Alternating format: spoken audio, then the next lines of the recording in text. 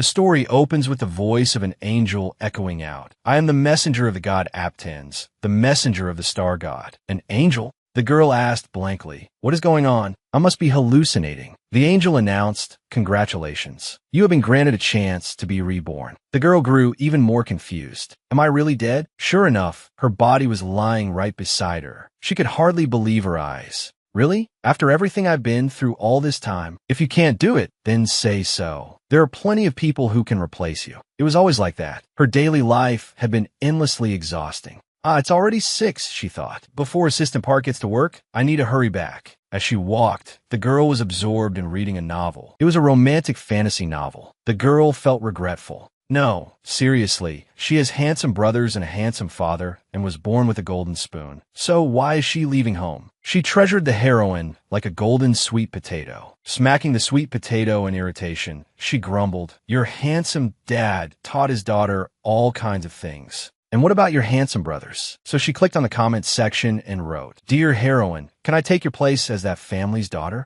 I could live there just fine without running away." Luckily, her comment got the most likes, and that was her little bit of happiness. Is there anything new? As she walked, she let her thoughts drift. Suddenly, a blinding white light shot straight at her, so bright that she had to squint. Before she could collect herself, an engine roared violently. Back in the present, the angel called out, "Miss, I told you this was a chance to be reborn, didn't I? Could you be a little happier?" She shouted. "So, it really was that famous reincarnation truck that hit me? I thought that only happened in novels. The legendary truck, get hit by it, and you're reborn in a fantasy world." Truly the thoughts of someone who had read too many novels. As expected of the chosen one. We hope you'll use all that knowledge to enjoy the world the gods have created. Aptens referenced a great variety of things and created an entire world. Of all those influences, the one he drew from most was romantic fantasy novels. What do you think? Isn't this the perfect world for someone like you, a devoted romantic fantasy reader? Would you like to be reborn? She immediately answered, "Absolutely not. A fantasy world created by a crazy god obsessed with romantic fantasy? Who would want to go there? But didn't you just comment that you want to take the heroine's place? What now? It sounds even cheaper and more ridiculous than I expected. Why are you giving me a chance to reincarnate?" You left comments on every novel Aptens read. What? And your comments got the most likes. And you gave the most advice to the main characters. She thought to herself, is this angel an attention addict? Even if you don't revive me, that's fine, you little brat. Well, now that your questions have been answered, you'll be reborn, right? How does that solve anything? If anything, it only makes this even more suspicious. But still, she was already dead. It was a gamble with nothing left to lose. Logically speaking, I do read dozens of novels every month. But what if I'm reborn as some useless nobody? What if I'm reborn as a villainess who gets beheaded? Or a side character who gets used and discarded? Maybe I could adapt well. No way I could adapt. The angel asked, "Why are you hesitating? Didn't you want to live in fantasy world?" It's not that I just want to live in any fantasy world. Then what? Like I commented earlier, I want to be reborn into a house where I'm born with a golden spoon, with a handsome father and handsome brothers. That's the standard for romantic fantasy. Honestly, you're so picky. Then fine, I'll do it. And every member of that family has to be willing to sacrifice themselves for me. There aren't that many romantic fantasies like that. If you die later, nobody would like you even if they just met you. What do you mean there aren't? Lady Bay, what? If you want to start with the family dying like in that novel, no. Excuse me, I misspoke. I'll do my very best. Well then, it's settled, right? Reincarnation. But most heroines in romantic fantasy have special abilities. At the very least, they're exceptionally intelligent. The angel complained, "You really ask for a lot, don't you?" He laughed it off and said, "Don't worry. This is a special gift for you. I'll give you a special power, a handsome father, and handsome brothers. You could call it a premium reincarnation. If that's all, then after all the hardship I've suffered, this is just a reward, right?" Even if she wasn't especially kind, she had still worked herself to the bone. At last, the day's sunlight shone into her rat hole had come. All right then, I want to be reincarnated. Then the contract is established. Truly human indeed. The girl's face darkened. A black crack split across the sky overhead. A contract. Isn't that the kind of thing only that sort makes? Wait a second. That's a demon. she screamed. Cancel this contract. I want to take it back. The contract has already been established. What? There has to be some way. My power? What about my power? It's the ability that suits you best. The black smoke slowly swallowed her whole. Ugh, if my power is just being deceived, then I'm really doomed. You don't need to worry, my friend. And so, in a grand and luxurious mansion, a bucket of water sat on the floor, and a small hand gripped a scrub brush tightly as a little girl resentfully scrubbed the floor. With tears in her eyes, she cursed inwardly. That lying demon bastard. Where's the handsome father? And where are the handsome brothers? Where's my golden spoon? Is this a dirt spoon? No, a dust spoon would be more accurate. I never should have agreed to reincarnate back then. Suddenly Jack's voice rang out. Slacking off again, are you? Lazy, just like your mother. She hurriedly replied. I am sorry. I am sorry. Uncle. The man frowned and scolded her. How dare you act like you're my niece?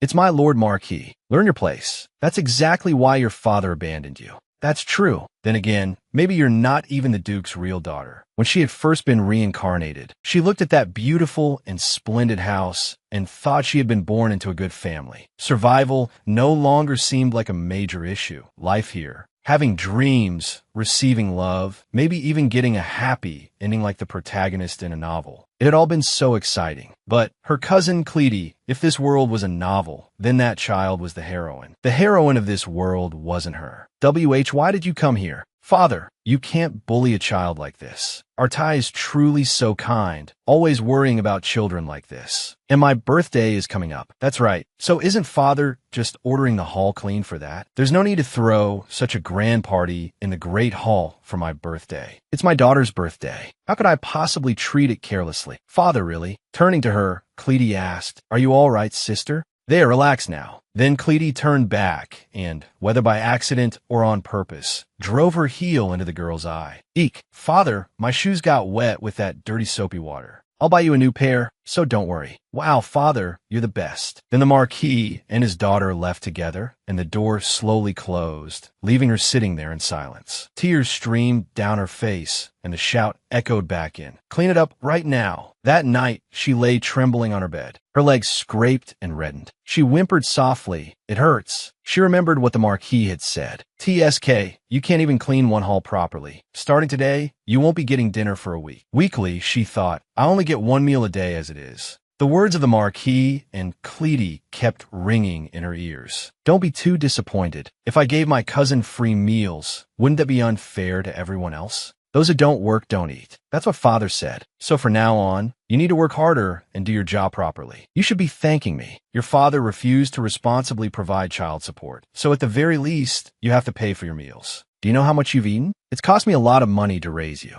Don't forget that your biological father abandoned you, and I'm the one who raised you. Well, that is if he really is your biological father. After all, you can't use dark energy, can you? All she could do was curse the one who had made the contract with her. That damn devil. I thought I'd get a golden spoon and powers inherited from my father and brothers. A family. I thought I would have one.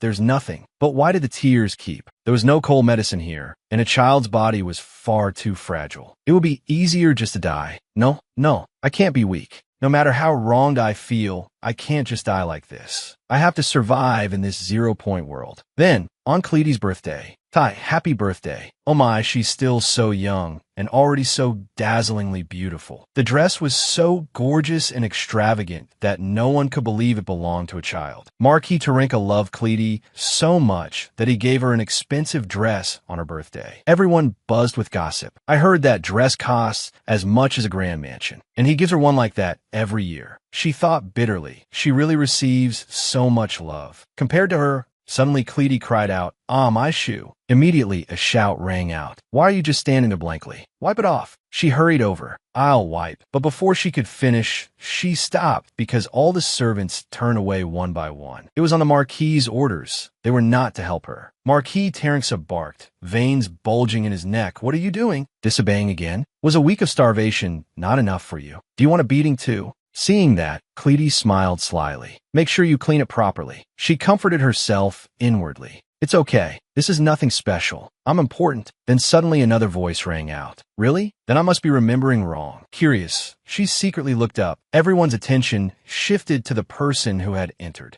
The man spoke again. My daughter doesn't have blonde hair. Everyone gasped. Duke Ferraton, she thought in awe. That man, with hair darker than the abyss itself, and eyes redder than the blood of a dove. If he were described in a novel, there would definitely be a line like that. And besides, her father was Duke Ferraton. Wasn't he supposed to be on the Western Front? Suddenly the Duke said coldly, "It's over." The Marquis asked at once, "Pardon? Did you say it's over?" But clearly it isn't yet. The Duke cut him off. "Do I look so idle to you that I would personally deal with children's matters?" And no, of course not. That couldn't possibly be the case. If you were coming here, why didn't you send word first? What business would bring me here? Isn't it obvious? Then the Duke turned his burning red eyes toward her. "What is that little rat doing there?" The Marquis stammered. "That is a household matter," someone cut in. Could that shabby, ugly-faced child really be the Ferraton Duchy's young lady? So filthy and so haggard. Yes, obviously, she thought. He must be displeased that I'm his daughter, right?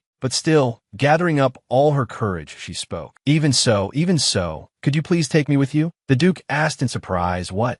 It's because I haven't bathed. Because I'm not allowed to bathe. That's why I look like this. I am good at cleaning, and I'm good at eating too. I can pay for my meals. I'll polish your shoes for you every day. I can make them shine." And at that point her throat tightened, and tears began pouring out uncontrollably. All that came out were sobs. "I don't want to stay here. I want to go home." The Duke responded with a remark that left her pale. "You're certainly full of spirit." Aggrieved, she shouted, "You're my father. You're my father." Just like Marquis Terenka. "There's someone here for Clitty already." Clutching tightly at the Duke's clothes, she cried and pleaded, "Father, please take me with you." Then the Duke suddenly extended his large hand and lifted her up as easily as if she weighed nothing. Terrified, she thought, "No, I'm going to fall." She looked up, her gaze meeting the Duke's fearsome face. She hurriedly covered her mouth, afraid that if she let another sob escape, his anger would flare even worse. But unexpectedly, the Duke simply ordered, "We're leaving." "Yes, Your Grace." She couldn't help being stunned. "He's taking me with him? Amazing."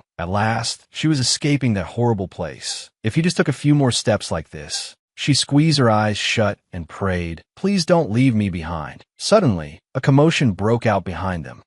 Young Lady Clitty had collapsed onto the stone floor, clutching herself and screaming, "My dress, my dress." Then a loud voice rang out, "Duke Ferraton." She startled and opened her eyes wide.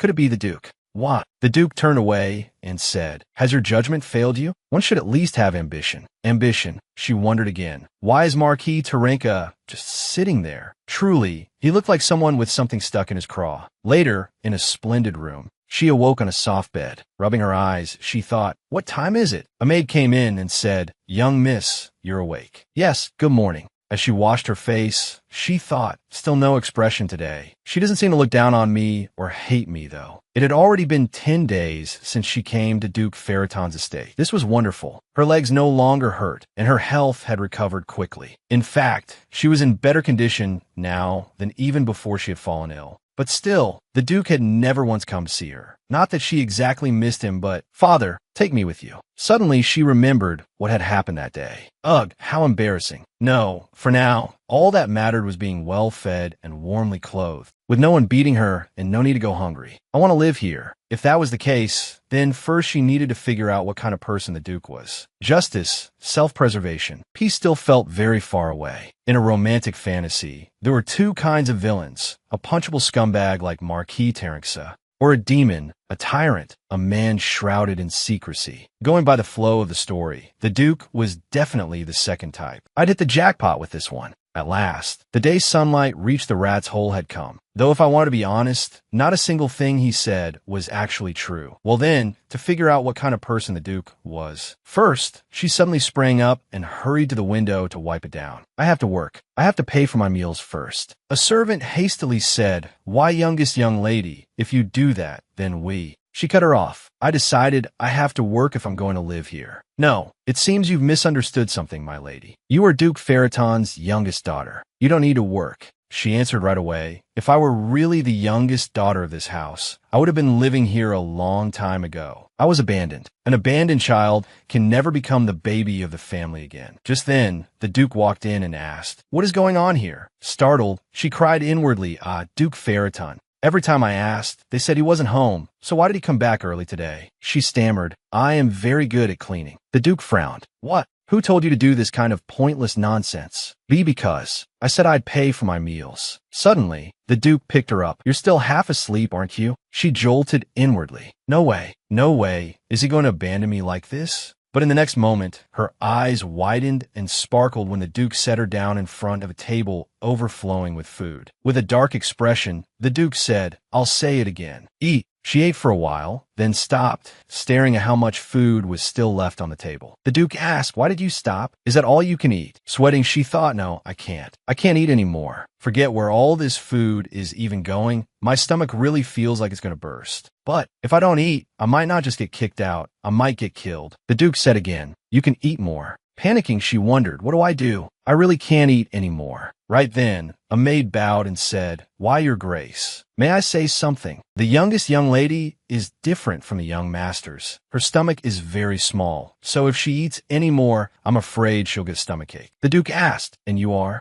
I am Anna, your grace. So her name is Anna. I see her every day, but I'm only learning her name now. The Duke ordered, from now on, you will be responsible for taking care of this child. Yes, your grace. She exclaimed inwardly in surprise. My own maid? Her eyes glimmered as she asked, see, can I keep living here? TCH. What nonsense are you saying? All right, if other people saw it, throwing out the daughter he had only just brought home after all these years would look a little strange. There was also noble honor to consider. I should have thought of that sooner. I've been too careless this whole time. You really can't eat anymore? She nodded rapidly. Yes, sir. All right then. And just like that, the atmosphere turned painfully silent. She thought, I already ate earlier. Seeing the Duke stare at her, she cried inwardly, this is so awkward. Someone please save me. At that moment, a subordinate entered and reported, Your Grace, my apologies, but the Imperial Palace has sent word requesting your urgent return today. She felt inwardly grateful. Perfect timing. I was wondering why he came home so early, but it looks like something sudden came up. The Duke stood and said, I understand. I'm leaving now. Don't do useless things. Stay put. Yes, sir. I scrubbed so many windows spotless, though.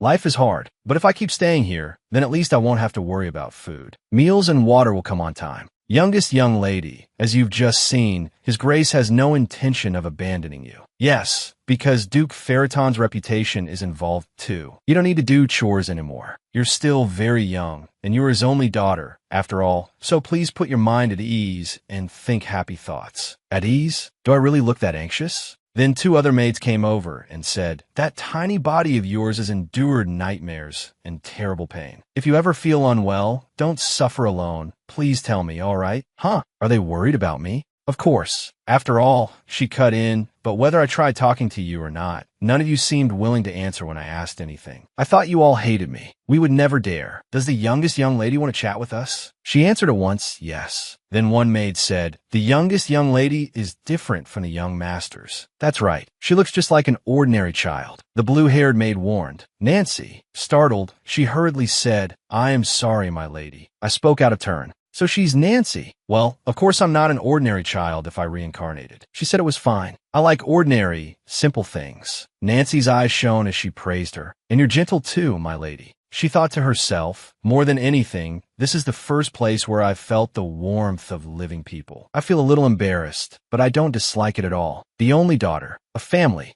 If you live under the same roof, can you be considered family? As Anna said, if I'm really Duke Faraton's biological daughter, then maybe I don't need to feel anxious anymore. But I'm clearly a child born from my mother's affair. I never even met my mother, even though I've heard about her my whole life. There was no trace of sinister energy around Duke Faraton. So what exactly was that energy I sensed before? More than anything, with his jet black hair, blood-red eyes, and a face as sharp as a forged blade. Compared to him, with my soft pink hair like spring petals and blue eyes like Paraba, anyone would think I had an innocent face. The Duke and I don't resemble each other in the slightest. If what the Marquis said turns out to be true, and I'm exposed as an illegitimate child, things might not end with me simply being kicked out. Duke Faraton was marked by traits like Tyrant, darkness, and cruelty. That's what my instincts were telling me. If I want to survive, then I have to work for it too. If he raises me while thinking I'm his real daughter, maybe he'll grow attached and not kill me. At worst, I'll just be kicked out. I know exactly what to do in times like this. I'm a reader who's read thousands of romance fantasy novels. After all, she ran and stopped in front of the Duke's room. All right, I can do this. Romantic heroine, be brave. Even if he clearly hates me, I just have to approach him anyway. She looked terribly tense, muttering under her breath, count to 10, then go in. But then the door suddenly opened. Youngest young lady, His Grace invites you in. Startled, she thought, how does he know I'm here? Inside, the Duke sat sternly, his deep, cold eyes fixed on her. She put on the brightest smile she could and called out, Father, then ran over and hugged his leg. I missed you so much. The sight left everyone in the room utterly stunned. Wasn't that right? Why is everyone reacting like that? Resting his chin on one hand, the Duke asked, You missed me? I feel so uncomfortable. Did I miscalculate? Does he always look at people he knows like that, even at the dinner table? And no, it's not that I'm uncomfortable. It's just a little unfamiliar, since I haven't seen Father for so long. So from now on, I'll stay with you. If we don't want things to feel awkward, then we need to grow closer, right? If we get close, affection will grow. Then when he finds out I'm not his real daughter, he won't kill me. And she inwardly marveled, oh, her eyes sparkled, this feeling around my hands. It's so soft. So Duke Faraton is wearing silk. His clothes almost felt warm, like body temperature, but calm down. I'll do one sweet little gesture with the Duke's cheeks. Yes, that's it. Thinking that, she quickly placed both hands on the Duke's cheeks. She couldn't stop marveling. For someone who's a father, his skin is amazing. It's as soft as a baby's. Suddenly, the system's voice rang out. Conditions satisfied. Checking profile.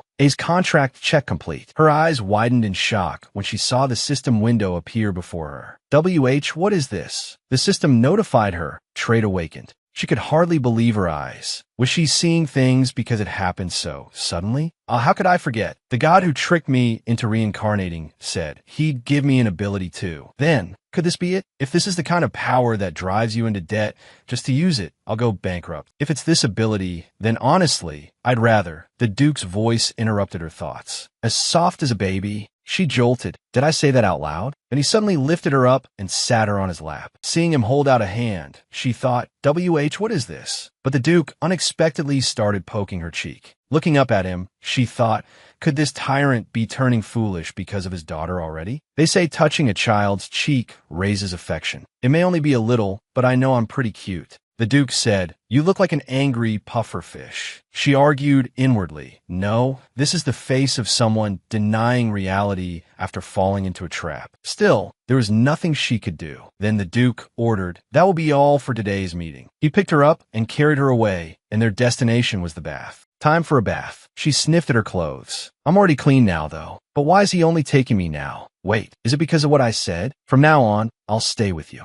You said if we don't want things to feel awkward, we have to stick close to each other. No, that can't be it. Don't expect anything. Anna said gently, Little miss, let's get you washed up. Okay, she thought, this isn't the time to be curious about that. Compared to trying to understand the Duke's feelings, I have something more important to deal with. I'm finally alone. First of all, because I was focused on the Duke, the notification window disappeared. Can I call it back? No matter what the Duke was doing, I should have read the whole thing first. Suddenly, the system appeared. This is a notification you skipped. Would you like to confirm the information? What should I do? Do I just answer it? Trait, unavailable. Reader, this is the ability I promised you. This was already a simple condition, but I didn't expect it to take so long. Surely you weren't cursing the contract for being a scam all this time, were you? That wasn't simple at all. So what was the condition? Could it be doing something to the Duke's cheek? Since this is an ability suited to you, reader, I hope you'll make good use of it. This is trait rank F, trait effect. Using cat, you may summon a romance fantasy novel you have read. You may then extract and use the ability of the heroine from the summoned novel. Extraction will be performed at random. Warning, you currently have no summoning medium, so this cannot be used at present. She murmured in shock, Summon a novel I've read. The heroine's ability.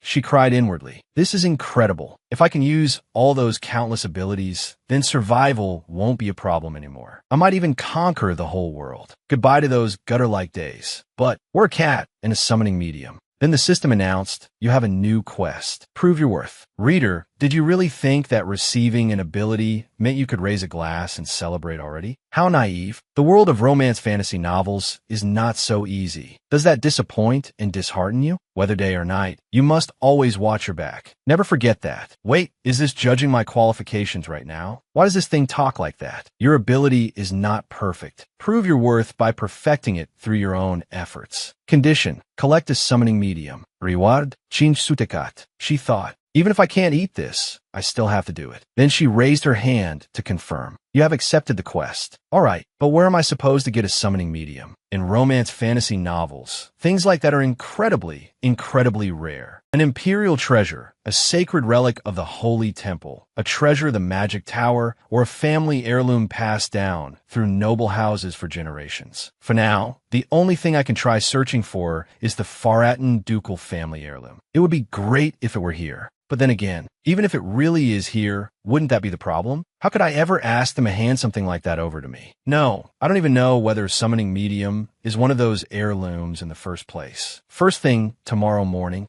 I need to make a plan too. Thinking that, she fell asleep. The next morning, you're awake, little miss. Yes. As she rubbed her eyes, she noticed something. Huh, did Anna tuck me in? No, we're not allowed to enter while you're sleeping, my lady. She thought, did I pull over myself in my sleep? Let's get you changed. Good morning, sisters. Good morning, little miss. Wow, this is so pretty. It sparkles too, isn't it? This would really suit the color of your eyes, little miss. Would you like some things like hairpins too? You look absolutely adorable. She hesitated before answering, but they look expensive. Whatever are you saying, my lady? You can use these whenever you like. That's right. Even if it were something more valuable, as long as you like it, that's all that matters. Hearing that, she thought, good. Then, I have to look as innocent as possible. So she asked, in that case, even in the Duke's mansion, there must be rooms full of sparkling things like these, right? Like collection rooms. Of course. There are too many such rooms to count. And there are even more in the ducal castle out in the territory. There really are a lot. I was planning to ask if I could look around a little. May I go see them? Would that be all right? Of course. Good. Now if I can get to a room, preferably one with an heirloom. But when Ty was with me, even getting near something would make them scold me. You filthy little thief. Why are you sneaking around here? What are you trying to steal this time? A girl with bad habits like hers needs a beating before she comes to her senses. Thinking of that, she asked timidly, will it really be okay if I look at those things? The maids looked at her in surprise and pity. Uneasy, she thought, why are they making faces like that? Nancy suddenly hugged her tight. Don't say that. Our little miss, so tiny like this, still just a child. She patted Nancy on the back to reassure her. I'm Fina. I have all of you worrying about me like this, after all. That only moved them even more, and they cried out, my lady. She thought, this is the first time in my life I've ever done something like this. It doesn't feel bad. No, it feels really nice. They told her, the first thing you should see in the Duke's house has to be the very best. If you're going sightseeing, then you must visit the Holy Chamber. Things like Marquis Tarenka's treasure room were really shabby compared to the Duke's house. Really? We can just go in like this. Since you're connected to the ducal house, of course you have the right to enter, miss. Though you still need the Duke's permission. As expected. Well, even so, this is good enough. Because she had to confirm whether there was a summoning medium among the family heirlooms. She suddenly found one of the Duke's subordinates entering. Excuse me, my lady. His Grace invites you to breakfast with him. She thought nervously. So, suddenly? A little later, at the dining table, she poked at a sausage and thought, I'm already feeling bloated. She glanced up at the Duke and frowned to herself. No, I need to get closer to the Duke too. Brightly, she said, I'll enjoy the meal, father, so please enjoy yours too. I'm smiling as hard as I can. Ugh, I'm so sad I could cry. All this effort of mine. Oh, let's eat. She marveled inwardly. It's so good. Pudding. I like pudding. And so she ate obediently and with delight. Wow, it's delicious. Hick, before I knew it, I finished it all. My pudding, but now it's gone. Then the Duke suddenly pushed his portion toward her. Eat this. Huh, I thought he looked down on me. She stole a glance at the Duke. If I tell him to take a bite, would that be okay? Ugh, why am I hesitating? Whether it works or not, I have to try. He said we had to build affection, didn't he? She lifted a tiny spoonful, but then she hesitated again, mumbling, I'll enjoy it. I need to have a father first to know that, don't I? At that moment, the Duke set down his teacup. Resting his chin on one hand, he looked at her with exasperation and muttered, why isn't this child clinging to me? What does he mean by that? The Duke suddenly reached out and swiftly picked her up. She was startled out of her wits, but then thought back. Come to think of it, when I woke up, he wasn't in the mansion. Was he deliberately waiting for me? Could it be he wanted to talk to me about something? The Duke carried her into his study. Even while working, he sat her on his lap, making her scream internally, "No, this isn't right. I have my suspicions, but still, I hate unfamiliar feelings. Did I really say I'd cling to him from now on like this? She's not even disturbing me. Even if my expression is a little cold, I even gave that child my pudding. Even if my expression is a little cold, something's off. Everything clearly went according to plan. Survival plan: 1. Observe often. 2. Smile a lot. 3. Get taken in and cared for. 4. Cling to him. I have to gather my courage. Why am I so embarrassed? No, this isn't the time to be embarrassed. I need to find an object that can serve as a bridge between us. Fine. At times like this, I should speak carefully. Suddenly the Duke asked, "What is it?" Just then Anna arrived. Today, the youngest young lady is scheduled to visit the holy chamber. She went stiff in shock. What do I do if she says that out loud? Why did it have to be about viewing the heirlooms? What if I get scolded? What? Are we really going right now? Can family heirlooms really be viewed so casually? There's still a mountain of paperwork. What on earth is he thinking? Could it be danger? This child is far too innocent and pure. Things in this romantic fantasy world aren't that simple. Whether asleep or awake, you have to watch the back of your neck. Don't forget those words. Could the truth be that the Duke is a good villain? No. After that, she was brought to a sparkling room, and her eyes lit up. Wow, so this is the holy chamber? It doesn't just hold treasures, but spoils of war too. And something caught her attention. Ancient books are rare too, but that's not what I'm looking for. She froze. Wait, books. The message window called me reader, didn't it? Something about powers compatible with readers. When Justin Cat explained it, he also said something about powers suited to a reader. She realized it at once. That's it. She immediately asked the Duke, "Daddy, what is that book over there?" "A sealed book." "A sealed book?" "Yes. Demons get sealed away too, don't they?" She went pale and clutched the Duke's arm tightly. "Why do my hands have no strength all of a sudden?" The Duke's aide reassured her. "It's all right, my lady. Though, what is a sealed book? There's nothing sealed inside it right now. So you don't need to be so worried." I'm Fina. Does my face really look that strange? Could it be that the Duke thinks I'm scared too? After thinking it over, she spoke. "But if there's nothing sealed inside, why is it being kept here?" "Because it is a treasure of the first Duke." "Wow, then these things must be really old. That's amazing. Can I touch it?" she asked, her eyes shining. "May I not?" The Duke gave no answer, cold as ever. She pretended not to notice and thought, "So he won't allow it." The aide laughed and said, Its condition isn't very good, that's all. What should I do?" "But first, I should make a strategic retreat for today." Suddenly, the notification window appeared. A quest has appeared out of nowhere. What? Most filial reader, your instincts are better than expected. Congratulations, you have found the summoning medium. However, I think you are about to face difficult circumstances. You don't happen to be the type to call climbing mountains and crossing seas a strategic retreat, are you? A reader of the romantic fantasy world will not retreat in circumstances like this. Show us your abilities. Condition: persuade Duke Faratin, and you will receive the summoning medium. Reward: 5,000 cut lottery ticket. She screamed inwardly, "Are you insane? If I die while trying to study how to deploy this quickly, what then? People need to be a little cautious. Besides, I don't even know how." The notification window appeared again. Penalty for refusing the quest. Get off the train of life.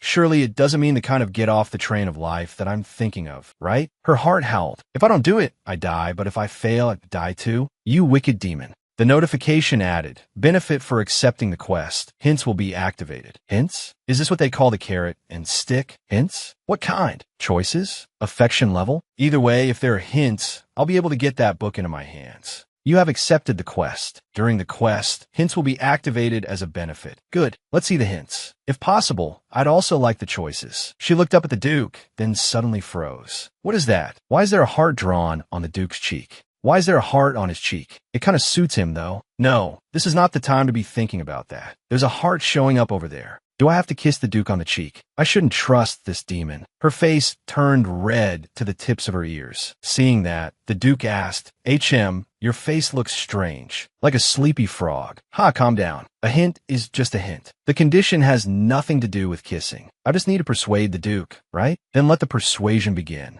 She tugged on his clothes and called, "Father, I'll touch it carefully. Could you please take it out for me, just once? It's so pitiful for a book that no one has read for hundreds of years. I'll be gentle so the book won't get hurt." She kept pleading, "Please." Why is Father's expression gone stiff? H's hand. He's not about to crush me to death for not listening, is he? Someone save me. The heart meter went up. Good grief, what is this? If that's how it is, then I'll give up on persuading him. She held out both arms. "Ah, Father," he asked blankly, "what is it?" Heh. Father has no idea what's about to happen to him. No, better if he doesn't know. She leaned closer to his face, then suddenly planted a kiss on his cheek. The Duke's eyes widened in shock, and everyone else stood there gaping. The Duke's cheek. "Oh my God," she cried inwardly. "Wow, even with a blank expression he's handsome."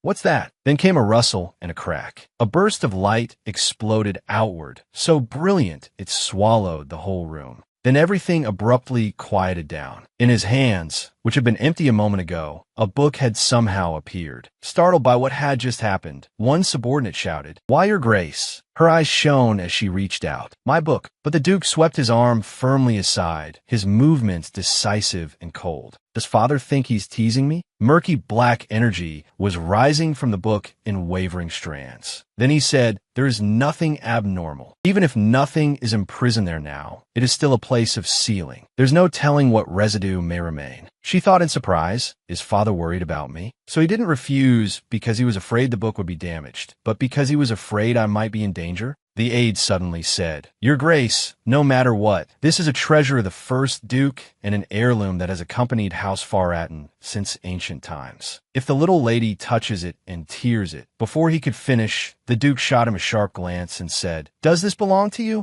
She silently chimed in, "That's right. It belongs to my father." Then she fixed her gaze on the book again. "Wow, Father, you're the best." He repeated, "I'm the best. Yes, the very best.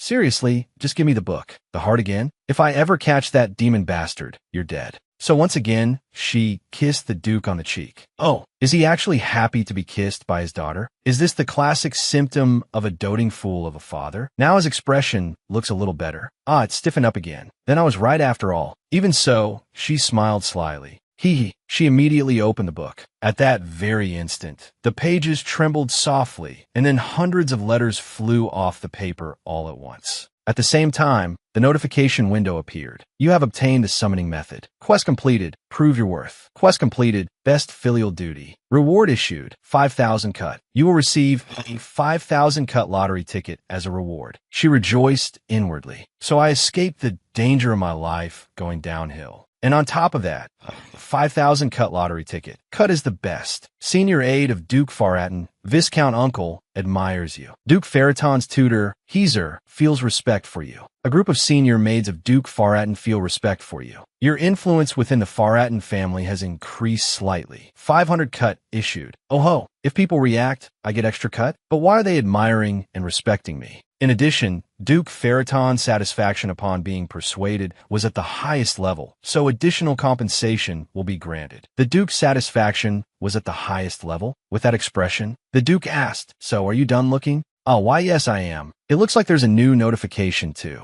I need to check it later. Father brought me in here so naturally. I want to go back to my room and check the lottery ticket and the bonus reward. Let's look at the book and see whether this really is the ability." Suddenly, a voice cut through her thoughts. "Investors are flocking to the Mana Stone mining business being carried out by Marquis Tyrant.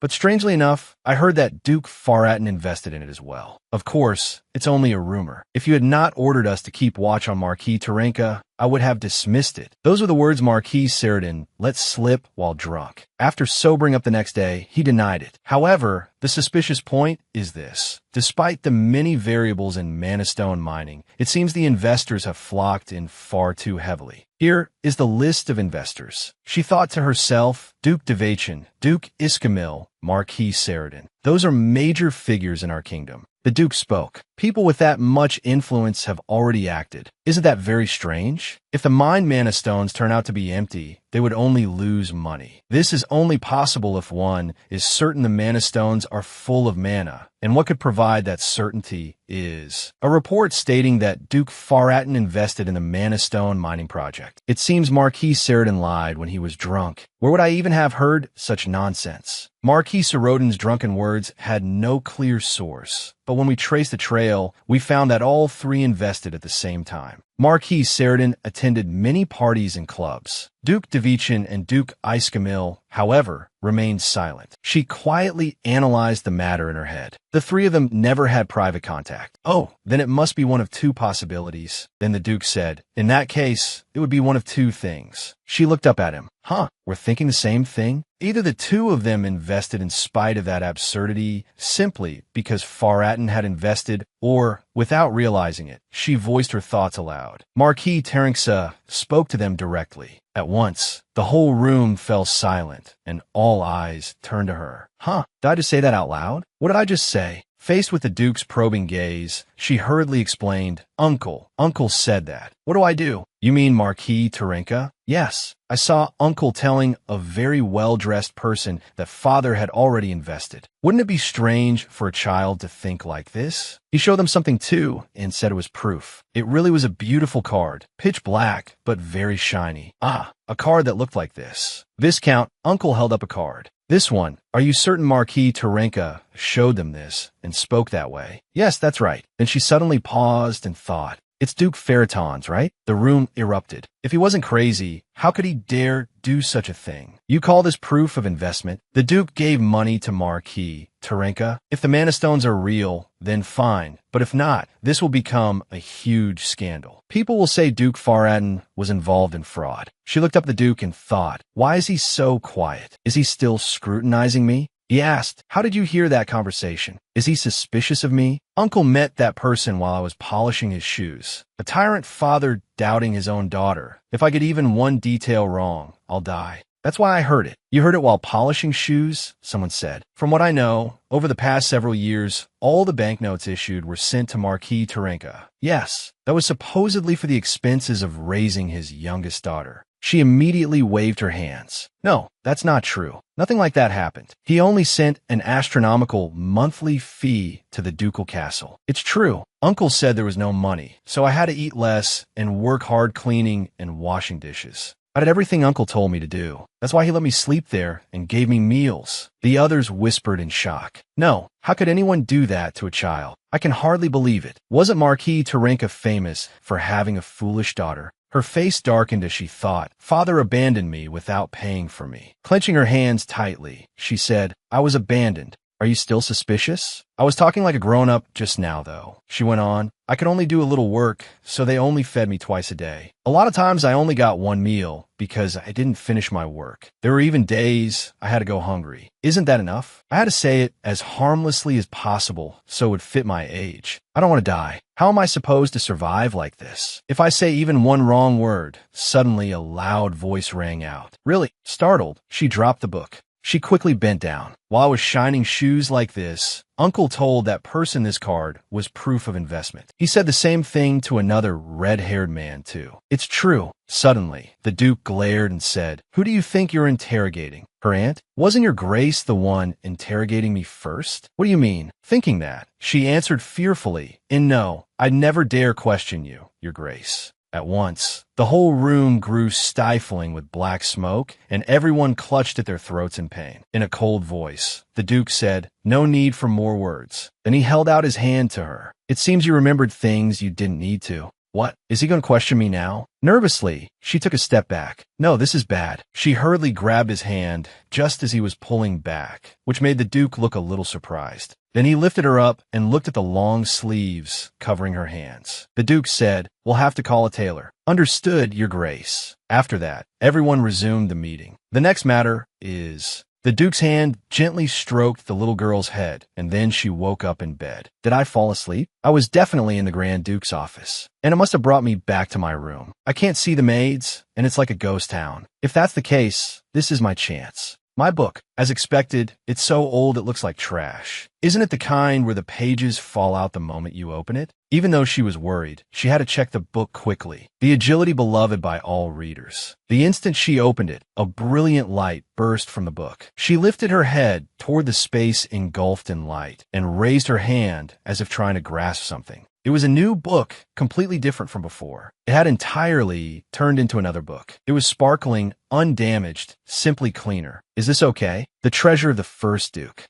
Well, what's done is done. I'll think about that later. What does it say? Forbidden arts. A method of borrowing divine power. Since it was a sealed book, it could also contain a demon's seal. It's not a demon summoning method, is it? Let's just take a look. She quickly unfolded it, the pages flipping one after another. Then she suddenly froze. What is this? The seal on the summoning method has been lifted. The usage restrictions on the boost and cut attribute have been removed. She stared in surprise. What? So I can use it now? My ability? A notification popped up. The Path of the Sage. Congratulations, reader. You have finally obtained a summoning method. Book. A reader is only a reader when reading a book. A reader who does not read is a bad reader. Be a good reader. Condition. Use your mind to summon a book, extract an ability, and use it. Reward. 100 cut. Why is it giving me a quest I don't want? Still, I have no choice but to accept it. But how am I supposed to summon a book? Is this it? My summoning experience is telling me so. She looked toward the door. No one's there, right?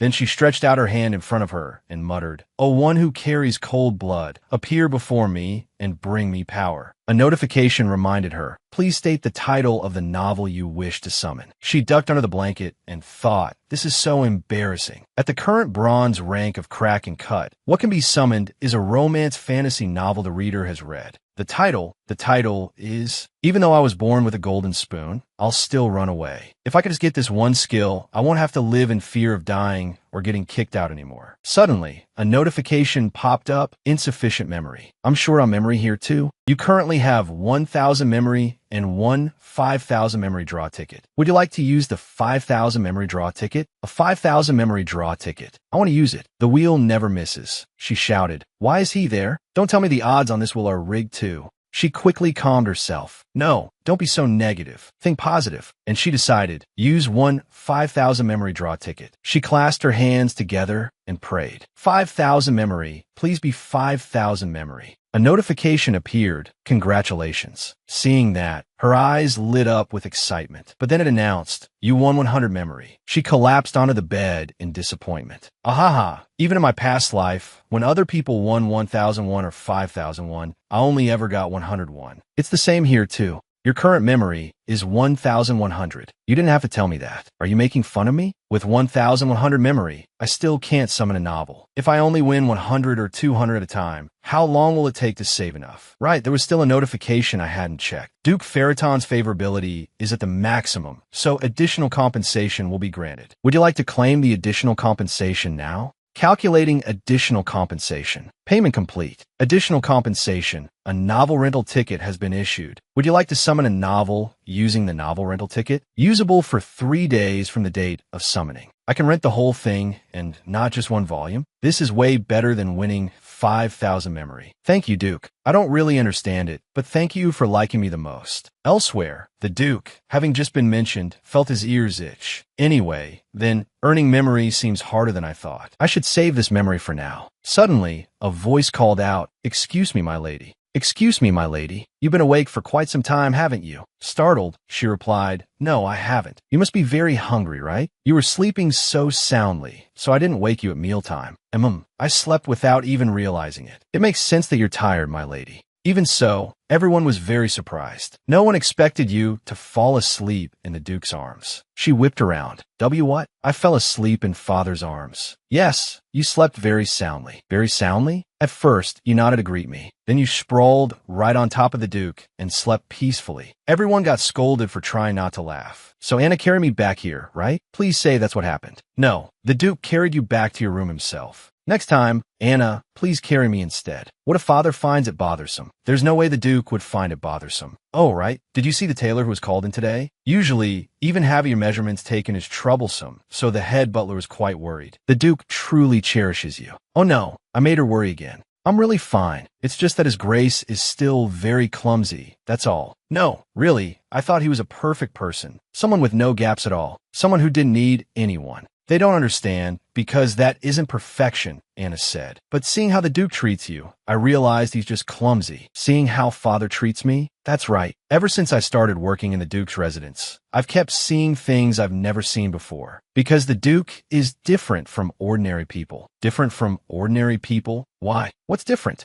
Oh my, in every way. He's special, she said. A great family like this isn't common, after all. Is that so? As expected, Duke Faraton isn't an ordinary Duke. I'm so hungry. Yes. Would you like to eat now, my lady? I really need to find out more about the Duke. Elsewhere. W, what do you mean you're withdrawing your investment? Why say that all of a sudden? Duke Devachin. Marquis. We received a letter from Marquis Sheridan saying he will withdraw his investment. Star has also contacted us to say they are suspending all business. Damn it. Star was the last client we had left. Our request for a transfer through Galian Bank has also been denied. It's been 5 years since I became a Marquis. But with just one wave of Duke Faraton's hand, everything is collapsing like this. If it comes out that I lied and said Duke Faraton had invested, no, that can't be. I even produced proof by using the bill for the child's upbringing expenses. How'd he find out? Damn it, I spent all the family assets. Wait, if this reaches Father. Marquis Tyrant immediately warned them. Whatever is happening right now, Father must not hear a single word of it. Understood? Yes, my lord. Damn it, I have to fix this somehow. Ty, bring Ty here at once.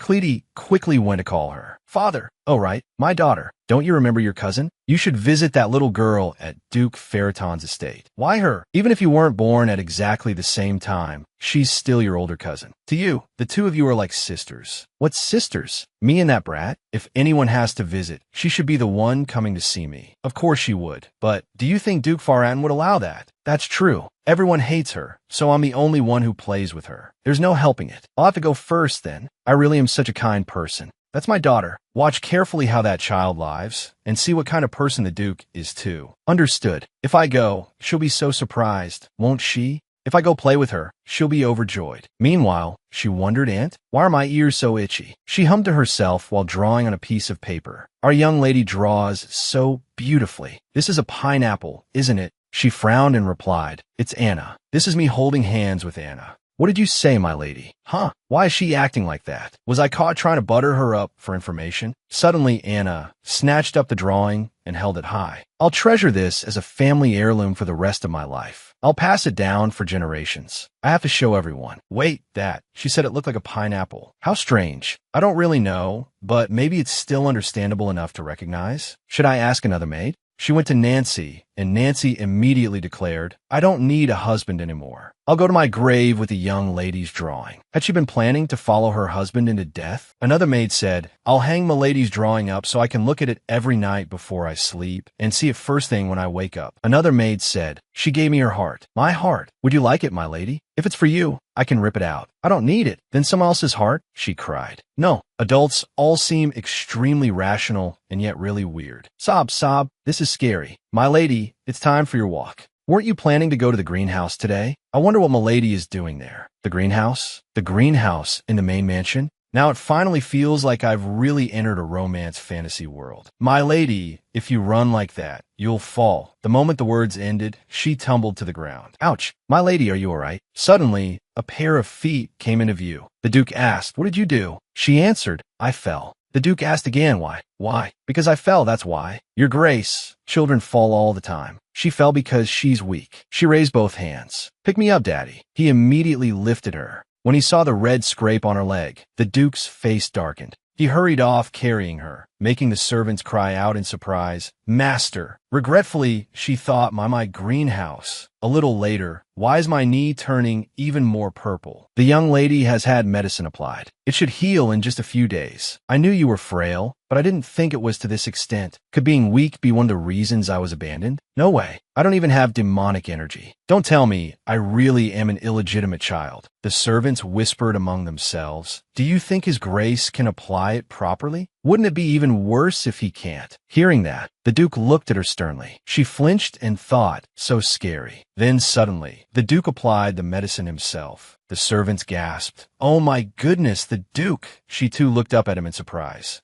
I shouldn't make Dad uncomfortable, but it tickles. Then a servant announced, Your Grace, everyone has arrived in the council chamber. You need to put the young lady down. Your meeting is about to begin. The Duke stayed silent, his expression dark. Then he abruptly stood up and left carrying his daughter. Seeing that, the maids panicked. Are you going in person? Your Grace, where are you going? She thought in confusion. Isn't Father supposed to be going to a meeting right now? The people attending the meeting all went blank at the sight. Then they could only silently follow behind, wondering inwardly, why is the young lady coming too? In reception room number 3 of Duke Ferriton's mansion, someone said, we finally get to meet the young lady. We've been making dresses for years. Exactly. A dress worth as much as a whole castle wall. We started from the bottom, making children's clothes worn for one season and discarded, and ended up even making clothes for the emperor. At last, we're going to meet the ducal princess who's been hidden behind a veil. This was Uchophilia. Everyone chatted cheerfully. I'm so curious what she looks like. I wonder if the young lady resembles the Duke and the young masters. With their pitch-black hair that reflects no light at all, blood-red eyes, and a fierce, savage aura no less threatening than a wild beast. The traits of the direct line of the Ferriton ducal family. I designed these imagining something cute, but expecting an adorable little child from the Ferriton family was probably too much. I shouldn't be too disappointed if she's just a miniature version of the Duke. Then a voice rang out. D-Duke, it is an honor to meet you, Your Grace. Uchophilia was still thinking, don't expect cuteness from a Ferriton princess. But the moment she turned around, her eyes widened in shock. Seeing the girl's bright pink hair and sky-like eyes, she thought, she's a flower. What is this pure, adorable little thing? Unable to contain her excitement, Uchophilia exclaimed, how wonderful! But she immediately grew flustered and explained, and my apologies. The youngest young lady is simply far too adorable. So the Duke said coldly, take her measurements. Why, yes, Your Grace. But the Duke still held the child tightly in his arms. Uchophilia awkwardly said,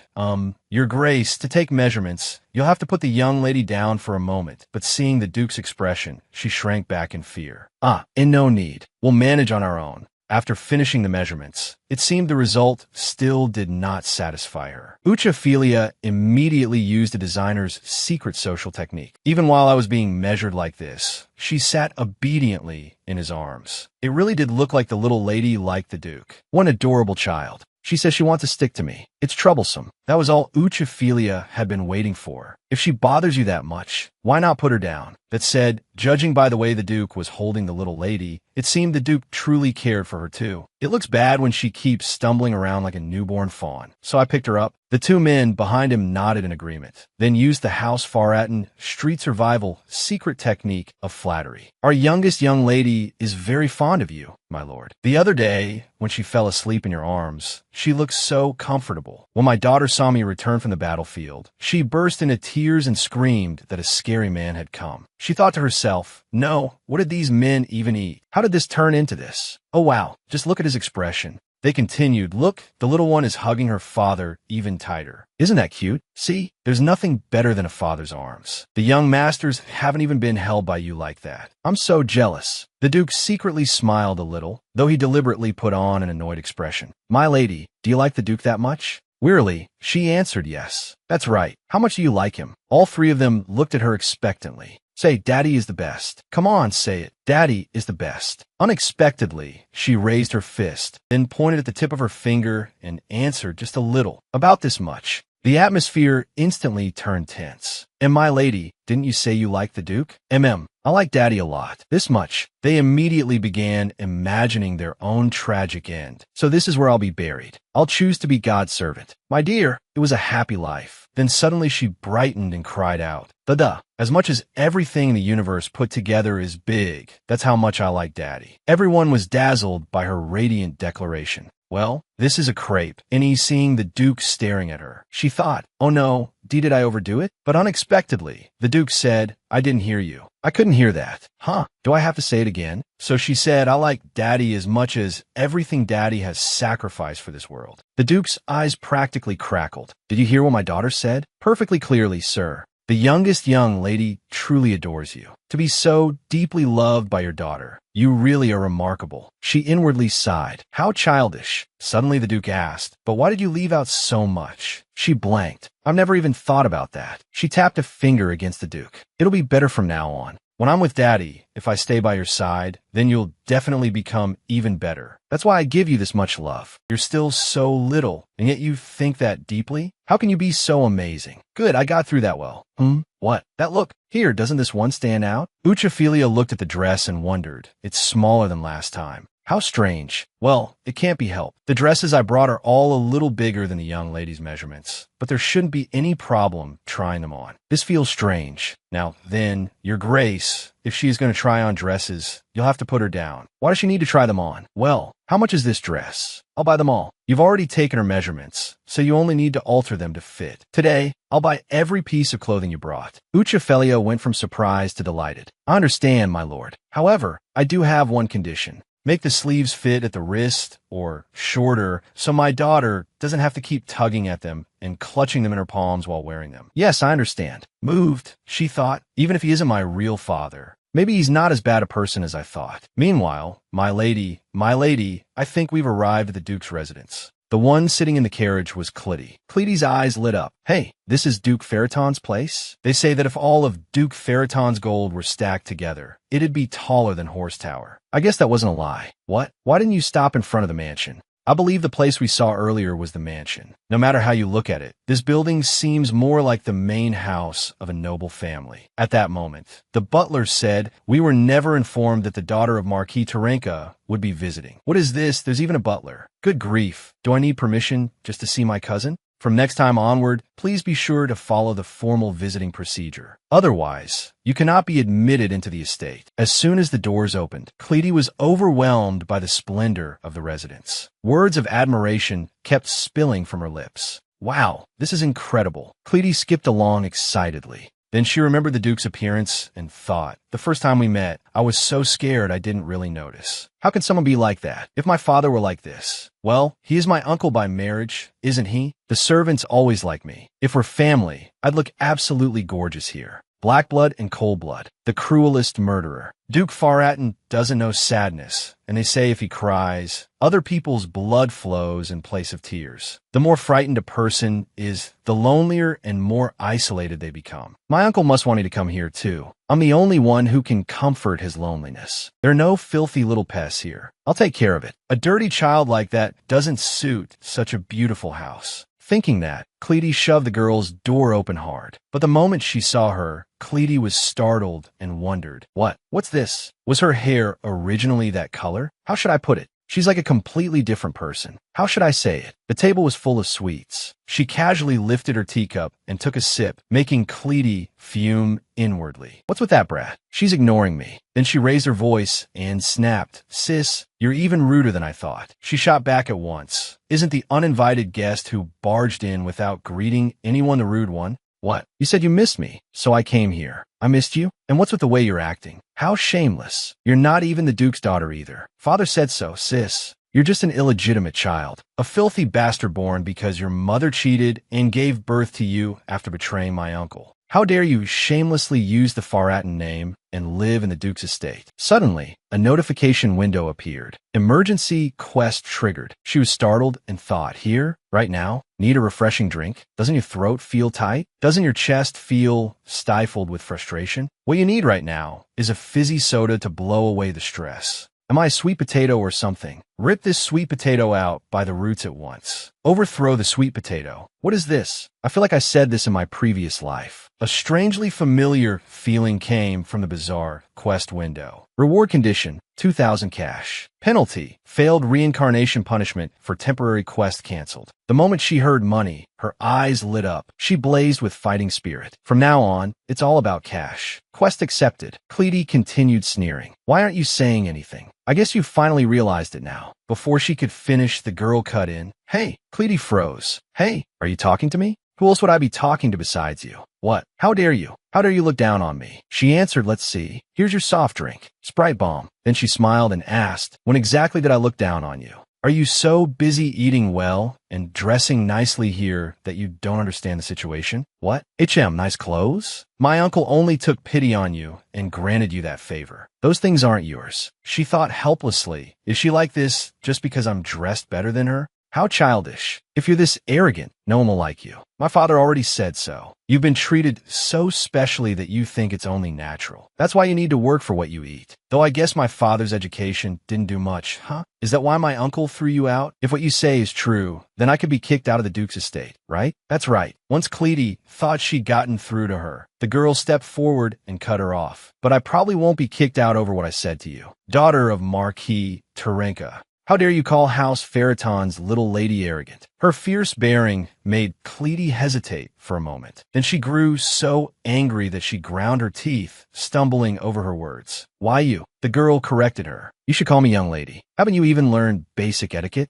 Nothing to say now. I look pretty cool, don't I? You're just some bastard born from your mother's affair. Can you take responsibility for those words? Cleety boldly replied, of course. In the name of Marquis Tyrant? Naturally. Is that so? Then I'll go ask. Ask. Ask what? She stepped forward and grabbed the bell rope. Startled, Cleety hurriedly cried out, wait, but a servant had already entered. Did you call for me, my lady? Yes. About the bloodline of Marquis Tyrant and Duke Farraton. Suddenly, Cleety covered her face and screamed. Aya! Her maid came running in panic. My lady, what's wrong? Tearfully, Cleety said, Jen, she said I was arrogant and told me to bow my head. How could you say something so harsh? I came here because of you. Jen immediately spun around toward the girl. Our young lady has treated you so well. And this is what you say to her? Seeing that scene, she trembled with anger. Things are different from back then. So then, before she could say anything, Anna appeared and stepped in front of her protectively. Your attitude toward my lady is truly arrogant. I merely asked because your young lady was saying absurd things. If she's wrong, she should be corrected. What exactly did my lady do wrong? Wasn't the Marquis's daughter the one causing trouble for our young lady? Nothing of the sort. My lady only came to visit and brought gifts and sweets. Gifts? She never even gives me leftover cookies. I even brought gift to see you, sis. Why are you acting like this? Jen quickly added, look, this dress was carefully chosen by our young lady. You liked this outfit, didn't you?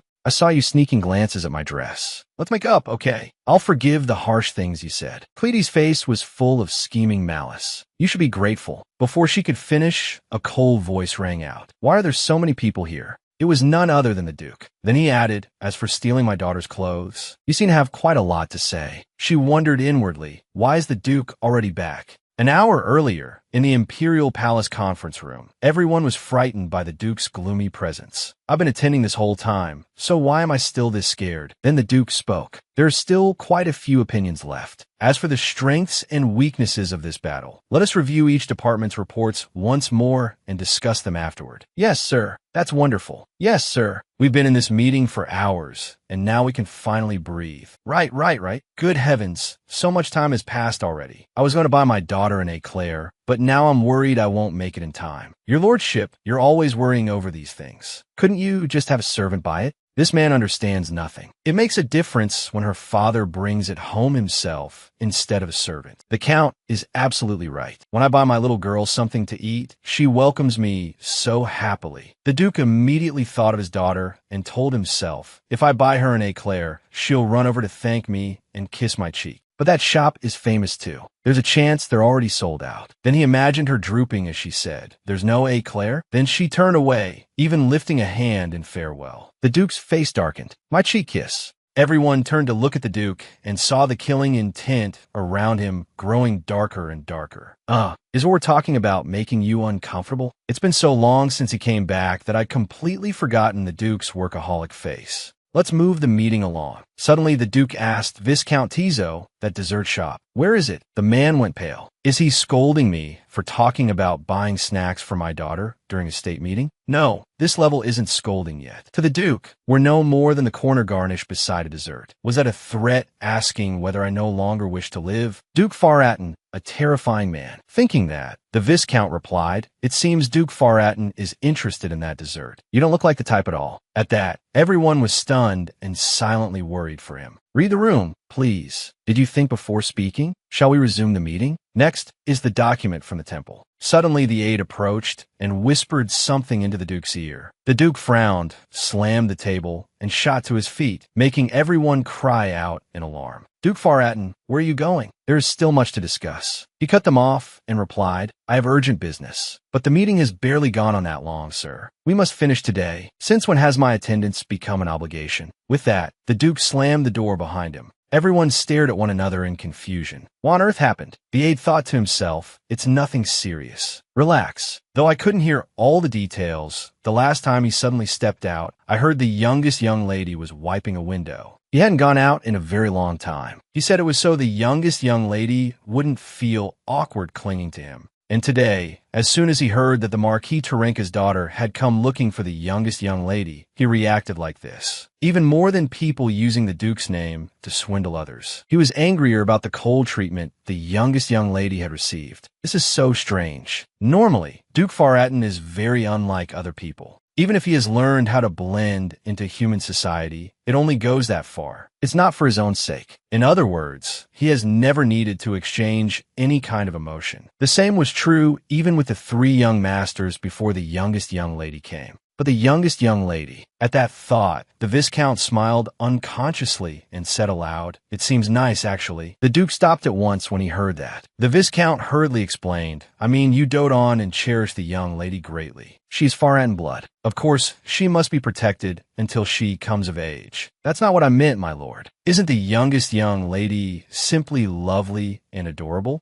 The Duke said nothing for a moment, then turned away and said, Nonsense. So that's what it is. A divine mistake, then? Well, I suppose it wasn't unreasonable for you to ask me. There isn't just 1 or 2 unusual things about that child. What do you mean, my lord? She handles everything far too well. Even there, she didn't cry. It couldn't be helped because the young lady has no magic. Not only that, it said it remembered me, and it even nuzzled my cheek. Last time, the child slept on my lap. The Viscount asked in confusion, Yes, and there is one more strange thing. Whenever I think of that child, my body reacts oddly. At first I thought it was just my imagination, but after observing carefully, I'm certain. At other times, I'm perfectly fine. I only become like this when I'm around her. Could this be some curse tied to using the blood of the Blood Clan? Could it be Marquis Tyrant's scheme? Specifically, what kind of abnormal symptoms are you experiencing, sir? My chest. My chest feels itchy, like bugs are crawling inside. I see. Then does your heart race? Or what does your chest feel tight? That's right. And I also keep wanting to watch the child eat. Perhaps because I don't understand how she can eat so little. Oh, my sovereign, pride of the empire.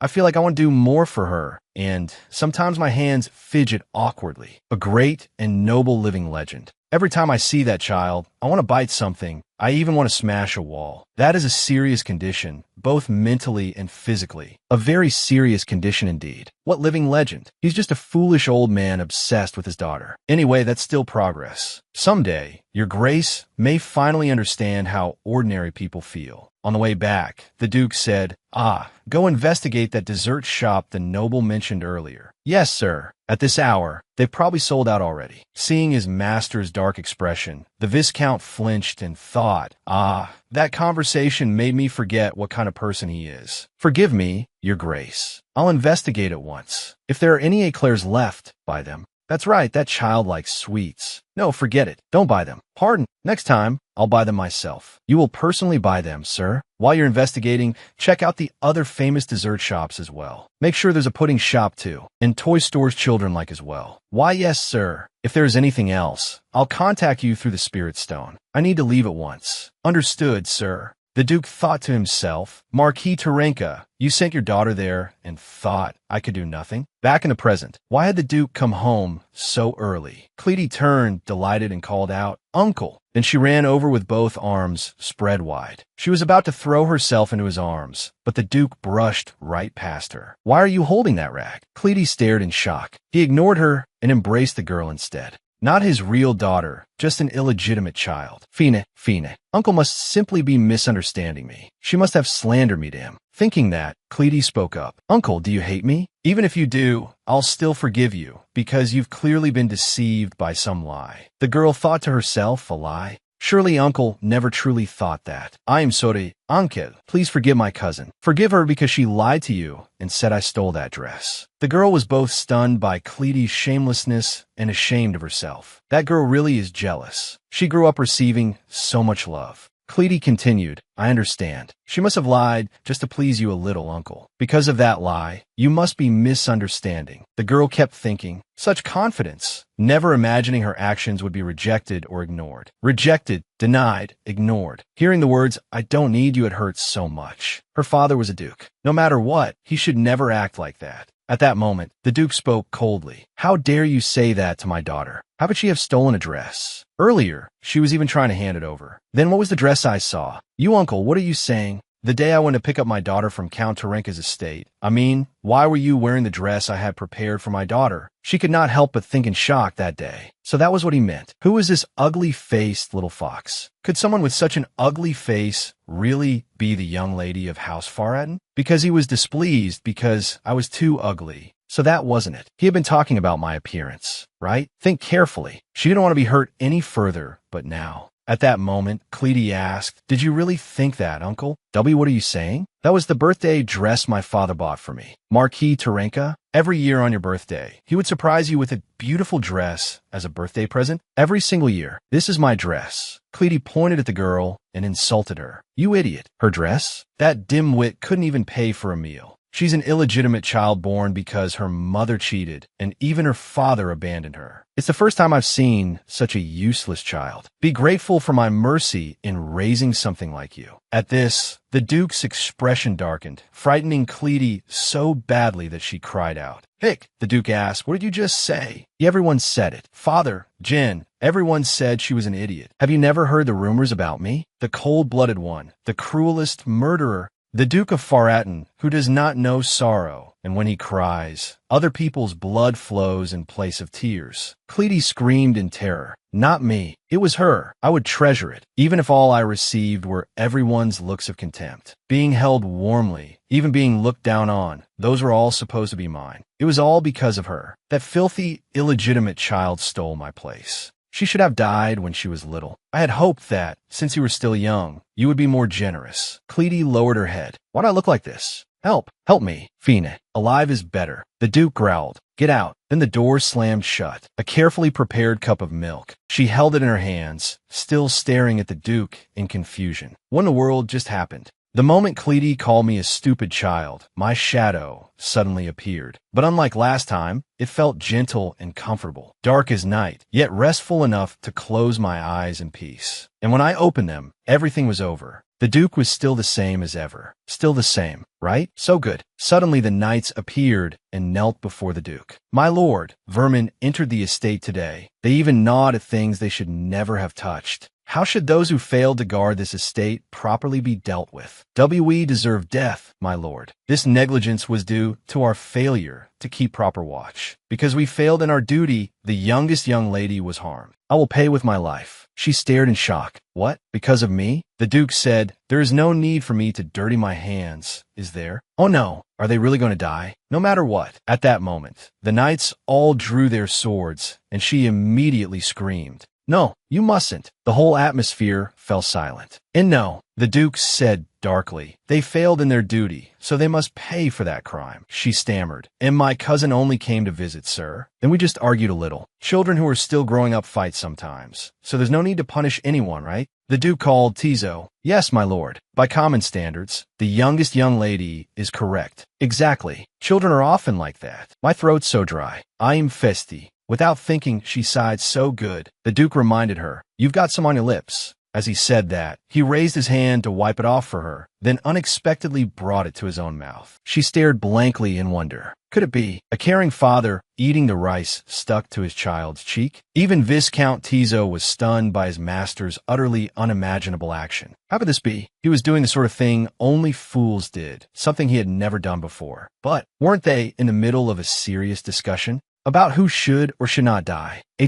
That look. What is this? A notification window appeared. The vassals of Duke Faraton's house feel grateful for the reader's kindness. She bowed clumsily, as if learning how to greet them together. The chief steward of Duke Faraton feels gratitude and reverence for your kindness. So these uncles have been living such pitiful lives. Thank you, sirs. Thank you very much. You have received 5,000 cat. Oh, not a lottery ticket, but 5,000 cat. Dear heavens. Seeing her reaction, the Viscount asked, the young lady seems to be in very good spirits. So adorable. It seems being on your Grace's lap is very comfortable for her. So cute. The Duke said, and you still don't know why. She stuck out her tongue.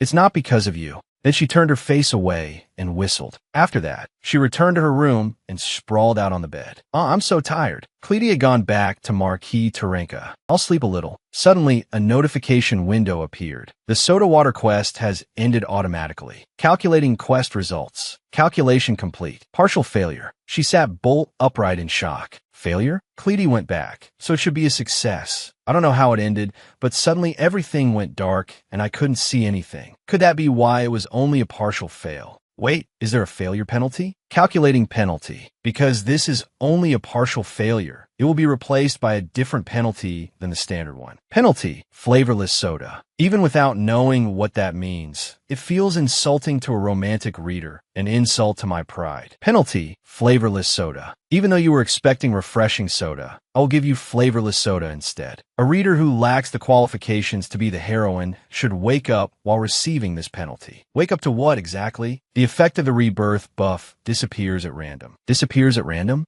So this was basically a penalty that cancels one of my rebirth buffs. Because it was only a partial failure, one disappears randomly. But what kinds of buffs do I even have? She rolled back and forth while thinking, when suddenly there was a knock at the door. Commune. She wondered in surprise. What does the Duke want? What could it be? But I don't want to get up yet. A notification window appeared. Activating penalty, flavorless soda. Oh no, my rebirth buff. Nothing strange at all. Hungry, sleepy, want food. Seeing her expression, the Duke looked puzzled. Then she suddenly said, nom nom. He blankly repeated her words. No, that is no nom nom. Then cookies are fine too. She excitedly pushed herself up with both hands, but then froze. Ack! I just smacked the Duke's thigh. Could it be? The way the rebirth buff vanished was by taking away my ability to think in this second life. Does that mean I'm completely like a baby now? Even so, that still makes more sense than what just happened. But why does it somehow feel better? The rebirth buff disappeared at random. I was getting ready to rely on it. How awful. Even my cat can be taken away at random. I have to stay on Duke Feriton's good side if I want to survive. Then suddenly the Duke asked, did you read Aikido's carefully? Aikido's? What's that? I mean the book I brought last time. Ah, the book. Pretty book. That pretty book was very nice. The Duke frowned and gave a small snort. She hurriedly said, really? She thought to herself a little, very, very slightly, even though it changed into a different book,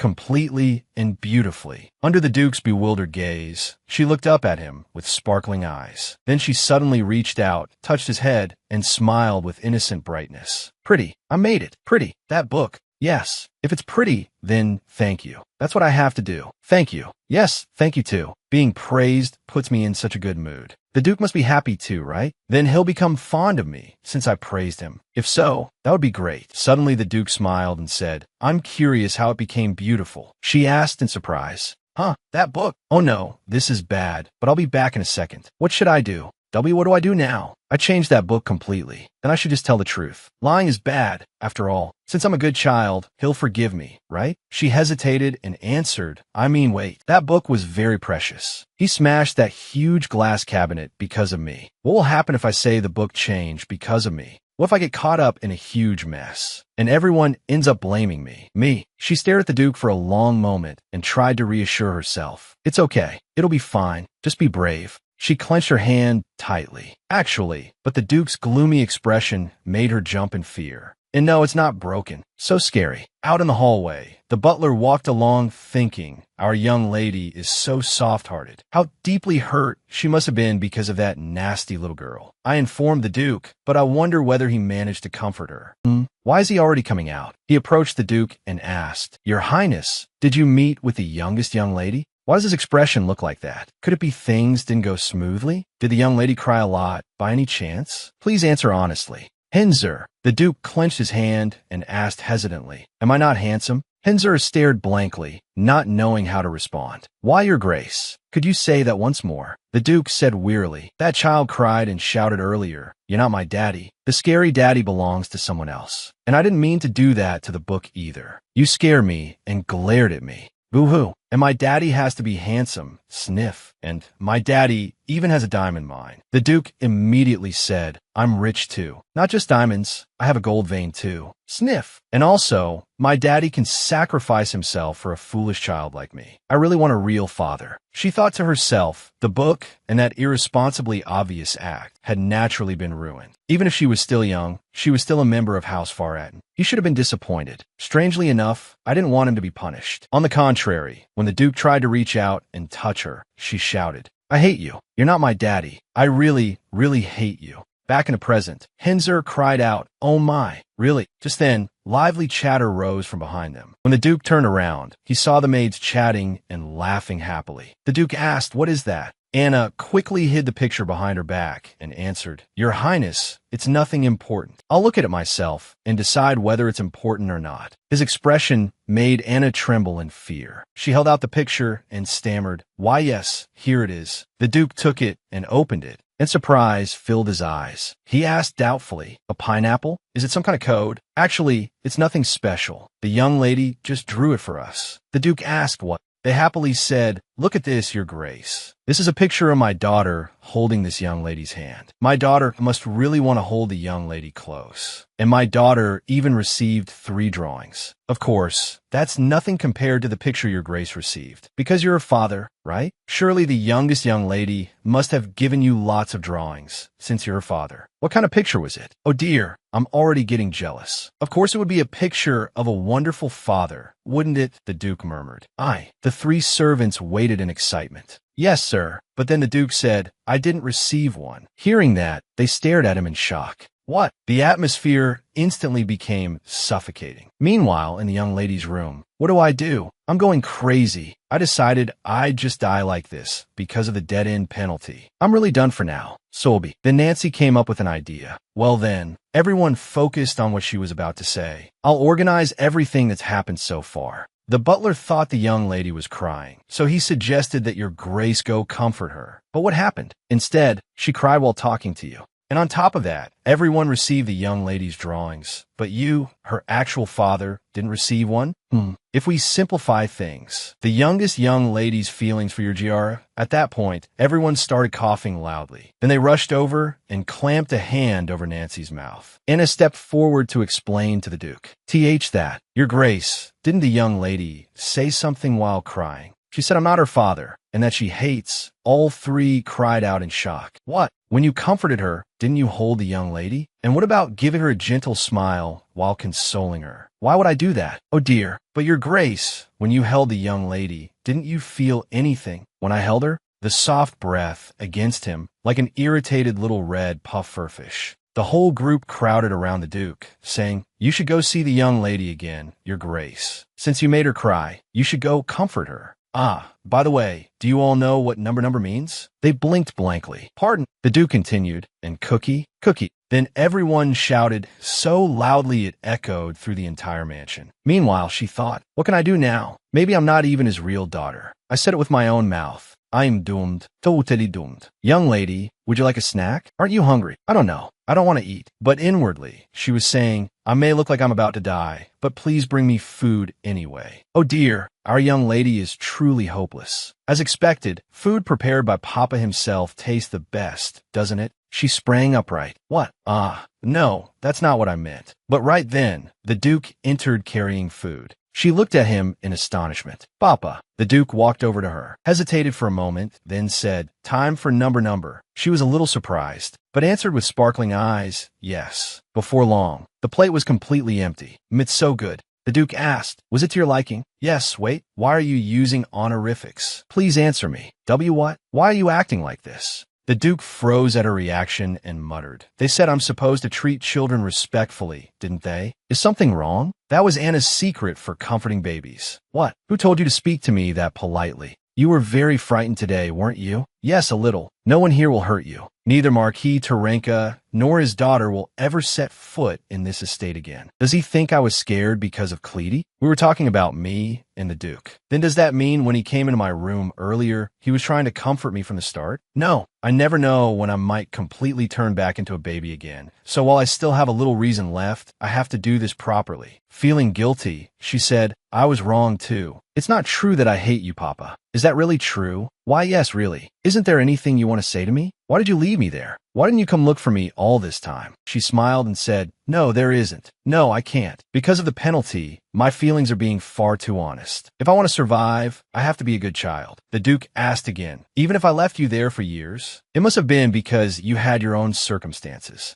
You must have had your reasons. And even if you only found me now, don't think like that. No matter what reasons I had, leaving you in a place like that was my mistake. So it's all right if you cry. Say it's okay. That's what I'm supposed to say. But, suddenly she couldn't hold back anymore, and tears streamed down her face. Why did you come so late? Why did you leave me behind? Do you know how scared I was? Do you know how much I missed you? How badly I wanted to see you? Do you know how long I waited? You're my father, so why did you abandon me? The Duke stroked her head, holding her in his arms as he comforted her. I was wrong. I am sorry. He's so warm. Right now, Papa is a father just for me, even if we aren't truly a real family. The next day, that is why we have brought a request that requires special review, sir. Please take that point into account, and that should suffice. Suddenly, a pattering sound made him stop short, but he quickly continued. However, when we confirmed it, it seemed the plan was somewhat rushed, so of course, at any time. The Duke's attention turned to the pattering sound growing louder and louder. Everyone broke out in a sweat, thinking, where in the world is that noise coming from? Besides, he's not someone who tolerates noise like that. Suddenly, the Duke threw down his pen, making everyone jump. Ack, he's gone. He jumped down from up there. Where's your grace going? Could it really be because of that sound? At that moment, she turned around and called, Papa, come catch me. Cotton candy, cotton candy. So cute. The source of the thumping was the youngest young lady. This is bad. Could it be that the youngest young lady is going to? The Duke reached out and said, if you run like that, it'll hurt a lot if you fall. The three of them gaped in shock. Did the Duke just say a lot? That phrase kept spinning in their minds. Meanwhile, the Duke held his daughter in an incredibly warm embrace. Then, with her sitting in Duke Feriton's lap before the meeting began, he said, there is something I need to announce. Take note, all of you. Everyone listened tensely. When my daughter walks, hearing this sound reassures me. However, the moment you hear this sound, all of you are to protect my daughter in a state of readiness, unless you wish to find out what happens if anything unusual occurs to her body. They answered with burning enthusiasm. Yes, sir. We will watch carefully. Good. Then let us begin the meeting. Why do I feel so embarrassed? She thought. One man spoke up. Yes, your grace. Regarding the reform banquet I mentioned, do you intend to attend with the young lady? She is still too young. There is no need for my daughter to meet those old foxes. Understood, sir. Then I will remove the young lady's name from the list. Suddenly she said, that's right, Papa. Papa, speak softly. What is my name? She asked. He looked at her in surprise. What? My name. And how old am I? The silence in the room grew painfully tense. She thought, seriously, was that too ridiculous a question? The meeting is almost over. It's the first time I've seen Papa look like that. And those uncles just now, too. He really doesn't know my name, not even my age. What did he call Marquis, Taranka's daughter, all this time? They probably all heard me whispering to Papa. This is so embarrassing. But no one there ever called me by my name either. Hey, you brat. Trash. Useless thing. Those weren't things meant to call me by. Proof of adultery. The family's disgrace. Bastard child. Don't think about it anymore.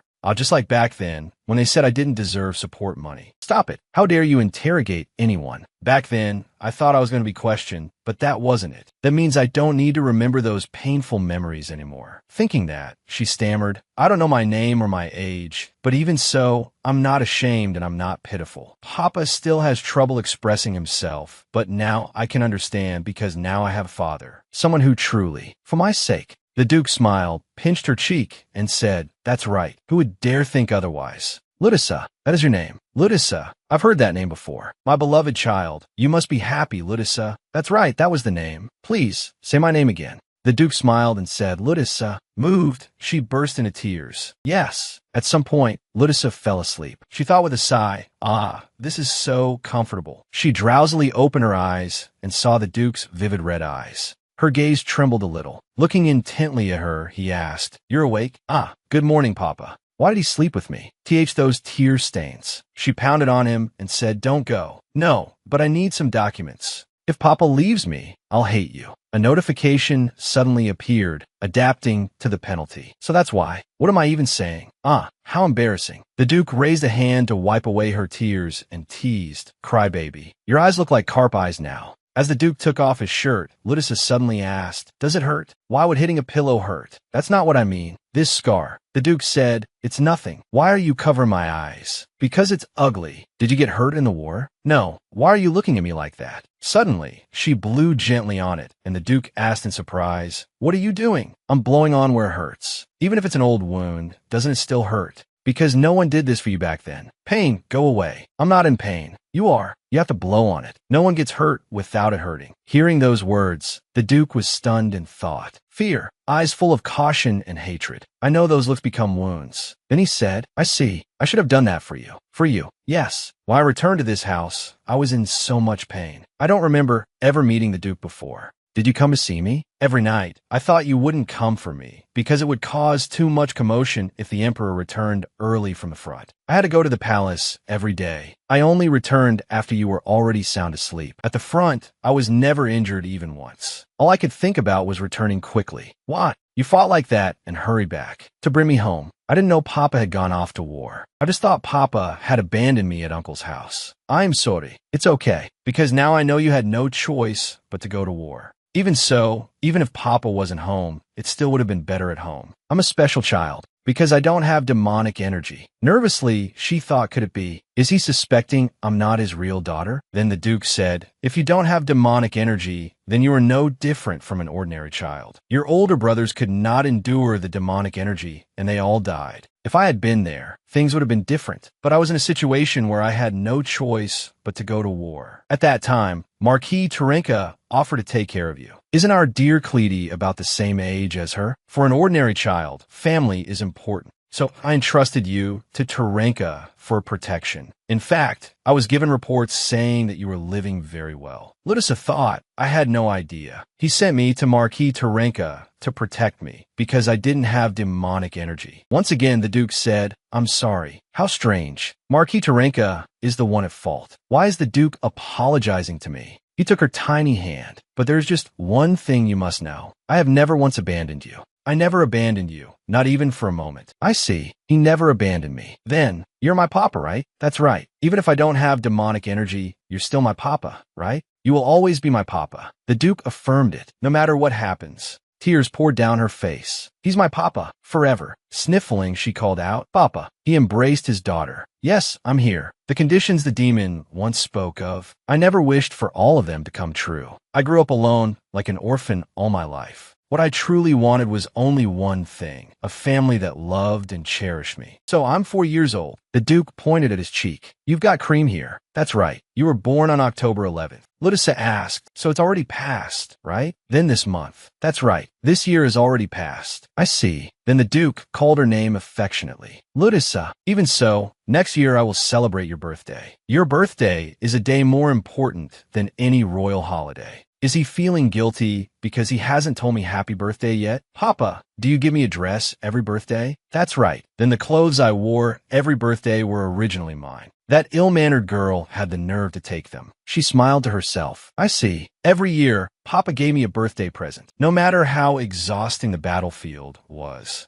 "I thought you hated my birthday." "Why would you think that?" She hesitated. "I still can't ask about Mother yet. Your mother committed adultery, gave birth to you, and died because of it. That's why the Duke abandoned you. Even if I'm curious, even if I want to know, how am I supposed to ask? But still, on the day I was born, no matter what happened, he said he would always be my papa." Thinking that, she bravely asked, "Mother, was that the day Mother became a star in the sky?" The Duke asked in surprise, "Who told you that?" "Uncle did." The Duke's gaze turned murderous, but then he calmed himself and let out a breath. "Lydia, come here." She immediately stood up and answered, "Yes." The Duke lifted her into his arms. "You misunderstood. On that day, your mother—" "No, your mother did not become a star. She nursed you herself, and she was the one who personally gave you your name." "Really? That's right. Be happy." "So it was because of me. So that wasn't her dying message after all." "Lydia, the name Mother gave me, the bond that connects me to her. The name had become even more beautiful. It seems mother liked me very much, loved me so dearly that she never wanted to let me leave her arms. Ludisa, your birthday is a day worth celebrating. From now on, I won't miss your birthday. His hands were a little rough, but they were the biggest, warmest hands in the world. Even though she was very curious about her mother's death, she still had her father. Father, let's make a promise. You will always be my father. As she said that, she raised her tiny finger, and he hooked his finger with hers and said, all right, it's a promise. Definitely. Seal it, sign it, make it official. All right, no matter what happens, you'll still be my father. The Duke asked, even if I'm not handsome, even if I'm not rich or willing to die for you.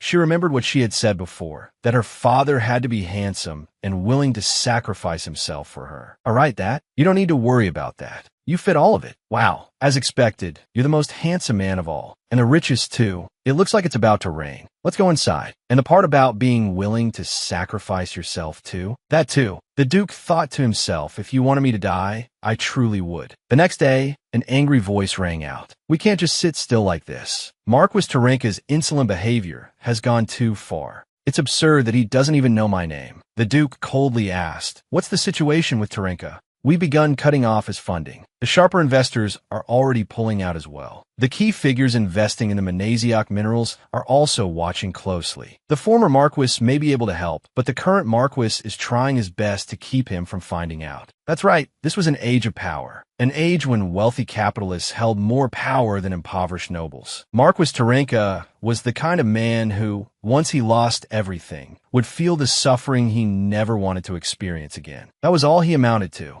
But that alone was not enough. The next morning, while Ludisa was still fast asleep, a shrill sound jolted her awake. She sprang up in a fury and shouted, Hey, I'm only 4 years old. I'm still at the babbling stage. If I can't sleep because of you and stop growing tall, you're taking responsibility for it. Then Ludisa's gaze froze. A notification window appeared. Revenge must be carried out by me. Now is not the time for you to sleep. Right now, Duke Faratin is planning to crush Marquis Tarinka. What? Father wants to drive the Marquis into such a corner that not even chewing him up will be satisfying? Amazing. My father is the best. Aren't you a little too happy about this? What about true soda? Get revenge with your own hands. Take care of your own business. Now that you know, do it yourself, little one. Ludisa plopped down, bewildered. Wait a second. I like soda too, but normally, what kind of revenge is a 4-year-old supposed to get? A condition window appeared. Conditions. Recover the assets Marquis Tarinka took from the child support funds. 1. Ownership of the Mana Stone mine. 2. Rights to mine Mana Stones. How am I supposed to do that? Penalty for refusing the quest. Increased chance of randomly encountering flat soda. During the quest, the penalty will be removed. The penalty will be removed? If I hadn't turned back into a child, this would be different. A reader of romantic fantasy can't lose her honor to flat soda. I'll do the soda quest. Challenge accepted. After accepting the challenge, Ludisa fidgeted on her bed and thought, if that's the case, then I'll start from here. She pulled open a drawer, and inside was a book. Would you like to summon a short novel using the short novel rental option? Please say the title of the novel you wish to summon. Ludisa answered, I seduced 10 men in a reverse harem world. I'll summon a novel and take the heroine's power for myself. The book snapped shut. Ludisa cried out in delight. Did it work? Oh, there's handwriting in here. Wow, I never thought I'd be summoning this novel. To explain briefly, Seducing 10 Men was a novel about a heroine who chose no one. I never thought the day would come when I'd willingly seek it out myself. Live long enough, and you see everything. Though it does sound a little funny coming from a 4-year-old's body. A system window appeared. Would you like to use the just and cut trait to extract the heroine's abilities? At your current level, you may extract 5 abilities. Ludisa cheered, great. At your current level, you may extract 1 ability. Please choose 1. So, it was going to pick randomly, was it? But I have the instincts of someone who has read a lot of romantic fantasy. I trust my own hand. Ludisa reached out and chose. It was time to recover the luck stolen by 100 losses. The chosen ability was not flirting, but I can see through your feelings. Selected. I'm not flirting. How could I pretend not to see when I can see your feelings?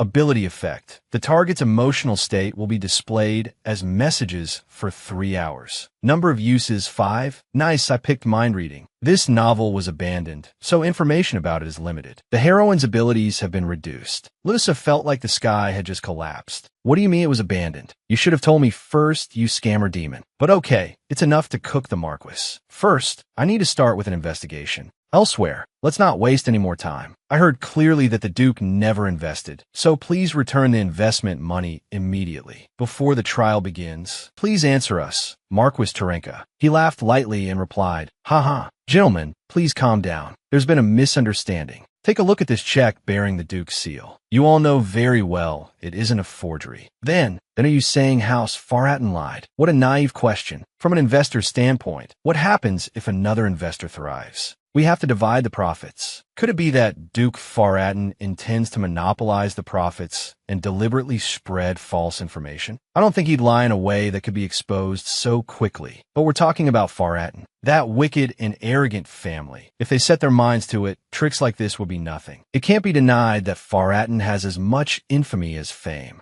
Then where is the evidence that Duke Faraton invested in this business? Show us the contract. You mean to show an investment contract to a third party? If I do that, will everyone trust me and invest? May I then show the contracts I sign with all of you to someone else as well? You're not wrong. Then let me ask this. Does Duke Faraton have any concept of justice, morality, ethics, or virtue? Seeing is believing. The decision is yours. I'll give you all some time to think. After that, Marquis Tyrant left.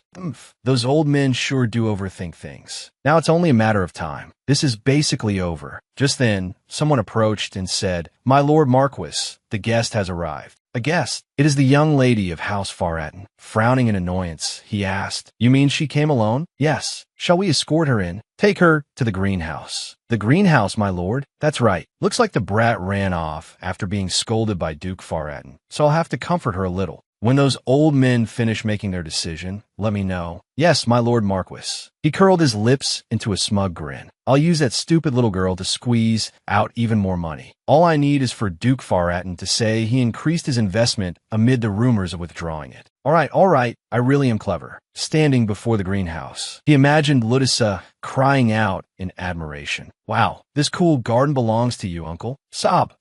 I want to go back to your house again." She'll be enchanted by the beauty of the greenhouse. If I just pretend to comfort her a little, she'll want to come back. Thinking that, he pushed the door open hard and went in. His gaze halted the moment he saw Ludisa. Ludisa was dressed in luxurious clothes, with expensive accessories that made her look dazzling. "Why is that brat wearing such high-end clothes? Your complexion looks a little better," though only slightly. Regaining his composure, he asked, "All right, did you come to see me?" Ludisa brightly replied, "I came to get my money back, Marquis." The ability, "I'm not flirting, I'm just seeing through your feelings" activated. Target designated. Designation complete. Marquis Tyrant. Marquis Tyrant frowned and asked harshly, "You came to get your money back?" "Yes, my money," he shouted. "Hey, system analysis." Marquis Tyrant is shocked and angry at your words and actions. Ludisa said softly, "First, please sit down. What are you acting so high and mighty for?" The knight beside her moved as if to step in, but Ludisa stopped him. "He's my prey. I can't have any more strange flat soda incidents." Seeing how spirited she looked, Deer couldn't contain himself. "She's too adorable. You don't need manners with someone who stole your money." "Ah, I stole your money. Spending my child support on your personal business is stealing my money, isn't it? Ungrateful little thing. I didn't throw you out on the street. I raised you this whole time." Marquis Tyrant wondered if the young lady was even in her right mind, and became curious about what she had eaten. "It would be great if I could read thoughts like the heroine in Seducing 10 Men. The Mana Stone mine and the mining rights were all bought with my money." "What did you say?" "Those were bought with Duke Faraton's investment in me." "Then are you saying you bought them with Faraton's money?" Hearing that, he went speechless.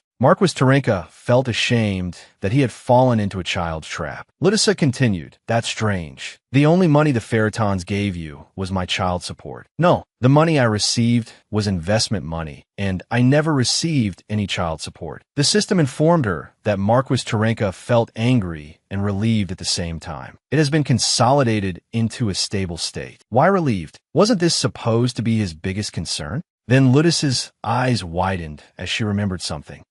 About the Mana Stone mine.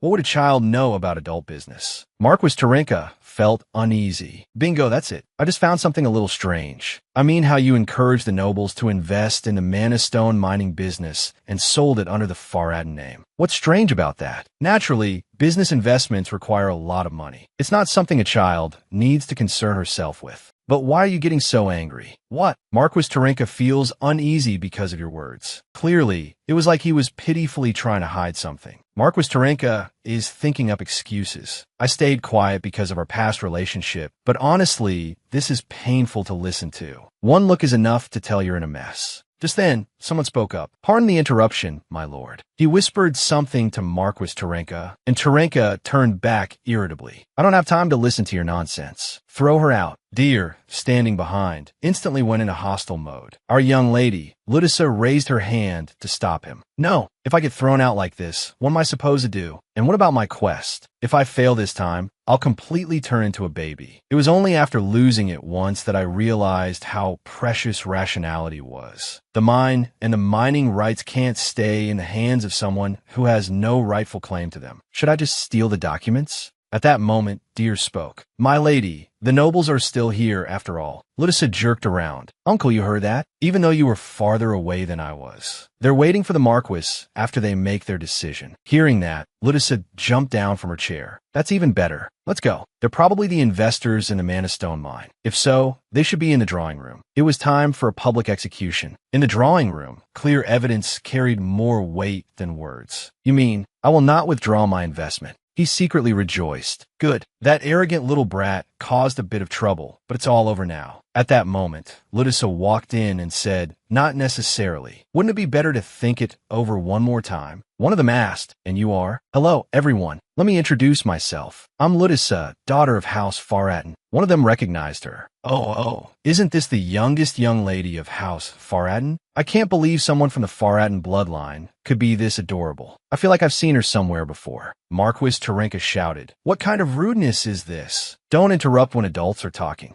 Oh, come now, it's not rude at all. Who wouldn't be curious about the young lady of House Faradan? Now then, what was it you just said, child? That we ought to reconsider. I heard that Duke Delway Chun, Duke is Camille, and Marquis Serodin are all very capable men. The three men were visibly pleased by the praise. And you're also the kind of people who listen when something makes sense, even if it comes from a child. Ha ha ha. Faradan really is Faradan. Yes, then I suppose the young lady has something she wants to tell us. My uncle said my father invested in the Mana Stone mine. But why would he do that? Faraton's investment was meant to ensure that there would be mana inside the Mana Stones. Mana Stones were magical minerals often seen in novels. Yet in this place, strangely empty Mana Stones appeared. However, whenever Faradan invested, the Mana Stones were always full of mana. A 100 success rate. Everyone thought it might be because the family used demonic power, but my father said he had never done such a thing. Yes, that's right. Marquis Tarinka slammed the table and said loudly, I have proof. Ludisa continued, that's what's so strange. If my father invested and that made the Mana Stones overflow with mana, then mining them would be like money falling from the sky. So why would he take investment money from other people? Hearing that, everyone thought she had a point. Tarinka cut in. This is why I can't talk to children. You probably don't know this, but Mana Stone mining takes an enormous amount of money. For someone so young, that was a clever thought, but the Marquis is right. If you don't have enough money, there's no choice but to take investments. Not enough money? That's strange. You said there wasn't enough money, but what about all the money from my father? What? What do you mean, all the money? Ludisa pointed and said, embezzlement. The people there burst out laughing. Even if Mana Stones are a mineral resource, they can't just be mined freely. You need approval, and preparing for approval, obtaining it, and actual mining all require a huge amount of money. Yes, I understand that. But my father could have provided all of that money, couldn't he? That'd seem to be true. Yes, that's correct. Then why would my father need to take just a little bit of investment money from you, uncle? Wouldn't it make more sense to invest alone and keep all the profits? Tarinka crumbled as he was exposed. Lulu is very, very curious. Why did you take investment money from other people too? Just to earn such a tiny bit. Every word from Ludisa struck a fatal blow. He stammered, what do you mean a tiny bit? Why didn't you just take investment money from my father alone? Marquis Tarinka is concerned about your level of education. And also, did my father really give you too little money? Tarinka's eyes widened in shock. The passbook. He lunged at Ludisa. Give me that now. Instantly, another hand snatched it away first. Ludisa blinked and looked toward the person. Let me see that. Yes, sir. He dropped heavily into his seat the moment he opened the bank book. And yet you say my father gave too little money? For the past year, the money from Faratin alone has been more than enough. Marquis Tarenko worried about your parents, and Ludisa burst out laughing at that. Yes, my father is perfectly healthy. She replied brightly. So that's what this is. My father absolutely never failed to give you enough money. The system chimed in again. Marquis Tarenko wishes to perform surgery on a certain part of the reader's body. No way. What? You want to sew my mouth shut? But that's strange. Why did you need to accept investment from other people? Then, I won't let this slide. It looks like you wanted to sell mana stones and split the money among yourselves. You really are a philanthropist of a businessman, uncle. Marquis Tarenka is extremely agitated and wants to end your life. Oh dear, how scary. The investors pressed him, saying that if he claimed Faratin had already invested, then that was a lie. And it wasn't because he lacked mining funds and needed investment from them either. On the contrary, if he had used only Faraton's money, he would have kept all the profits for himself. Thinking back on it, your house had an unusually large number of visitors this spring and summer. So those were people connected to the mining operation. By then, the mana stones had already been mined, but the stones that were extracted had no mana in them. He had planned to cover the cost of upkeep by selling the mana stones, but they turned out to be nothing more than lumps of iron. So, in order to hide his losses, he came up with a plan. The responsibility for the investment would fall on these three people. And perhaps even Faratin was dragged in as an accomplice in this fraud. No, if it's Marquis Tarenka, then that's almost certainly the case. Ahem, the unknowns have all been solved. There's only one truth. So, uncle, you'll return it, right? The embezzled money from my father.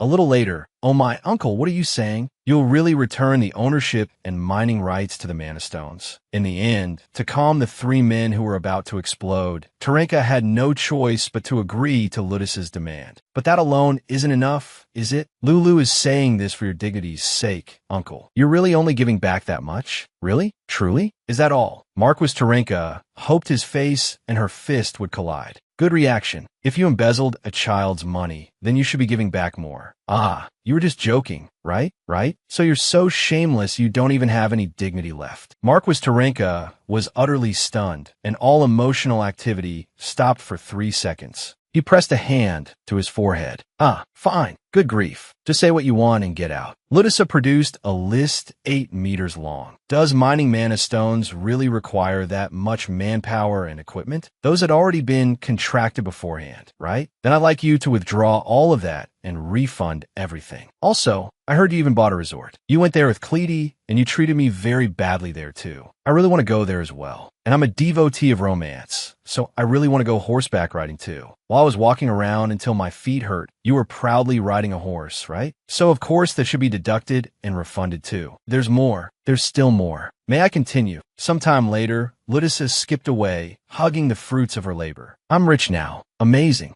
I completed the revenge mission with my own hands. Additional reward, 3,000 cat. Duke Faraton's favorability toward the reader has risen sharply. New quest, my fortune never ends. You have recovered a large amount of assets beyond the required conditions. You have earned the admiration of the nobility. Those three will remember the reader. Ludisa smiled in satisfaction. The more I endured, the more satisfying this is. The quest had ended, so the penalty took effect again. Ludisa panicked when she heard it. What? All of a sudden? I'm not ready yet. At the same time, someone called out, Princess. Ludisa turned around with an awkward smile. I'm Lucisa. I'm Lucisa. How adorable. Your mother gave birth to you. The Duchess gave birth to me. And I'm 4 years old. That quick-wittedness from just now, coming from a 4-year-old child. Really, Faratin has produced another remarkable heir. But one question still remained. Why Duke Faratin had given money to Marquis Tarenka? That question, I have the answer, she stammered. It's because. Because what? Ludisa whispered. Because my daddy loves me. Everyone burst out laughing. So adorable. It wasn't exactly a secret, just, well, with such an adorable and clever daughter, of course he'd dote on her to death. I also think my daddy is the best in the world. Have some sweets. I have lots of sweets at my house. No, but still. Duke Adevikin, why did you act so improperly? You're fond of the child. This child prevented damages worth hundreds of millions of dollars. Of course I'm fond of her. What a blessing. I don't think that's a reason. Deer came over and spoke quietly. Young lady, if we're any later, his grace will worry.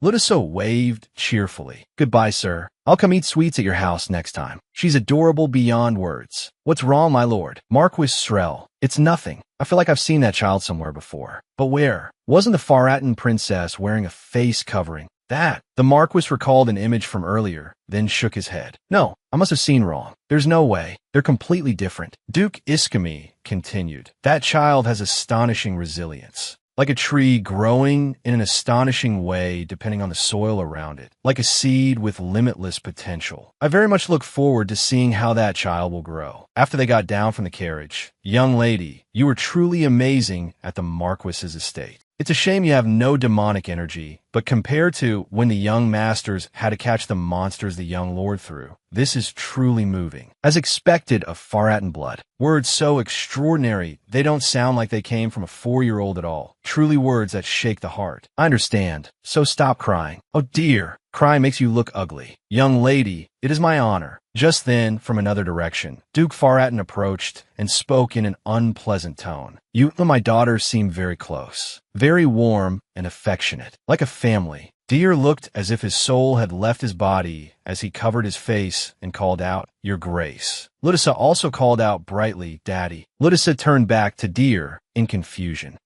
Why are you worried, uncle? Did you want to pinch my cheeks that badly? Oh, there, sorry. Head up, but. Young lady, please stop. It's soft here. Then this is fine, right? I'm a good child who keeps her promises. Deer's soul seemed to say, I'll take my leave first. Even so, young lady's cheeks are the best. Ludicus stared at him blankly. What's wrong? Does something hurt? Were you that touched? In a voice as sharp as a blade, Duke Faratan asked, Oh, a promise? I'm curious what kind of promise it was. Are you sure you're curious about the promise itself? The limit of what a person can endure. Isn't that what you're really curious about? While she was still blankly staring, someone called out, Youngest young lady, you've returned. Welcome back, young lady. I've prepared tea and cakes to bring to you. You must be tired, young lady. Would you like to go change your clothes first? So this is what it feels like to have a home waiting for you. I'm home. My own home, where everyone welcomes me back. At the dining table, the Duke thought to himself, this child is a dangerous existence. She can control other people's bodies, even against their own will. Even now, the Duke struggled to restrain himself. I want to stroke that fluffy hair. The sight of Ludisa eating is too adorable. The Duke was restless from holding himself back from approaching Ludisa, as though it was stirring violence within him. Is something wrong, your grace? This feels strange. Pardon? Could there be something in the tea? But you haven't even eaten the pastries. No, that's not it. Just looking at her makes me feel full. Pardon. In any case, it seems my youngest daughter can control other people's physical reactions. But your grace said the young lady has no demonic energy.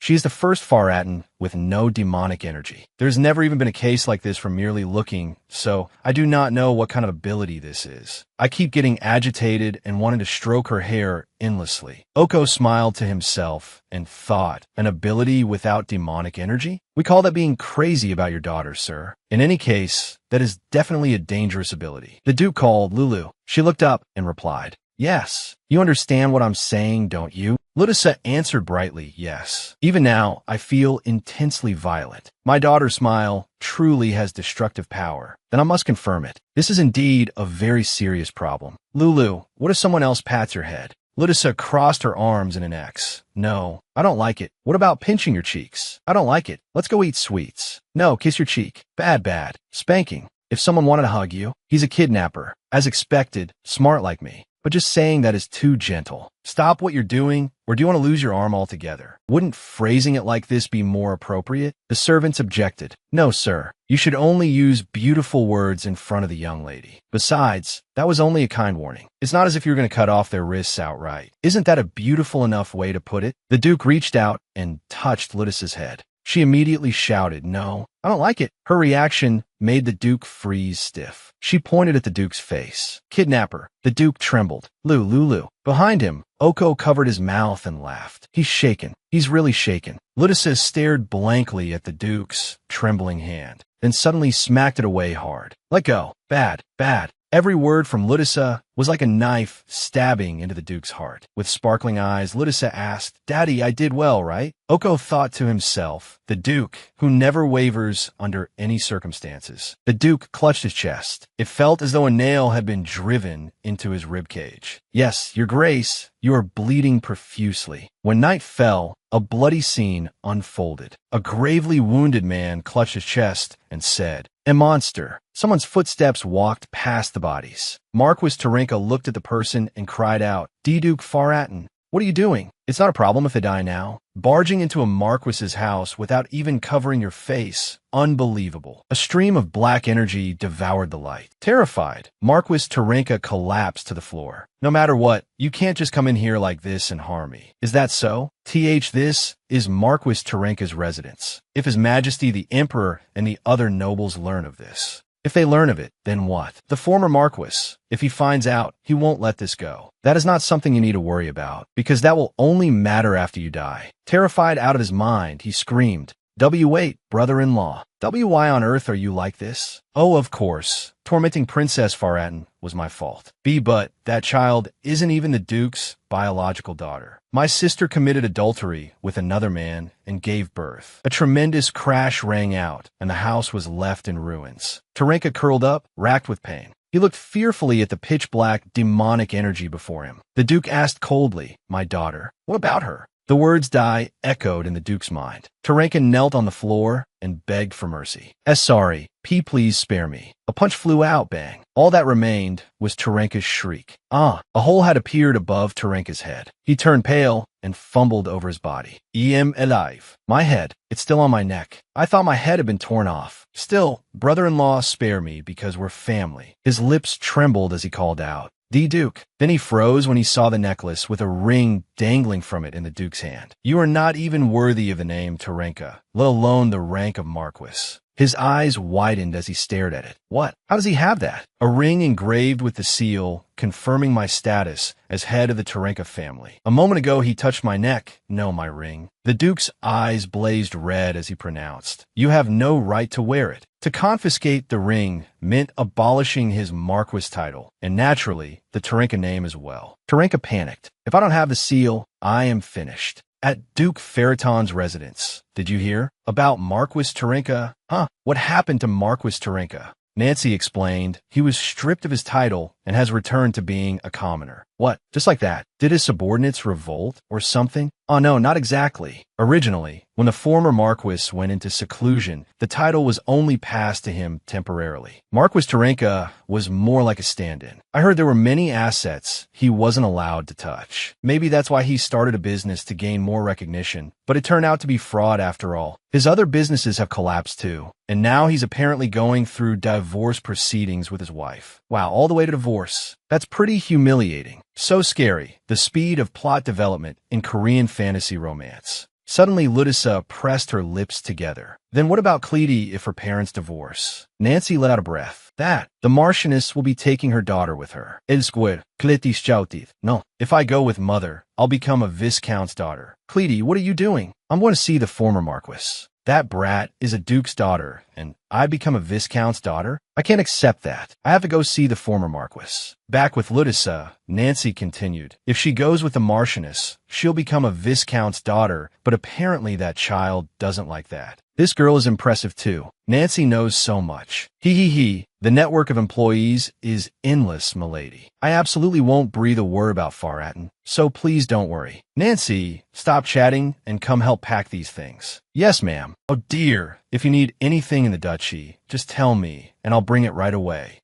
Oh my, that dress would suit the young lady perfectly. Let me see." Everyone seemed far too busy packing things up. I thought nobles would want to stay on the island, but in reality, everything that needed to be done here is finished, so we have to return to the mainland. My lady, a hero cannot be absent from the triumphal ceremony. All right, that's true. So we're going back to the mainland, just to attend the triumphal ceremony. If that's the case, then where exactly is my ordinary father? And according to Nancy, The duchy is in the northern region, the official northern territory of the Grand Duke in a fantasy romance. That's my dad, the cold Grand Duke of the North. But for a daughter like me, no, it'll surely be a warm place for his daughter. Ludisa was so deep in thought that she failed to notice the system notifications ringing over and over. There is an unchecked notification. Right, if this is fantasy romance, then of course it has to be a northern duchy. The richest household of all. Would you like to confirm? Ludisa pretended not to hear it. Wonderful. In this life, I'm going to enjoy myself. Would you like to confirm? Would you like to confirm? Would you like to confirm? Fine. While I'm still conscious, I should take a look. System running. Updating status window.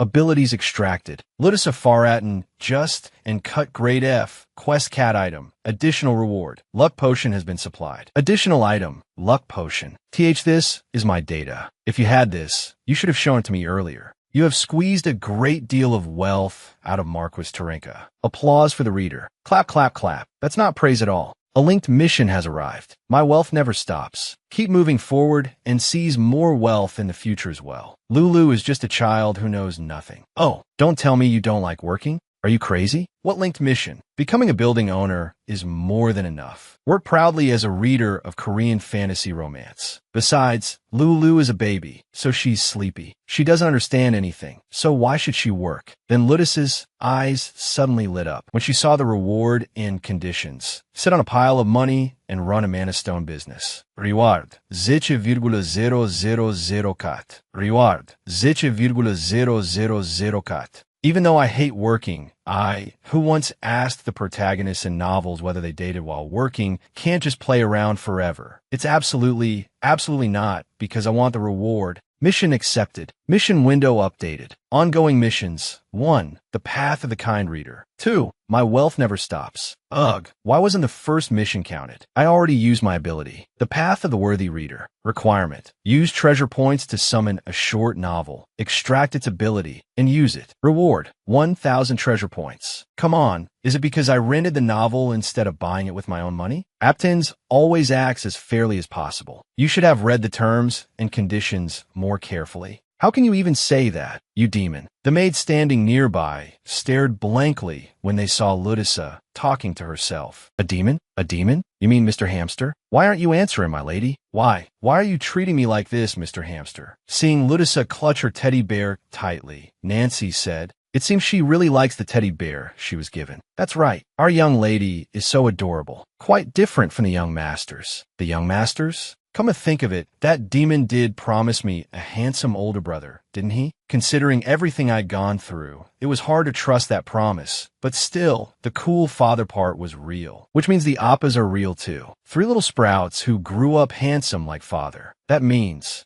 my lady, what are your brothers like? The 2 maids suddenly froze, then turned their faces away to avoid the question. Ludisa realized inwardly, that silent reaction. Figures. That demon tricked me again. It was today, wasn't it, at Duke Faratun's castle? The master of this place had finally returned. A magnificent front hall to welcome the Duke. Majestic interiors where the Duke could rest and relax. Even the intimidating atmosphere suited the Duke perfectly. But if it's this dark, won't she be scared? The youngest young lady. I heard His Grace rushed back because of the youngest young lady. The Dukes keep sending invitations for her. As they spoke, they imagined Duke Faratun destroying the letters sent by other dukes hoping to befriend Ludisa. Faratin, are you seriously believing such ridiculous rumors? Forgive me. We mustn't lose focus while welcoming His Grace. Yes. The next morning, the sound of a carriage rattling filled the air. Sitting in the carriage like a stuffed bear, Ludisa thought back to what Anna had said before putting this on her. It'll be cold, so please wear this too, my lady. Just this one extra thing. Ahaha, your father is waiting. Ludisa grumbled, it's too hot. The Duke looked at her and asked, what's with that fluffy outfit, exactly? The maid said it would be cold, so I had to dress warmly. Are you cold? No, I'm hot. Really? She screamed inwardly. Of course it's hot if you turn a person into a teddy bear. Then why are you still wearing it? Even so, they were worried about me. Honestly, I was glad. I'm jealous of children who complain that their mothers make them wear things, even if I can't fully understand it. The Duke stroked his chin and replied, I can understand it. Even if it's troublesome and useless, you just want to leave it be. It felt strange. No, it is useful. It's a way of healing scars. When you're hurt, there are things you can't do, so now they're doing that for me. Even though ointment alone won't make scars disappear. But that doesn't make it troublesome, right? He said as he pinched Ludus's cheek teasingly. Then the corner of his mouth curved into a smile. Lulu, thank you. She stared blankly for a moment before answering, yes. Soon the carriage stopped in front of the residence, and the butler and servants stared in shock. Looking at Ludusa, they wondered, is this little bear really the young lady? She doesn't seem malicious at all. Suddenly Ludusa sneezed. The Duke turned around irritably and asked, why is it so cold here? Everyone trembled. Why, Your Grace, you told us to keep this place cold forever, because when people die, they become cold. All the attendants following Ludusa panicked. Hot water. Bring hot water here. It's an emergency. The young lady sneezed. Quickly, bring her inside. Seeing that, the butlers were baffled. Have they all gone mad? Are they committing suicide together? Don't drag me into this. The Duke lifted Ludusa up into his arms, and the butlers' mouths fell open again. He's holding a child in his arms. Suddenly, the Duke pulled down Ludusa's hood, and she immediately protested, kidnapper. He frowned and said, stay still. Ludusa obediently replied, yes. Then he carried her inside, warning as he walked, you mustn't let just anyone pick you up. The onlookers were shocked yet again. Our master has definitely changed. At that moment, a boy spoke up. Welcome back. The Duke introduced them. Lulu, these are your brothers. Ludusa gasped inwardly. This is insane. Alex, the second son of the Faratin family. Ixen, the third son of the Faratin family. I sincerely regret underestimating this world. Any place with beauty like this deserves a perfect score. I need to make a good impression. The Duke patted her head and said, Lulu, say hello. Ludusa beamed and introduced herself. Hello, I am Luti. So it's you. Ludusa wondered, does he know me? Or could it be he fell in love with me at first sight? Wearing an innocent smile to make a good impression, she looked up as Ixen gave her a sinister smile and said, so you're a weakling? At those words, Ludusa stiffened. Ixen turned around and waved a hand. Aka me piaka, fine. Since we've greeted each other, I'll be going back to my room. You better be careful. Weak people tend to die quickly. What? What? Ixen, Duke Faraton's third son. Looks crazy good. Personality, trash. Threat level high. She despaired inwardly. I take back the 10 stars I gave him. The other one stepped toward her and called out. Ludusa, you must be tired from the journey, right? Yes. Oh, no need to be nervous. I'm Ares, your second brother. Yes. You must be very cold. Outside the duchy, it's much warmer. I'm Fine. I am dressed warmly. Your hands are freezing. I can't just leave my little sister like this. Alex, the second son of the Faratin family. Looks perfect. Personality. Okay. Trait. Sister complex. Ludusa stared blankly at the radiance before her. There was literally a beam of light standing in front of me. Thank you, demon. The Faratin territory was in the north, far too cold for a 4-year-old child to endure. Even so, Ludusa leisurely reached out for a milk bottle. As she drank, she narrowed her eyes in delight. I love this. It was also the perfect weather for soaking in a hot spring. Ludusa smiled so hard her eyes curved shut, thinking inwardly. Soaking in a hot spring while looking at a winter landscape, something I couldn't even dream of in my previous life. Anna handed her a towel and reminded her with a smile, you have to dry your hair, my lady, or you'll catch a cold. The little girl raised both hands to take it and replied, I know. Ludusa went into the dressing room to look for clothes. A little later, she chose a blue dress. Standing before the mirror, she examined herself carefully. Perfect. Then a thought suddenly flashed through her mind. Maybe I should go see my brothers. Not long after, the door to the room opened. Holding the doorknob, Ludusa raised her voice. Hello, big brothers. At that, the two sitting in front of her both looked up. Alex, holding a teacup in his hand, broke into a bright smile. Ludusa, his eyes were full of gentle affection as he called out, come sit here. Her face instantly bloomed like a flower. Big brother Alex, the one who had warmly welcomed me from the first meeting. Yes. Ludusa toddled over, clutching her skirt. Alex pulled out the chair beside him. But the moment she sat down, Ixen spoke in annoyance. How troublesome. He shoved both hands into his pockets and continued. Yesterday's greeting was enough. Ixen frowned, his voice turning even colder. Did you sit here because you want to get close to us? Do you think family affection that never existed is just going to appear? One idiot. Ludusa gripped her clothes tightly and thought, third brother Ixen is always like an enemy. Seeing that, Alex gently stroked her hair. I was surprised the first time I saw you. His voice softened as he leaned down. I never imagined I'd have such an adorable little sister. His smile was so dazzling it seemed like light was shining around him. Then Alex made a suggestion that left her stunned. Let's get along, okay? Ludus's eyes filled with happy tears as she replied, "This really is an angel." Yes. In her mind, the thought repeated again and again. Even with black hair and red eyes, those drooping, gentle eyes and that soft atmosphere make him a true angel. An angel. Ixon watched the scene with an even gloomier expression. Scratching his head, he muttered, "Did you eat something weird or what? What's so great about that frail little girl?" Ludus's eyes widened, her mind turning into complete chaos.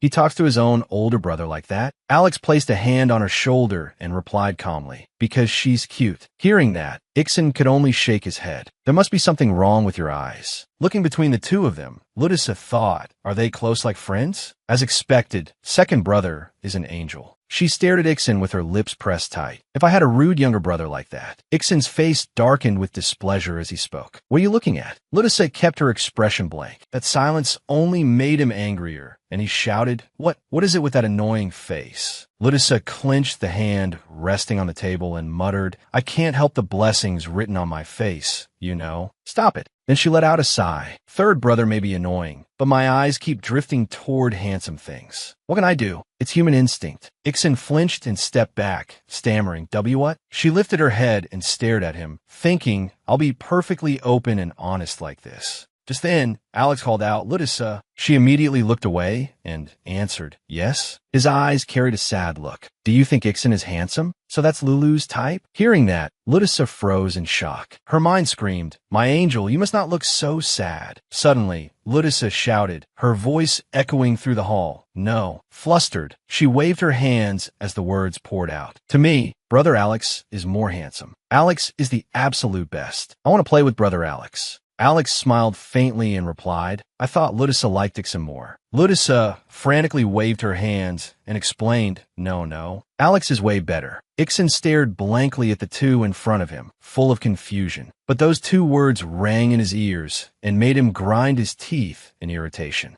"Way better." Ixon shot to his feet, slammed a hand down on the table, and roared, "You little." Alex lifted his head to look at him. The air around Ixon gradually turned heavy. "You brothers are both blind." Ludusa looked up at Ixon, her cheeks flushed. In that instant, a murderous glint flashed in his eyes. Dear reader, there is someone daring enough to mock the reader who made a contract with Aptens. A notification window suddenly appeared. This cannot be tolerated. The text displayed, since ancient times, to cultivate oneself, regulate the family, govern the state, and bring peace to the world. If one wishes to govern a nation, one must first govern one's own household. A troubled look flickered across her face. No, but in a Western fantasy world, doesn't that sound a bit off? And I don't intend to govern a nation anyway. More notification windows appeared one after another. Please punish that ignorant fool. Show us who the true conqueror is and display your authority. Another message appeared. Be acknowledged by Ixon as a member of the family. Reward. Draw 3,000. Linked mission. Increase my influence in the ducal house. Commencing. Ludusa covered her face with one hand and muttered helplessly. Another mission. Her thoughts swirled in confusion. It would be nice if I could get closer to third brother, but does it really have to be with someone who hates me? Then Ludusa tried to console herself. It's fine to have one difficult person in the house.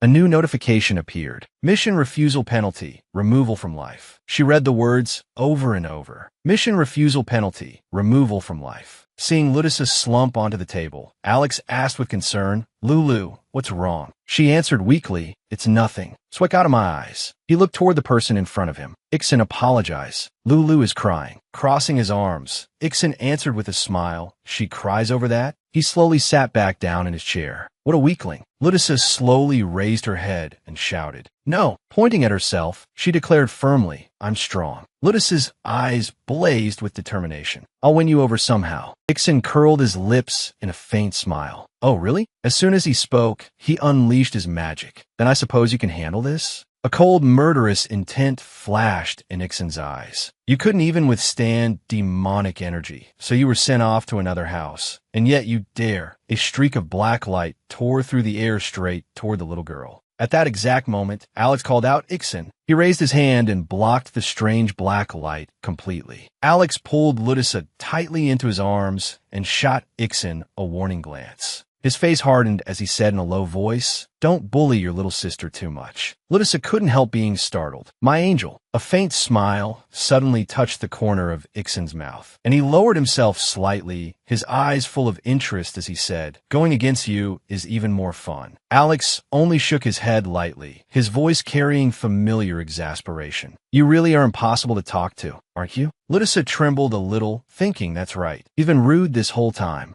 Even so, she felt safe in Alex's arms. "Still, thank goodness my angel isn't angry." Alex's voice dropped lower. "Maybe I need to straighten out the hierarchy once and for all." Hearing those words, Ludisa had no idea what was about to happen. When she saw him standing opposite Ixen, she cried out in confusion. "Huh?" Ludisa blurted out anxiously, "What do I do?" The coffee cup trembled violently under the pressure of the power radiating from the two of them. Ixen smiled with confidence, his eyes challenging his opponent directly. Alex looked back at him, the corner of his lips curving into a smile whose meaning was impossible to read. Worry was written clearly across the little girl's face. If this keeps going, won't something terrible happen? Ludisa couldn't stop worrying. If they keep this up, even bloodshed would make it a huge incident. Somebody save Lulu. She squeezed her eyes shut and pressed her lips together. I've only just started living a happy life. I can't leave like this. Guilt rose in Ludisa's heart. I didn't want to use this method while my mind is blank, but there's no other choice. Then the little girl suddenly raised her voice. "I'm sorry." Memories flashed through Ludisa's mind. "Everything, it's all because Lulu is too cute. Please don't fight over Lulu anymore." The little girl raised her soft voice.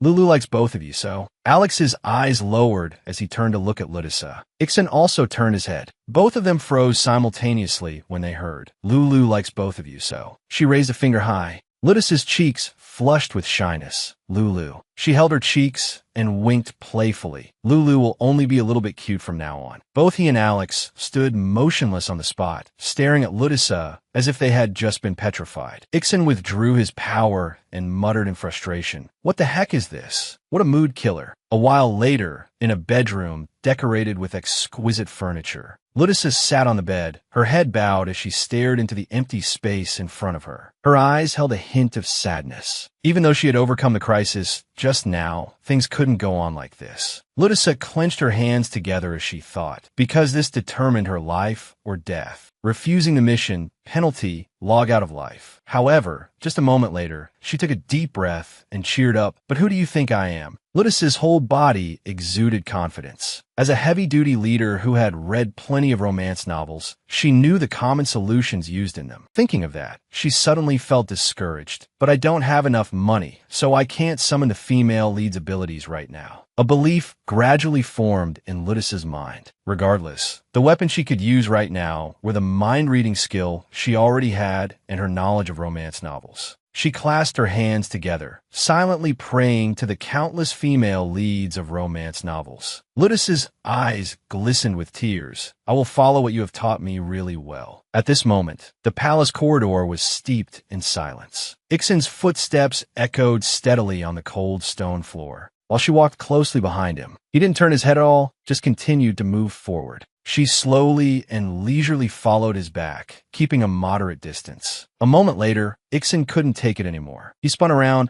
pointed straight at Ludisa, and shouted, "Hey, why are you following me? It's so annoying. And those noisy shoes, too." She stood awkwardly, shrinking back, and replied in a coquettish tone, "Well, Lulu just wants to play with Ixen." Ludisa's cheeks grew rosy as she continued, "Plus, Dad told me to wear these." Hearing that, Ixen froze on the spot, a child who absolutely followed their father's orders. A moment later, his expression changed. "Hey." Ixen's tone suddenly became completely different. "That guy Alex isn't here to protect you anymore." As soon as he finished speaking, he unleashed his magic power. "You want to play with me? With your weak body?" Her eyes widened, staring intently at the black, demonic aura swirling in front of her. Ixen smirked and said coldly, let's see if you can withstand this demonic aura. Ixen felt amused, a clear look of delight in his eyes as he looked at Ludisa. Ixen was looking forward to her reaction. Suddenly, his pupils wavered. Ixen withdrew the demonic aura from his hand, a sense of shock spreading through him. The little girl cupped her face and called softly, Ixen. Ixen felt nervous. Her face lit up with a bright smile. Are you going to play with me? Lulu loves that. He couldn't help but flinch and blurt out, what? Ixen puffed his cheeks and said, are you laughing at me? Aren't you scared? Ludisa approached and replied, I know. She eagerly hugged him with both arms. You want to play hide and seek, right? With that, Ludisa turned around and said, now Ixen goes seek. I bet you can't catch me. Ixen still didn't understand what was happening and said awkwardly, hey, why? Stop right there. You kid, doing whatever you want. But she had already run off to hide. At this moment, Ludisa revealed a rare, mischievous look as planned. She plotted in her mind, too bad for you, kid. I might look like this, but I'm already living my second life. Recalling the scene just now, she sighed in relief. That demonic aura was just a warning shot. That was close.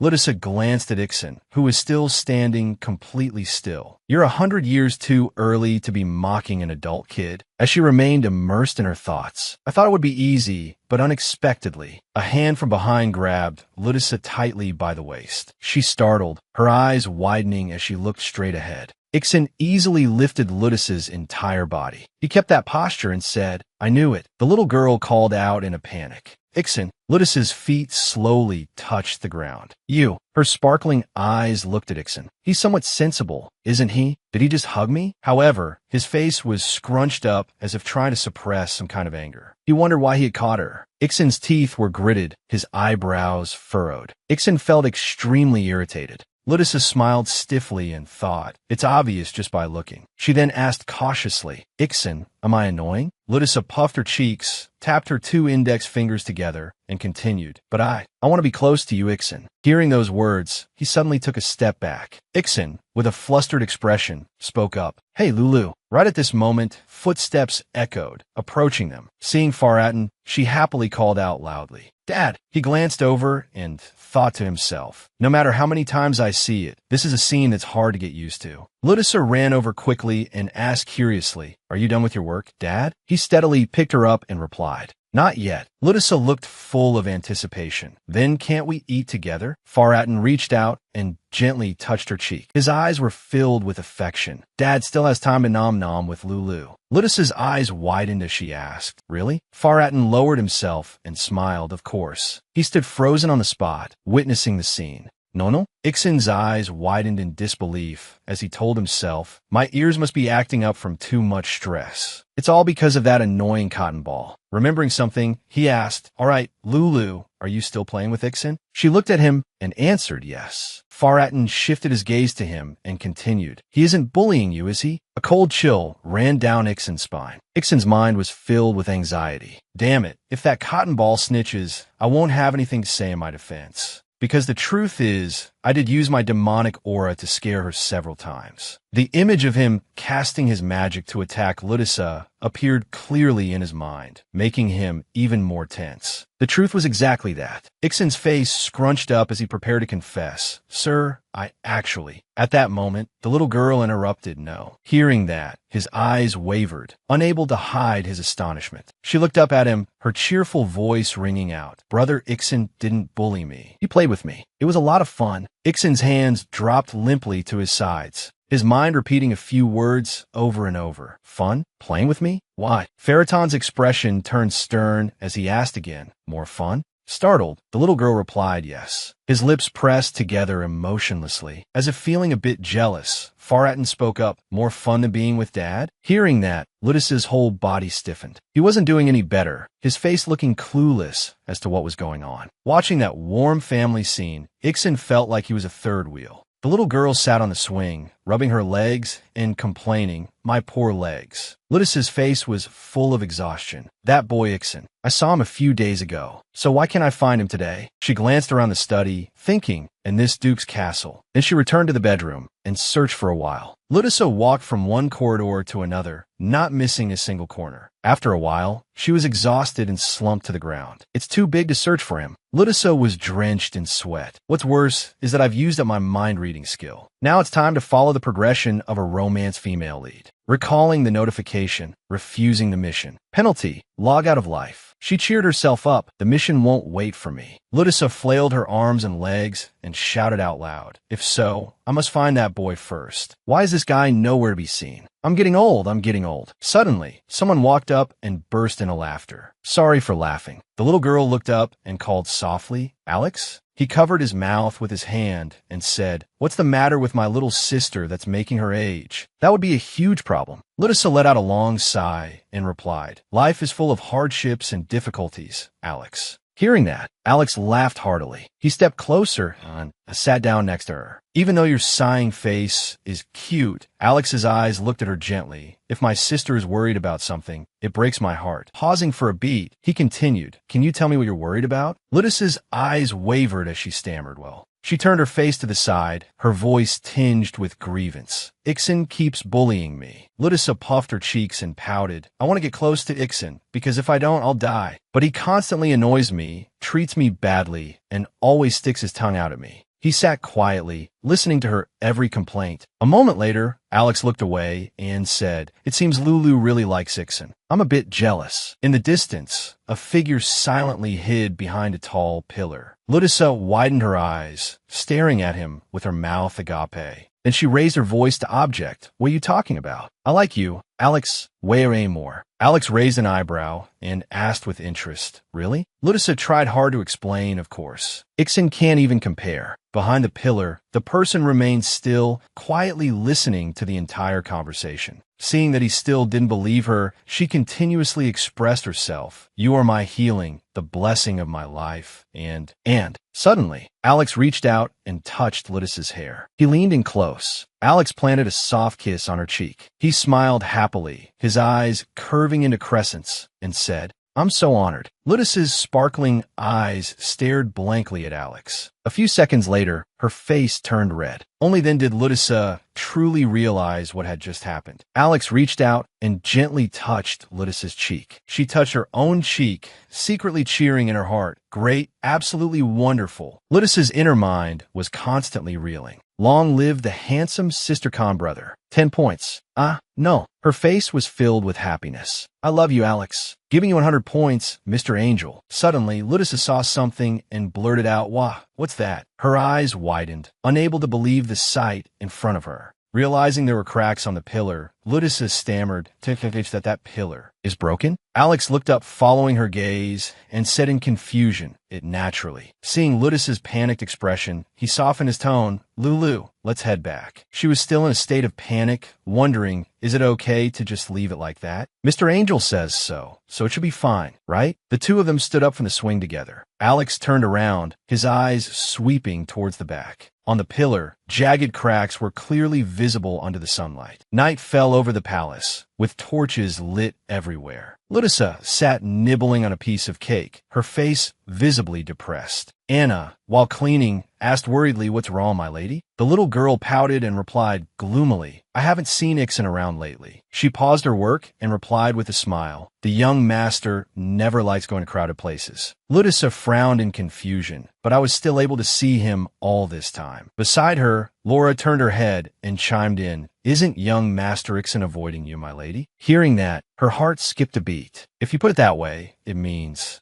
Ludisa's face gradually scrunched up. So Ixen is doing his best to avoid me right now. She couldn't help but think, did my actions backfire instead? The strategy of turning him into a sister-con because of the system. Was I in too much of a hurry? Ludisa placed her spoon on the table. All right, maybe my approach was wrong. Then she crossed her arms and thought, Fine, let's think from Ixen's perspective. The image of Ixen appeared in her mind. I don't even have any demonic aura right now. Ludisa's eyebrows furrowed slightly. What if he hates me because I don't have demonic aura? Suddenly, she looked at Anna and Laura and asked, "There's something I want to ask. What exactly is demonic aura?" She called out in surprise, "My lady." Ludissa swung her legs and continued, "Our whole family has demonic aura, right?" She lowered her head to look at the floor, her voice slowing down. "It's just that I want to understand more about our family." Hearing those words, Anna and Laura looked at each other. Then she turned to look at Ludissa and replied, "Though I don't know the exact details, demonic aura is a power passed down only through the direct bloodline of Duke Faraton's family." Anna's voice sounded steady. "Unlike a mage's mana or a knight's aura, it is an incredibly special power." She listened in silence and muttered, "Special?" She continued, "But it is also a power that terrifies others." It's pitch black. As if remembering something, Ludis's eyes wavered. She raised her hand to voice her opinion. "My experience in romance fantasy has told me. Demonic aura is the power of a demon, right?" Anna and Laura widened their eyes and replied in unison, "That's not it at all." Ludis's voice dropped as she repeated, "So it's not." She hurriedly explained, "Of course, there are rumors like that, but it's probably because that power is inherently overwhelming." Laura, standing nearby, also spoke up. When Nancy saw it for the first time, her legs lost all strength. Just seeing it is terrifying enough. But she shook her head and replied, "No, it's not." She and Laura were taken aback. "Pardon?" The little girl looked up at them and said slowly, "I've seen demonic aura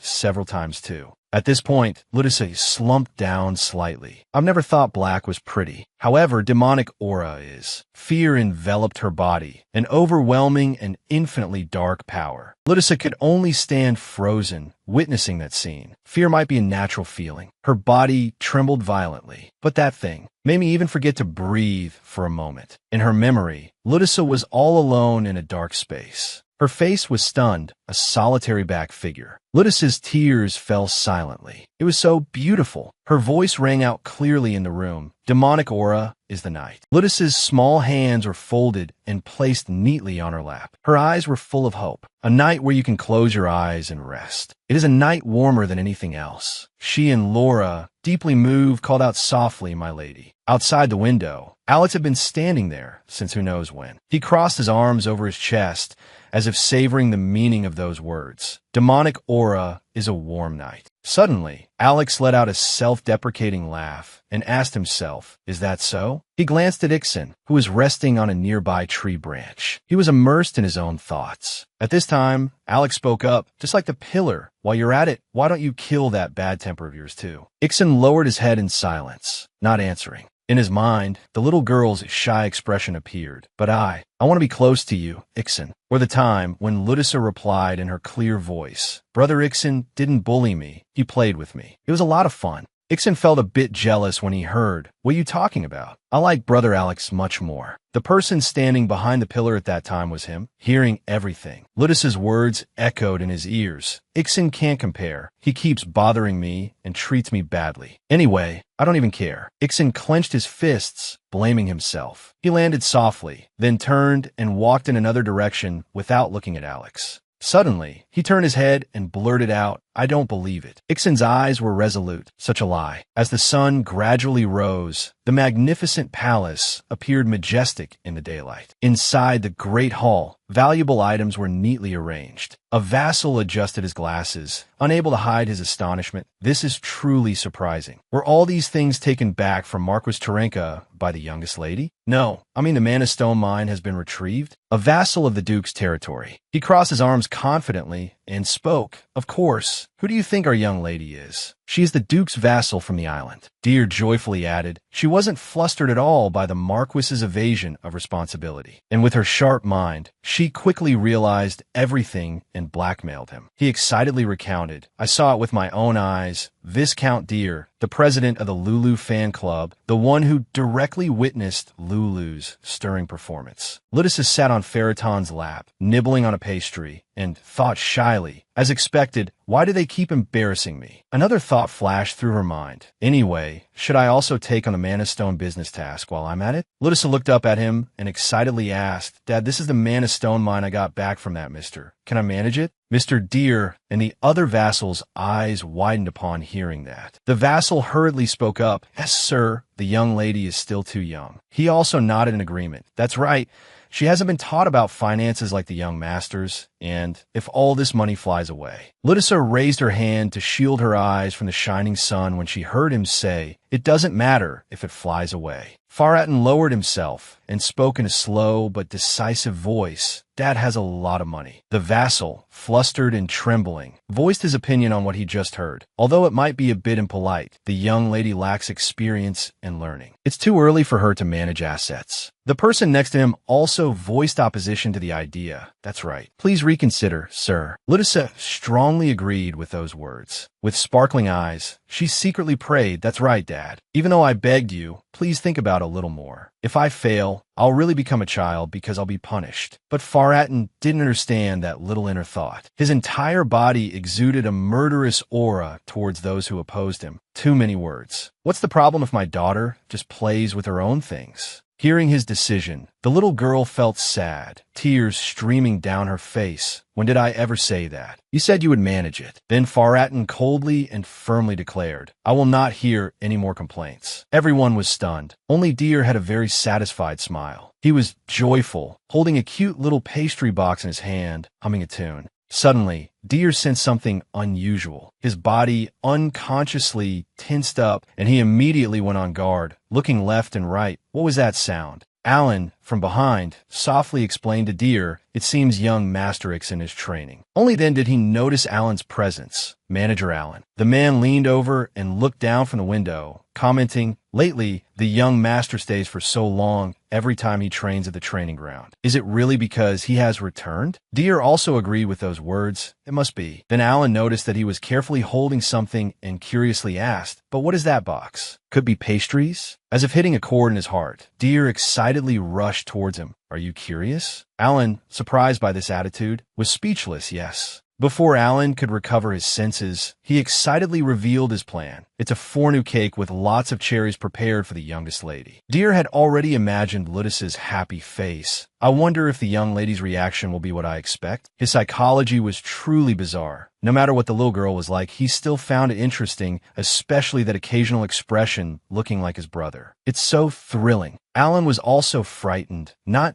daring to speak up to voice his opinion. Is that a good thing? Having said that, he became even more eager to give the cake to Ludisa. How will she react today? While the other man was helpless, not knowing what to do. Then the scene shifted to another area. It was the place where Ixon was practicing his strength. The aide witnessing this scene couldn't help but sigh inwardly. The demonic aura is lethal. It seems he's becoming more and more violent lately. He shouted out a suggestion to Ixon. "Hey, why don't you try controlling your anger? Is it because of a youngest lady?" As if his sore spot had been touched, he glared coldly at the aide. He was directly terrified by Ixon, his body stiffening. The aide couldn't help but tremble under that pressure. Ixon's face was full of dissatisfaction as he denied his assumption. Nonsense. He carried a frustrated mood, turned around, and walked away. A terrifying demonic aura is natural. This is a matter of course. The warm sunlight covered every part of the mansion. Ixon, with his small body, took each step down the corridor. In his mind was Ludisa's innocent voice. The demonic aura is the night. A contradiction was struggling within Ixon's heart. Liar. No matter how much he denied it, his mind had remembered what the little girl said. A place to close your eyes and rest is a night that is warmer than anything else. The more it was like that, the more Ixon tried to eliminate it from his thoughts. Liar. He used arguments to convince himself she just lies to act as a parasite clinging to the strong. That's how weaklings survive, and doing that is not simple at all. But unconsciously, Ixon had sought out Ludisa's room. His heart struggled to voice its feelings. Why am I so uncomfortable? Ixon felt restless inside and roughly pushed the door open. It seemed as if Ludisa's image was right in front of him. But currently, the little girl was not there. Why isn't she here? That figure gradually faded into thin air. Instantly, many scenarios played out in Ixon's mind. No, she must have gone to Alex, whom she likes. She didn't seek me out because she likes me. But suddenly, he sensed something strange. Footsteps. Ixon keenly detected a small change in every detail. Those annoying footsteps I used to hear every day. His eyes widened in shock, mixed with a hint of panic. Ixon worried, a feeling of unease creeping all over his body. Why didn't I hear them today? He quickly looked around the entire room, searching for Ludisa. She's not here. Ixon ransacked every corner to confirm his speculation.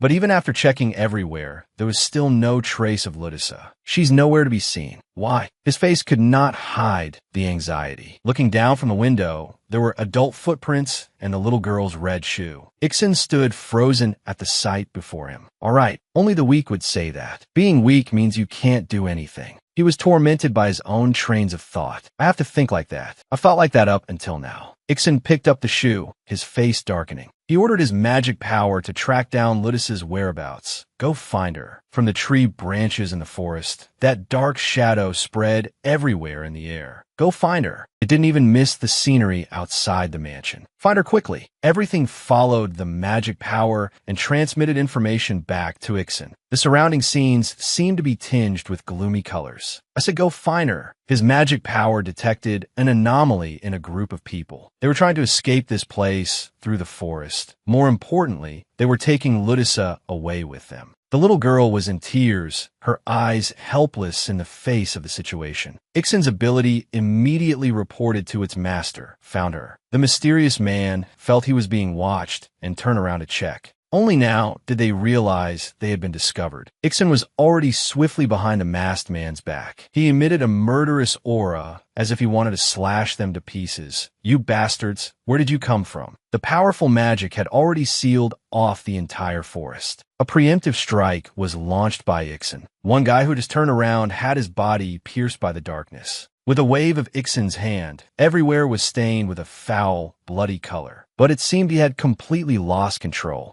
By the time Iksan regained his reason, it was too late. All around Ludisa, there was only a pool of blood. The little girl couldn't help but tremble unconsciously. The small, innocent Ludisa was now stained all over. Her eyes gradually welled up with tears. Iksan was stunned by Ludisa's tears. In his mind, he immediately thought of the worst outcome, as expected. The little girl's immature, yet sincere words reappeared. The demonic aura is the night. A place to close your eyes and rest is a night that is warmer than anything else. I want to be close to you, Iksan. With an unwilling expression, Iksan realized it was all a lie. Iksan's body stiffened, drawing negative conclusions on his own. As expected, saying it's okay was a lie. No matter what, he was still just a child. Iksan thought of the obedient image of Ludisa and felt pain. She just pretended not to be afraid, pretended to sympathize. Even if not spoken, every gesture of the little girl was watched by Iksan, pretending to even like that smile. Ludisa's small actions were always remembered by him, as well as the person trailing behind him. Suddenly, the little girl called out, Iksan. He had been immersed in his thoughts, so he was startled, without him noticing when Ludisa had approached him.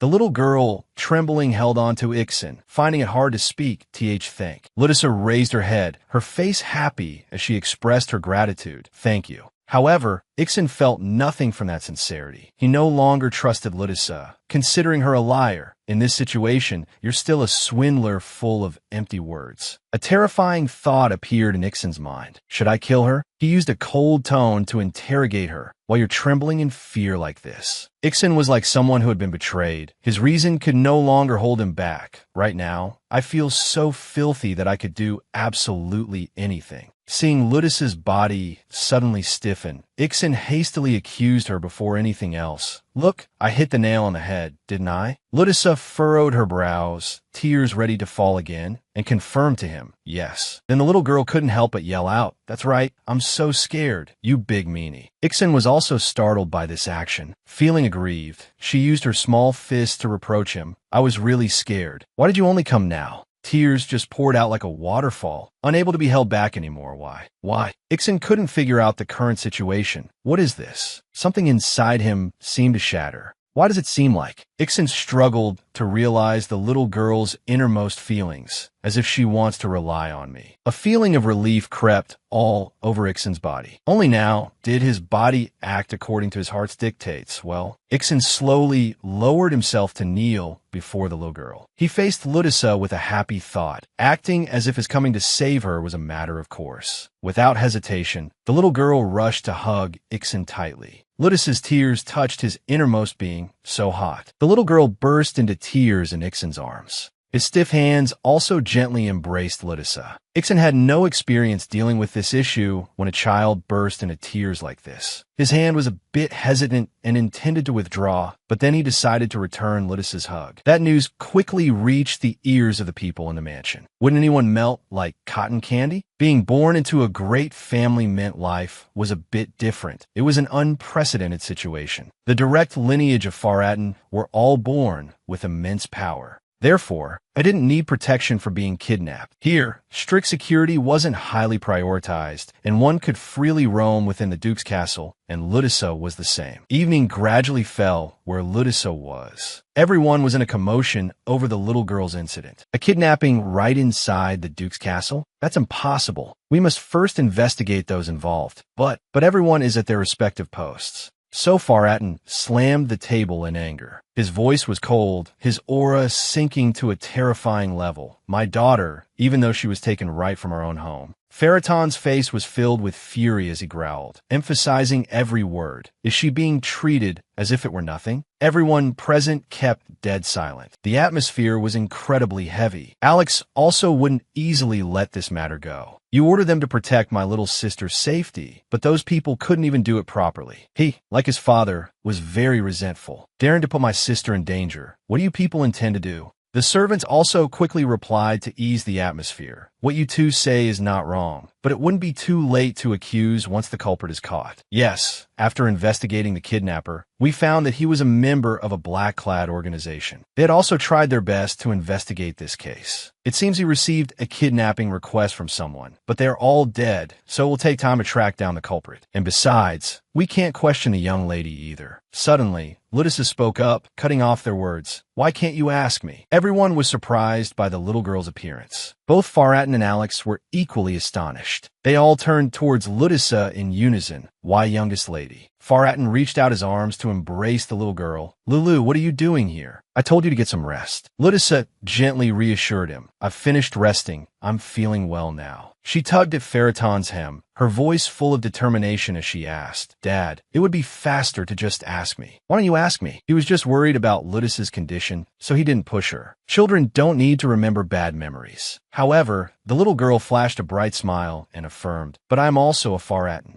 And above all, Lytissa already knew the truth about the mastermind behind it all. Moreover, it seems I know who the culprit is. The little girl also shared more details with Faratin. Someone told me to go to Ixon's training ground. He immediately wanted to investigate that person. Who was it? Then the little girl pointed her finger in the direction of the suspicious person, and the one pointed out by Lytissa was Deer. Immediately, the whole hall buzzed over that information. Viscount Deer? Isn't the Viscount very fond of the youngest lady? He's the president of the Lulu fan club, after all. But it's true that the way he looks at the young lady is highly suspicious. Suspicious. He stammered, unable to form words. Why, young lady, how could I? Do you know how precious the young lady is to me? However, Lytissa didn't care and coldly interrupted. Stop trying to evoke sympathy, mister. With a serious look, the little girl faced Deer. We just need to confirm this. Then Lytissa turned to confirm with the aide. Mr. Deer said Ixon was at the training ground. Isn't that right, Mr. Aide? He quickly nodded, confirming the fact. Yes, the young master was at the training ground in the afternoon. After that, Lytissa continued to question him. Mr. Deer, since when did you know Ixon was at the training ground? Deer replied to her without delay. At that time, I was on my way to meet you, my lady, so it was probably around 3 o'clock. Lytissa asked another question. How long had Ixon been at the training ground? The pale-faced aide recounted the story. It took less than 10 minutes. He just went there to vent his anger. From these points, the little girl came to a conclusion. So by the time I finished my afternoon tea, Ixon was no longer there. Before she could finish, Deer tremblingly denied it. I didn't know. I thought the young master was still training there. But the little girl frowned, rejecting that idea. Ixon is a fickle person. He doesn't have a fixed routine.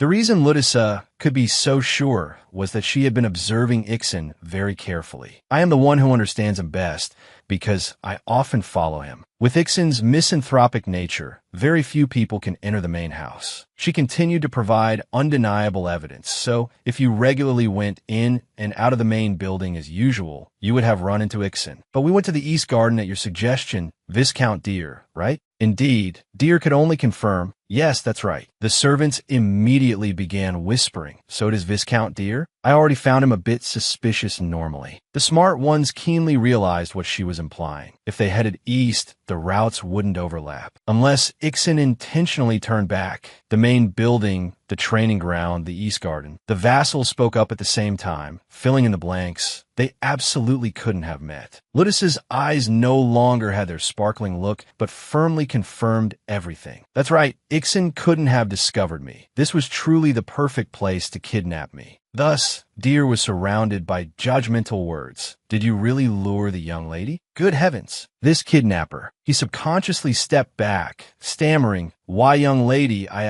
Deer bit his lip tightly with difficulty. He shouted, wanting to convince Ludus to trust him. I'm not the culprit. Please believe me. Deer couldn't control himself, continuously affirming, I am your loyal subject, loyal only to you. Ludus spoke up, interrupting him, I know. Deer seemed panicked, stiffening at her words. Ludus remained calm because she had Faratin backing her. Only now did Ludus state her own demand. Now tell me, was her earlier deduction just a hint about who that person was? At this moment, Ludus officially tracked down that mysterious person, the culprit who kidnapped me. But even now, Deer still couldn't guess. Pardon, the culprit? Ludus affirmed to him again, speak. She seriously emphasized the information for Deer to think. Think carefully, Viscount Deer, you definitely know. As for him, he stood frozen, oblivious me. But then suddenly, Deer's mind clicked. Could it be? Time rewound to a few hours ago, also in this mansion. Deer held a box of pastries in his hands, his face unable to hide his happiness. Pastries for the young lady. How will she react today? That mysterious person chatted with him. So you're going to bring to her room, right? Or somewhere else? Deer thought the alternative sounded good and hesitated. That's worth considering. That person continued to lure him into the preset trap. Wouldn't it be better to go to a place the young lady has never been before? The young lady likes flowers. Deer, lacking caution, was led by the nose by him. Flowers. She goes to the greenhouse often. She is fascinated by the heating magic at the gazebo in the East Garden. That person smiled with amusement, his words seemingly wanting to help him. Then I will prepare it. Gradually, that person's silhouette became clearer, and it was a servant in the mansion, Manager Allen. As expected of the Viscount, the young lady will love it. Although he looked harmless, his malicious eyes couldn't hide his great ambition. By the time his story came to light, everyone still hadn't managed to react. Only Faratin flew into a rage, growling in order, drag that bastard here. Alex happily acknowledged Ludus's talent. I'm impressed. My little sister. His face looked tenderly at his sister. Once again, Alex affectionately praised her. You're truly very smart. Ludus faced her brother and thought to herself, Alex. She found it puzzling to receive his praise when the truth wasn't yet completely clear. She still wasn't certain who the culprit was, yet he praised her as if he were absolutely sure. The servants quickly apprehended Allen and brought him to the meeting room. Manager Allen has been caught. He still stubbornly struggled and resisted. Hey, let me go. Allen immediately knelt down, yelling loudly to justify himself. My lord, I am falsely accused. I only suggested a place for afternoon tea. He tried to regain everyone's trust. I swear that. But before he could finish, there was evidence exposing him. We discovered a request to kidnap the young lady in Allen's room. The others had found related clues. We also found an unidentified communication line. Allen's face turned pale, his mouth continuously denying, My lord, I was framed. But then suddenly he was stunned and fell silent. Faraton's gaze seemed to want to crush this traitor to death. He showed no mercy, his cold voice ordering, lock him in the Briar Tower at once. I will interrogate him myself. Even now, there were still people who couldn't believe this truth. Is it really Manager Allen? You are truly amazing, young lady. Countless praises and commendations were sent to her. You must have been so terrified, but you were still able to handle the situation calmly. Suddenly, a joyful cheer echoed in the room. It's the youngest lady. That person was none other than Deer, continuing his hysterical excitement. It is our sweet, adorable, genius youngest lady who trusted this Deer. Faced with this situation, Ludisa was equally astounded. Deer paid no mind to the stares of others and kept cheering about what happened earlier. I was the most suspicious one. I was the one who thought of the gazebo. I was also the one who told her about the training ground. Everyone present continued whispering about this weirdness. What is that? He's so scary. He finally returned to his usual self. Kids these days.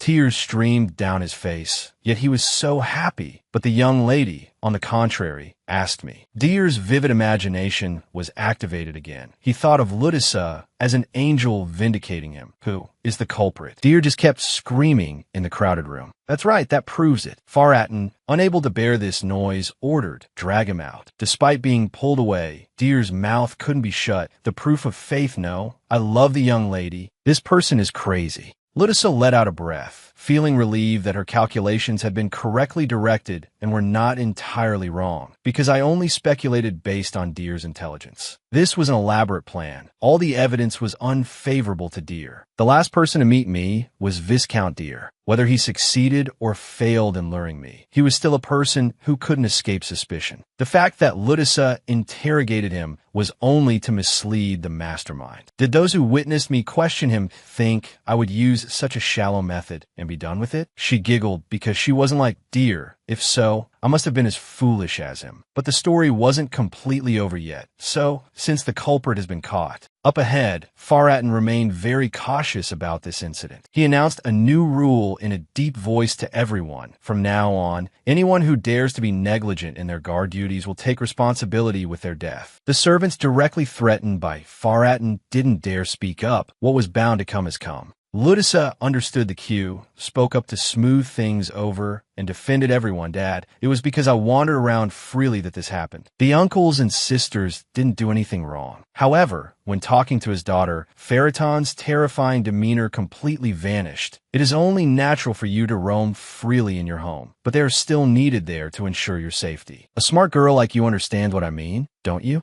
However, his words did not sit well with Ludisa at all. Damn it, I don't get it if so then. She immediately unleashed her trump card, using her coquettishness to persuade Faratin. Are you going to scold the uncles and sisters because Lulu wasn't in her room? Lulu was wrong. He startled, hesitatingly rebutting, no. But it was of no use, only making her eyes tear up more. Then Lulu. Ludisa used a handkerchief to wipe away pitiful tears, imagining herself locked in a cage. Scene 1. I'll stay in my room forever. It's all Lulu's fault. Suddenly, Alex spoke up, pleased with that idea. That works too, which made the little girl who was acting stiffen. With a gentle and warm demeanor, he promised Ludisa, my beloved sister, I will bring the whole sky, flowers, and gems into your room. She panicked at Alex's gentleness and attentiveness. Oh, why is this gentle angel acting like this? Ludisa didn't back down, immediately playing a pitiful role, sobbing in response. Scene 2. Thank you, but if so, I'll die early from a lack of exercise, and then have to say goodbye to you and Dad. Both Faratin and Alex stood motionless at her words. Goodbye. He quickly changed his attitude, dismissing that thought. Come to think of it, there are still many other ways to take responsibility besides death. Alex also chimed in to support Faraton's decision. Yes, I think so too. And then he withdrew his words, giving them a break. I will decide based on your attitudes later. Dismissed. The servants in the household all shared the same thought. Did the young lady just revoke the Duke's intention to punish us? They were even more astounded that Ludisa could calm Faratin down with just a few words that actually worked. So they unanimously expressed their gratitude to her. We thank you, youngest lady. We love you, young lady. White as milk is the young lady, fulfilling the required quest. The system popped up, updating the rewards. The vassals of the Faratin family want to thank you. Loyalty is increasing. Reputation is increasing. The Magpie's Revenge quest is completed. Reward, a 5,000 cash draw ticket. Ludisa sighed, feeling much more relieved, secretly exclaiming to herself, losing face is only momentary. Human lives are what is precious. The quest was also safely completed. The robotic voice continued to notify Ludisa. Congratulations. Your influence in the family has increased significantly. 8,000 cash has been awarded. She was amazed by the data she received. What? It's not a draw ticket. They're just giving it to me like that. The information panel communicated with Ludisa, surprise privilege for you. Being an influential person has increased. You can withdraw cash up to a maximum of 20,000 cash. A moment later, after everything had been settled smoothly, Ludisa returned to her room. She raised her head, using the system panel, status window. Ludisa examined her quest board. It's still not completed. She took note of the next quest to execute. 3. Must manage the household affairs first. Ludisa secretly cursed Ixen because she couldn't accomplish the task. This means Ixen still hasn't acknowledged me as a family member. That ill-mannered boy, what would it hurt him to just accept it? But recalling the scene of being rescued by him, she was still very grateful. No. Anyway, thank you for saving me. Brushing that aside, Ludisa moved on to testing something else. Well, first, let's try withdrawing cash. She confidently headed towards her next goal, full of energy for the power to attack Ixen.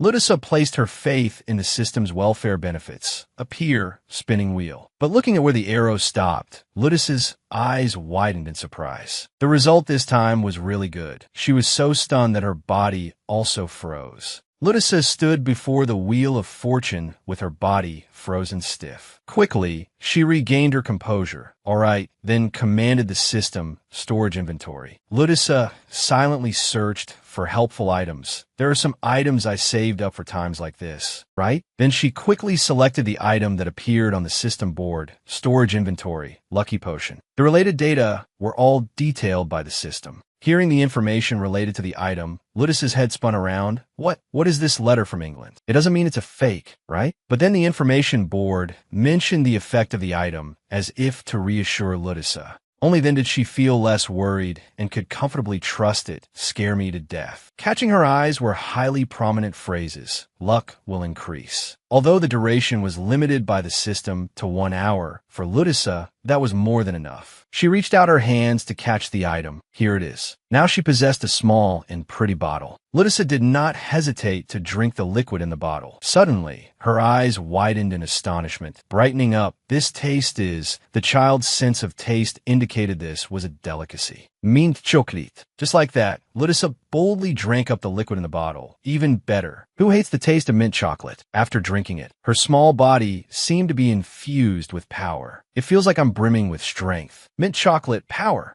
Ludisa, with a demeanor full of confidence, decisively used her ability. Come on, spinning wheel. I will use all the lottery tickets. A series of virtual wheels of fortune appeared in the room, filling everywhere, left and right. She stood before this series of spinning wheels. Afterward, Ludisa continuously received congratulations from the system. She was still a bit bewildered, finding the result hard to believe. But no matter how unbelievable it was, the amount received remained unchanged. Really? Did I really get 20,000 cash? Immediately, Ludisa praised the lucky treasure. This lucky potion is truly top-notch. She continued with her preset plan. Great with this momentum. Ludisa had already set her sights on another item. I'll be able to summon the woman who doesn't want love at the end of her life. The reason she chose it was because of Ixen. I don't know what Ixen is thinking right now. To improve her affinity with him, Ludisa needed the help of this item. I need to check our relationship. In Ixen's private room, he had drifted into sleep. Even though he was asleep, his face did not relax. It seemed Ixen was facing something terrifying. He spoke out. Are you planning to kill me? Alex, who was in Ixen's room, gently retorted, how could I? He handed a glass of water to Ixen while explaining, even if I killed you like this, I wouldn't be able to prove my capabilities. Here, drink. Alex didn't forget to tease him a bit. You're really clumsy. Although the job was accomplished grandly, Ixen couldn't argue. Choosing to ignore it, I don't need your concern. But Alex had no intention of stopping, continuing to lecture him. You were lucky the dark energy didn't explode back then. Otherwise, you'd be dead for sure. Ixen was annoyed by Alex's blunt words. Stop saying those redundant words. I'm not that weak. Actually, Ixen had promised himself, and I cannot let that happen. He drank the water while sinking into deep thought. Ludisa's image clearly appeared again, because if not, both that kid and I would have died right then. Then Alex sighed, bringing up the little girl. Right? I heard Ludisa went looking for you, but couldn't find you. That kid must be very sad. He grew irritable, throwing the glass of water away and chasing him off. Get lost. Alex still wanted to tease his younger brother a bit more. How interesting. For a kid like you to decide to open your heart. Ixen stubbornly denied what he just said. I did not. Then suddenly, Alex quickly touched his body. All right then. In an instant, Ixen's magic covered the whole room. He also felt this change. His depleted magical energy was being replenished. Ixen confusingly asked Alex, why are you helping me recover? He slowly withdrew his hand. Alex smiled brightly and replied, as if it were obvious, "Well, because you're my lovely little brother, of course I have to help." However, he wasn't used to this behavior and muttered, "Nonsense." After saying that, Alex turned around and stepped out of Ixon's room. Don't lock the door just because you don't want others to see your weak side. Before closing the door completely, he didn't forget to remind him, "Ludisa misses you a lot." Ixon was sulking but couldn't do anything to Alex. This guy, above all, he had indeed received help from Alex. Despite being annoyed, thanks to him, he had fully recovered. And then, the words he said before leaving echoed in his mind. "Ludisa misses you a lot." Ixon was stunned when he heard Alex emphasize her. He put his feet down on the floor, no longer wanting sleep. Ixon threw open the curtains to let the light in. From above, he saw Ludisa's silhouette. In his heart, Ixon secretly felt happy and at ease. Finding that little cotton ball was so easy. As usual, he anticipated her next move, as every time that little girl went anywhere, she would draw attention. True to his prediction, the little girl continuously waved at Ixon. Seeing this, he muttered to himself, "So arrogant." Ixon silently told himself that when he meets Ludisa, he must say something. "That brat misses me, so we will meet." The little girl ran over with a cheerful face, holding brightly colored flowers in her hands. He also felt Ludisa's desire. Obviously, the kid thought so. Ixon leisurely walked closer to where the little girl was. However, his body unconsciously stopped as terrifying scenes rushed back into Ixon's mind. She saw me at that time. Is she afraid of me? When the darkness is enough to drive people crazy. Then, his mood quickly changed drastically. "I feel annoyed just thinking about that weak little cotton ball." Ludisa tilted her head and called his name, Ixon. Ixon was confused by his own train of thought. What am I thinking? He directed his power towards Ludisa as if to reassure himself. What am I afraid of? Ixon returned to his former self, indifferent to others. The dark magic power headed toward the little girl. So what if that brat is afraid of dark energy? Quickly, it touched Ludisa's body, and then he confidently affirmed to himself, "That's right, I don't care if the brat bleeds or dies." But a sound interrupted his train of thought. The beautiful flowers in Ludisa's hands were stained red. The little girl was also shocked to find herself bleeding, and Ixon was equally surprised by the sight. The servants witnessing the scene were startled and screamed in panic. "Young lady." Ludisa's body became unsteady, and she slowly collapsed. Her eyes still intently followed Ixon, her mind solely focused on reassuring him. Don't worry, it doesn't hurt." Because Ludisa had anticipated this beforehand, but she couldn't resist, and her eyes tightly shut. This was Ludisa's choice in the past. It was because of her ability. Pausing for a moment, time seemed to freeze along with the little girl's thoughts. Ludisa wanted to explain the reason she fell into this state. "I need to talk about the ability I chose. This is what I chose. It is an ability that comes with a condition, and the system had also warned Ludisa. If you don't cure this child, you'll all die. Bleeding like this proves that I am getting better. From the aforementioned story, this strange ability was created. This is the ability of the wicked woman with a terminal illness. Her curse will gradually disappear if she receives more love from the people around her. This is a passive ability, and the possessor cannot control it. Although she didn't entirely want to choose it, Ludisa really needed it. This is not the ability I truly wanted, but I can read relationships, so I chose it." The system panel appeared, providing full information about that ability. Effect of the ability. The more you are loved, the more negative energy will escape your body and cause you to bleed. 0/3. When she first skimmed through it, Ludisa found it hard to accept, although it took me a long time to accept this truth. The little girl rolled on the ground, constantly complaining, "What is this? You guys sure love lucky potions, huh? You damn demons. Are you trying to raise my blood pressure?" The system also knew to offer a few comforting words to Ludisa. "Don't worry, reader. It's not really a terminal illness. Please stay healthy, my reader." But how could the little girl adapt immediately? What is wrong with my heart? And to continue with the current situation. Anyway, returning to the present, Ludisa's body coughed up blood due to the side effect. So the good news is, after coming into contact with Ixon's energy, I coughed up blood. Ixon panicked, desperately calling the little girl, Hey kid." But Ludisa was very happy because being like this meant his affection had increased. It means I'm being loved. This only benefited the little girl because everything seemed to improve entirely, and she even received a reward. My immune system has leveled up, and my fatigue is also completely completely relieved. The quest path of a true reader one had been completed, and a cash reward of 1,000 was sent. Ludisa raised her tiny hand to reassure him.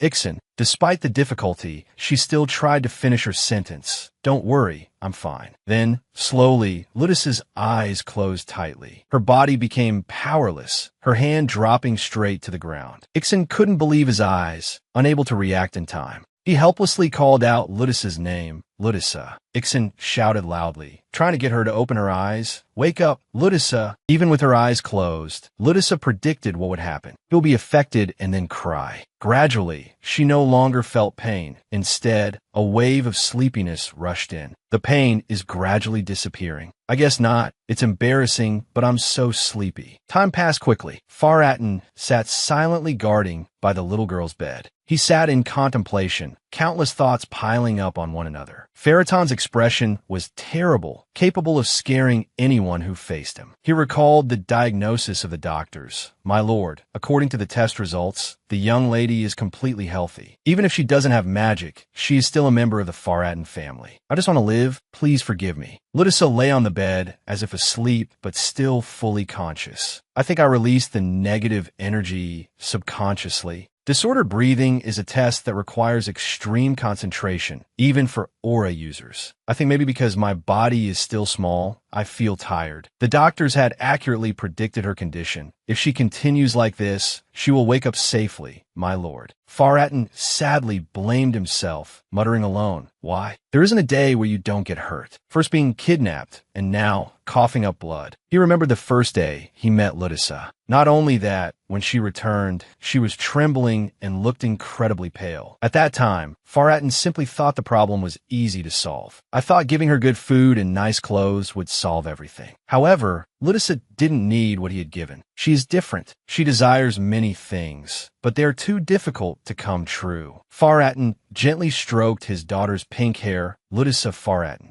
Now, he was a true father. Just calling her name made him happy. Just calling that name makes me feel like I'm sinking into sweet honey. He gently and affectionately called Ludisa softly my daughter. Faraton's eyes couldn't hide his deep sorrow. Living in a deceitful world, he no longer believed in sincerity. I couldn't believe a child like you could exist. And now, Faratin was ready to do anything for her. I could give up my life for you. Ixen sat gloomily outside Ludisa's room. Hearing a noise, he immediately looked up. Ixen quickly ran towards Faratin. Father, the kid, He looked at Ixen with a strict, emotionless face. He couldn't help but tremble all over. Ixen stuttered, confessing his guilt to Faratin. It's all my fault. I used my power in front of her, so, driven by guilt, he could hardly speak. Even if not attacked, my energy was truly too much for her. I knew it, but I did it anyway. Faratin was surprised to see another side of his son. The boy looked like a lost child. I've never seen him like this before. He didn't reprimand him, but gently asked Ixen, do you remember why you took Ludisa somewhere else? Faced with that question, he froze. Then Ixen bowed his head, his voice full of self-blame as he answered him. It was to protect her from the dark energy. Faratin interrupted him. Unlike that time, we are currently at the estate. He continued in a stern tone to reassure Ixen, to rid his son of guilt. As long as I am here, that energy cannot harm her. But he was still very scared and couldn't stop blaming himself. But I even shielded her. But suddenly, Ixen noticed something unusual. It was intentional. He sharply realized that Faratin was deliberately not interfering. A test to see if you could withstand this energy, okay? A test. I want to trust. He was testing to see how Ixen would act. That child, please trust me. And as predicted, Ixen gradually changed himself. I want to believe in her and love her. However, alongside that, an invisible fear still existed within him. I'm a coward. I am afraid that if I love her, I will get hurt. And then, unconsciously, Ixen had acted wrongly towards Ludisa. Hating to get hurt, I ended up hurting her. Only now did he honestly look into his own heart. Actually, I had gradually grown fond of her a long time ago. At this moment, Ixen truly looked like a child with tears welling up in his eyes. Faratin remained silent, quietly observing his son. He walked past Ixen and gave him a task. Ixen, protect Ludisa. Hearing that, he couldn't help but be startled in astonishment. Ixon immediately turned around and asked, "Is that okay?" But then he immediately denied it, lacking the confidence to do it. "No, I can't. If I stay by her side, things will only get worse." Tyrant sternly cut him off. What an arrogant statement. He bluntly pointed out to his son, "Do you think I can't protect my daughter, even if you use all your strength?" Ixon understood his father's meaning and instantly regained his spirit. "No, that's not what I meant." Then he quickly stood in front of Ludus's room. Ixon was a bit tense as he prepared to face the little girl. He squeezed his eyes shut to calm himself down, his hand tightly gripping the door handle. Tyrant just stood outside watching. Ixon couldn't understand his own emotions. This feeling is so strange. He simply turned around quietly, leaving with peace of mind. Ixon approached his sister's bed, a strange feeling spreading all over his body. "This is the first time I've felt like this." Suddenly, his body stiffened, his face showing a mix of astonishment. Ixon was calm, but couldn't hide the worry on his face as he wanted to reach out and touch Ludus's forehead. Suddenly, he froze stiff with his mouth wide open as if deeply surprised. While Ludus was sound asleep, dreaming beautiful dreams, a hand silently cupped her tiny face. Ixon leaned over, completely absorbed in watching Ludus,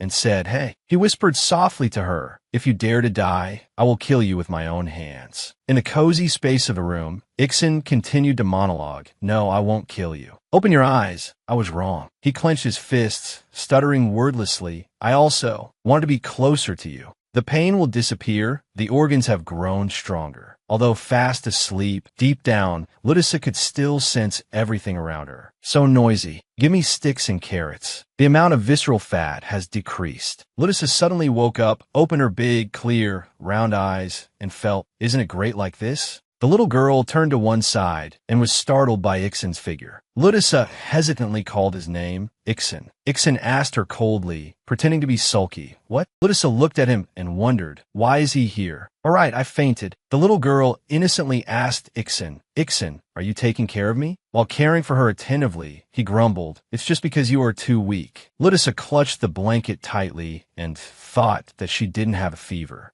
The little girl kept holding the blanket tightly and felt to herself, "But my body feels so hot." Ludus blushed, covering her mouth with the blanket, her clear eyes looking as if she felt embarrassed. Seeing his caring gestures, the little girl secretly thought, "I thought he was a spoiled brat." Ixon. Ludus cared about Ixon very much, but she didn't dare to say it directly, only keeping it in her heart. "I don't know how you've lived all this time, but I know something has hurt you." She then mustered the courage to whisper to him, "Ixon, I was alone for a very long time, so I was once desperate for someone." Recalling the previous time, she had once wished, "I had wished there would be someone by my side. That was what I prayed for every day. Please give me a family." Ixon pursed his lips and sat quietly, listening to Ludus's confession. "I thought it was simply because I was too lonely, but no." After talking for a while, the little girl slowly sat up with the aura of a princess. Ludus hugged her chest, overflowing with love, thinking, being together, seeing each other every day will make me stronger. That will bring warmth and happiness. Ixon also needed someone like that, someone by his side, someone to lean on. The little girl continued, "So Ixon." Ixon asked back nonchalantly, What is it?" His eyes widened in surprise, freezing stiff when he heard this sentence, "I need you by my side." Ixon stared at her wide-eyed, showing hesitation, not knowing what to do. Ludus still said to him, with full determination, "Can you be my big brother?" Ixon still couldn't process it, constantly surprised by the little girl. With vacant eyes and an extremely confused mind, he said, "You are a weakling." Hearing this, Ludus froze, sitting and looking at him without saying a word. Ixon nervously scratched his neck and hesitated, "Because you are so weak, therefore." The little girl's eyes sparkled more when she heard him declare, "From now on, I will protect you." Then Ixon placed his hand on Ludus's hand, accepting her request. Holding the little girl's hand with one hand and awkwardly scratching his neck with the other, he said, "Because I am your big brother." The system sent a new notification. Quest, Dominate the Family 1 has been completed. The reward will be a lottery ticket and 3,000 cash. Target Ixon has stabilized his mental state. The player's influence on Ixon is absolute. The player has a powerful influence on one of the people who can change the future. future. Ludus's innocent eyes were filled with hope above all. Ixen had recognized her as a member of the family. The system sent another message. Congratulations, you can now upgrade your features. Seeing this, the little girl was extremely happy and smiled brightly. We have finally truly become family. Taking advantage of the situation, Ludusa invited him. Ixen, let's sleep together. Hearing that, Ixen was both helpless and embarrassed. What? Why should I sleep with you? The little girl began to push forward, ordering Ixen. A big brother has a duty to lull his little sister to sleep. Hearing this, he felt as if struck by lightning. In the end, he had to helplessly sleep next to her, while she was very excited. Seems like you can't do it, huh? After all, you are just. Ludusa pushed her luck. Ixen, pat my head. Ixen, with an awkward expression, reluctantly reached out and did as the little girl asked. Being patted on the head, Ludusa felt at ease, smiling as she drifted to sleep. With her eyes closed, she thought to herself, is he really going to do it? Ludusa opened her eyes and cheerfully played a trick. Then now, roll forward, do a backflip, and clap your hands 3 times in the air. Ixen was tormented by the little girl until he felt helpless. Do you want to die? Seeing this, Ludusa inwardly evaluated. He didn't fall for it. She obediently spared Ixen's life. Good night, brother Ixen. He rested his head on his hand, tossing and turning deep in thought. Then Ixen also closed his eyes, preparing to sleep with a smile on his lips. In their deep sleep, they silently wished each other, good night, see you tomorrow. In a bright space, Ludusa was walking around the campus to take a stroll. She walked while glancing around and then looked bewildered. Where is this? Is it a dream? While she was bewildered, she was attracted by a voice. Please come inside. A slowly landed and smiled, saying, that's right, the one chosen by, I have been waiting for you. Ludusa immediately grabbed his collar. There you are. Panicked, not understanding what was happening. Huh? The little girl fiercely yelled at him without missing a beat. You scammer. Why are you pretending to be a god? Ludusa grabbed his collar and continuously scolded. Do you know how much I had to suffer because of you? Panicked and reassured her. Wait, I followed the contract. His eyes showed innocence as he explained to Ludusa, I have given you everything, a handsome brother, and even abilities. The little girl looked blank for a moment and then thought, that's right, isn't it? Hearing that, he was also dumbfounded, right? Suddenly, Ludusa turned back, grabbed A's collar, shook it continuously, and lectured, did you think I was going to say that? Feeling wronged with his ruffled fur, he softly complained, you are truly wicked. I saw everything, you know. You gave me 0 points, while giving the handsome guy a full 10 points. Ludusa imposingly crossed her arms and spread her legs, claiming, being handsome is a natural perk. What else? Satisfaction goes up too. If you want to say something, at least be handsome. I made the world spin and declared, terrifying the little girl, just wait, when I get my body back, you will. He regained his composure and cheerfully said, I haven't even mentioned the main issue yet. Time's up. There's no other way. Ludusa was startled, staring at him with her mouth wide open, and asked, smiled a bizarre smile, and said a meaningful sentence. I know you will do well. Wake up. Then, Ludusa also opened her sparkling eyes, waking up from her dream. Something suddenly appeared from the light ahead. Ludusa sat on the bed. She was surprised to find herself surrounded by beautiful flowers. Ludusa sat up straight, bewildered. Am I dreaming? The maid Anna, holding a bouquet of flowers, happily said, Are you awake, my lady? Sir Ixen left the flowers and went ahead. Ludusa was surprised. What did you just say? The little girl widened her eyes at the bouquet, feeling happy inside. Ixen gave me flowers? I'm still dreaming, right? Ixen gave me flowers? Anna spoke with an excited tone. Don't these flowers represent their owner? He left the flowers while you were still sleeping, my lady. The purple-haired maid also chimed in. If we hadn't come in, he probably would have stayed here until you woke up. He didn't want anyone to see him sleeping. Ludusa forced a smile. No way, I guess he just woke up and left. The little girl looked down affectionately at the bouquet. But Ixen gave me this. Ludusa said in a shy tone, Could you all put them in a vase for me? Anna smiled happily, yes. At the mansion, in a room with the door slightly ajar, the vassals began to discuss animatedly. Since the youngest lady arrived, the atmosphere in the Duke's territory has completely changed, especially the Duke. One person covered his mouth and said, to the point where he could utter, my heart, that kind of feeling. Another person wondered, feeling? What feeling? Someone asked loudly, have any of you heard about this? The long-haired man sitting next to him patted his head tiredly. I envy those who still don't know about it. Hearing that, another person thought to himself, what? Someone we can't name? The man coughed softly to remind them. Anyway, it is very important to remember that the Duke deeply cares for the youngest lady. The long-haired man calmly said, that's just because the lady inherited the fortune from Marquis Tyrant.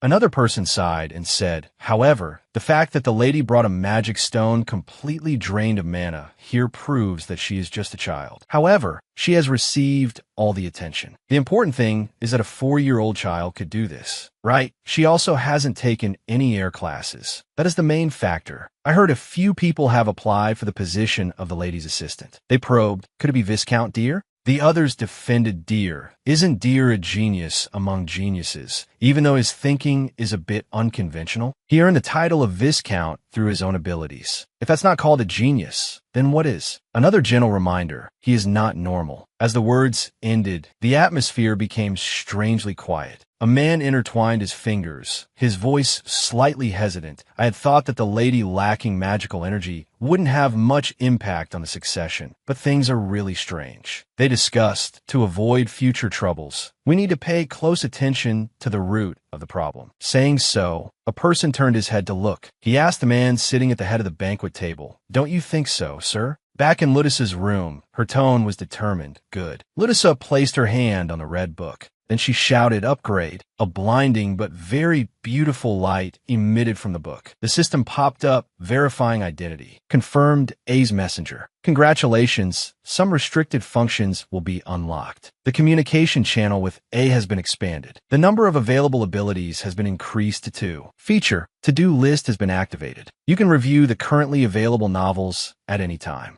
Ludisa smiled radiantly. That means I can download the old books without using money anymore, right? She thought to herself, then I can possess new abilities in this transparent crystal. The system reminded her, dear reader, it is no coincidence that you came to this world. Ludisa's face darkened with disdain. Nonsense. Of course it's not a coincidence. I was chosen because I am the one whose comment received the most recommendations. Suddenly, she paused. The system displayed information, then please prepare. When the light loses its color and darkness invades the world. Ludisa thought to herself, is darkness coming? Will the world be destroyed? The system repeated, please prepare for a harsh winter. Ludisa pondered, will dragons and demons launch an attack like in those romance novels? Don't tell me, I'll have to become a warrior. Thinking this, she smiled bitterly, haha. The mechanical voice of the system rang out again. Your family and loved ones will all end their lives before the cold winter. Ludisa's pupils suddenly became lifeless. She was secretly panicked, my loved ones? The system warmly comforted, now you're no longer alone. When you are determined to reach out your hand, those who join you will be your strength. Ludisa clutched the dress at her chest. She realized, that's right, I am no longer alone, because now I have people I love. The system reassured her, do not be afraid, because you are a reader, you can do it. Ludisa's eyes quickly became resolute. What I can do. The world has tormented me enough in my past life. I don't like that. I won't give in to the prearranged tragedies. If so, I need strength. Ludisa raised her hand high with her power. The little girl shouted at the system, the requests, I accept them all. Ludisa thought to herself, I will accept all unchecked requests to grow stronger. The system continuously announced, you have accepted the request. You have accepted the request. You have accepted the request. Ludisa told herself, I don't need to think about how to succeed. The system still popped up, you have accepted the request. You have accepted the request. She silently cheered herself on. I won't abandon the tough requests, even if there's no penalty for refusing. I will decide the direction of my own life. Ludisa raised her arm high as if agreeing to all the lines of text. You have accepted the request. You have accepted the request. You have accepted the request. The little girl was secretly determined. Now is the time to dictate my own life. Suddenly, the system chimed. A new request has been sent. Ludisa froze. A new request? The system displayed information. Great strength comes from ordinary things. Nothing can make a person stronger than maintaining their daily life and feeling happy. You're still just a child. Always stay joyful. Kiss Duke Faratin on the cheek. Receive a hug from Ixen. Eat a delicious meal with Alex. Reward, 1,000 cash withdrawal tickets. Ludisa held back her laughter, mischievously thinking, what a devious trick preparing all these missions. She thought to herself, next time we meet, I have to give him a startle. On the outside, Ludisa's face was flushed. I don't have any other choice anyway. In a noisy room from earlier, someone announced, the Duke is entering. Everyone stood up respectfully. The blue-haired and pink-haired duo were stunned. Is that the youngest lady? I mean, he should have brought me to the study, but bringing me all the way to the meeting room like this is a bit. Suddenly, someone raised a hand to express an opinion. That person spoke up, please wait, Your Grace. Duke Faraton glanced at him. Winshawn spoke with a sarcastic tone. This is the monthly meeting, not just any random meeting. The lady is still too young, and she hasn't done anything yet. She's also involved in the affairs of Gland, so letting her participate is a bit. I think we shouldn't. Duke Faraton's tone was icy. Your mouth stinks. His eyes glared sharply at him. Duke Faraton hugged his daughter in his arms and mocked him. Haven't you brushed your teeth? Everyone was momentarily stunned. Winshawn turned pale. Brush. The people around sweated profusely to teeth. Duke Faraton carried his daughter in his arms, coldly looking down at the crowd. Suddenly, a burst of laughter rang out. Ixon laughed uproariously. Viscount Winshawn. He wiped the tears from the corner of his eyes, his tone sarcastic. You really should brush your teeth more carefully. Winshawn was embarrassed, and the faces of those around turned red from holding back their laughter, sir. The people around began to whisper to each other, hey, I didn't expect Sir Ixon to attend the meeting. Agreed. It's been a long time since we saw him in a meeting like this. It seems like a strange wind is sweeping through this territory of Duke Faraton. Duke Faraton announced with a decisive tone, therefore, I will officially plan to establish an assistant team for Ludisa. Alan was quick-mouthed to object, Your Grace, isn't this too fast? Unlike the young masters, she is just an ordinary child. Winshawn spoke with a dismissive tone. In what country can an ordinary child expose the scam of a marquis and then receive compensation? Another person countered, she protected the honor of Faraton that was almost ruined in that scam. They started arguing back and forth. But Faraton's excellence must be based on magical ability. Deer shouted, what? Do you mean the lady is not excellent? Another person calmed him down. Viscount Deer, please calm down. Ludisa felt secretly puzzled. This is too weird. The elders are all silent after hearing what Father said. Aren't they the ones who should stand up and fiercely oppose it? She calculated. Could it be they are evaluating whether I deserve to be appointed as the heir to eliminate me for not having magic? The long-haired man spoke up. I do not know whether the lady can take responsibility for the affairs of the family. Duke Faraton's tone was calm. My daughter is the one who pointed out the traitor. Ludisa recalled Duke Faraton's words. That is enough to prove her ability. The little girl was secretly panicked. What if Father has set the price?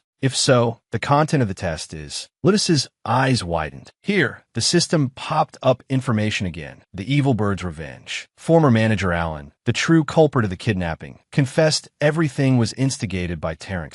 However, there is still something wrong. That is Faraton. Why did no one notice? Please find out those who participated. Dear reader, hint, now you are not alone. Ludisa thought to herself, from the first time I saw the request, I felt a bit strange. The existence of the traitor who conspired with my uncle. Did Father really know nothing? The little girl looked up at Duke Faraton. My handsome father? Thinking that, Ludisa turned her face away and denied it herself. No, Father definitely knew. Her expression was resolute. It's just that Father trusted and entrusted it to me. And this too. The system popped up a panel again. Shadow/1. The time spent at Marquis Tarinka's place was 3 years. Would Duke Faraton not monitor his daughter? There is only one reason. There's a spy inside. Let's take down that traitor. Ludisa was deep in thought. Then what I need to do is find the spy and prove my ability. I have to pass this silent test to form my own advisory council. She widened her eyes at Duke Faraton. Now I understand why Father brought me here. Duke Faraton felt her gaze and looked back.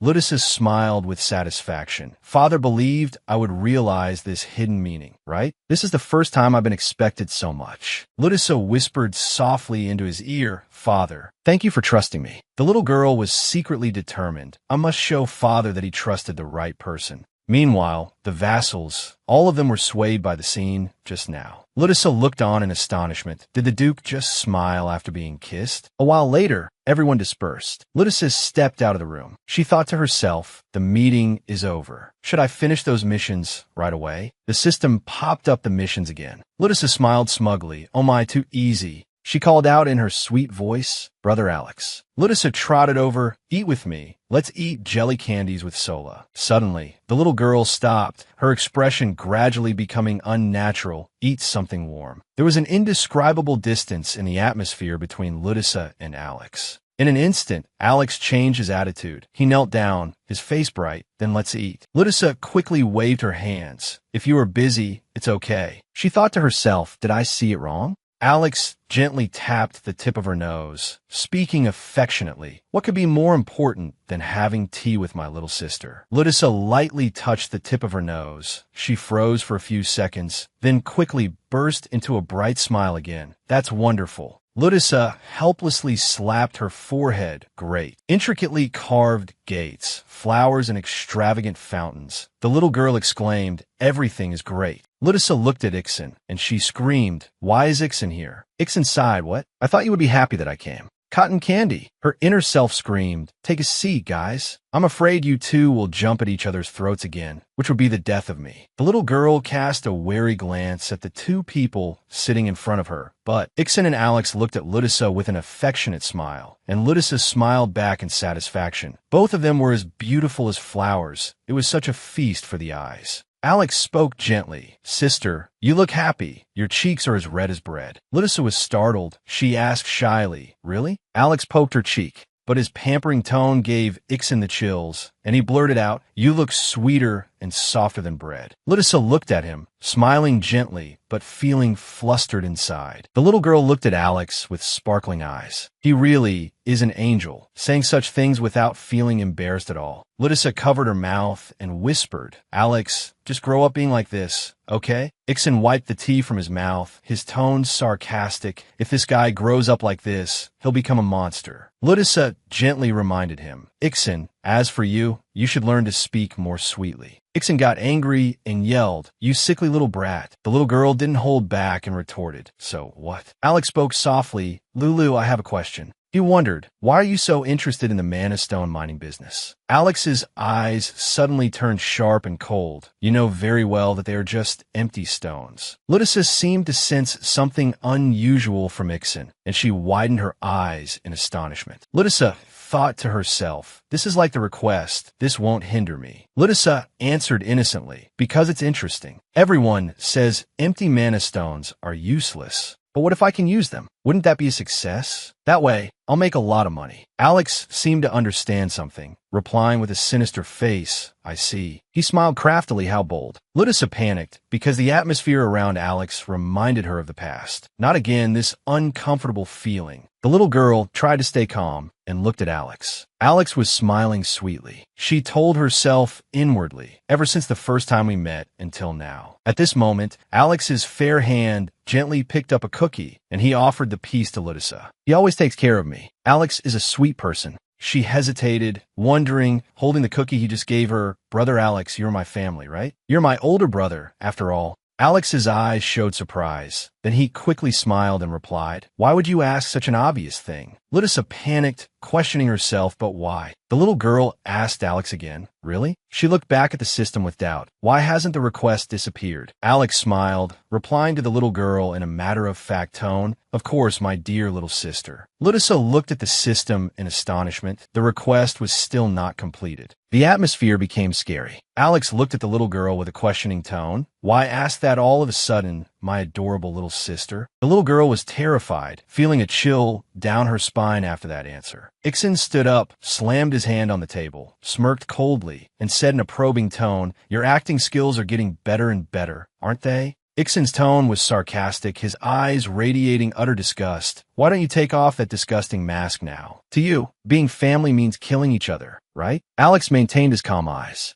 Ludisa exclaimed in confusion, "Ixen." Ixen questioned, "I never understood why you helped me, but now I do." "You knew there was someone hiding in the Earth Manor that day." Alex rested his chin on his hand, looking at Ixen with surprise. "Since when did you become so smart?" Ludisa looked surprised at the completed system. She wondered her mind, was Alex involved in that kidnapping incident? The whole castle seemed to radiate a dangerous dark aura. Ixen replied to Alex with a dark face, "It's too obvious. You've always boasted about your strength, throughout the Duke's estate. There's no way you wouldn't have noticed someone inside. He lowered his voice. Cotton Ball, I'm saying this because you're too easygoing. This guy is a Faratin. Ixon's tone was cold. Feritons are very cruel and aggressive. He added, to this guy, anyone besides himself is an enemy. Ixon's arm shielded and protected Ludisa. The little girl looked at Ixon's back, feeling protected. Ludisa then hugged Ixon's arm. Then Alex sighed. She questioned Alex, did you really know I was about to be kidnapped back then? Alex turned his face away, offering a malicious smile about that.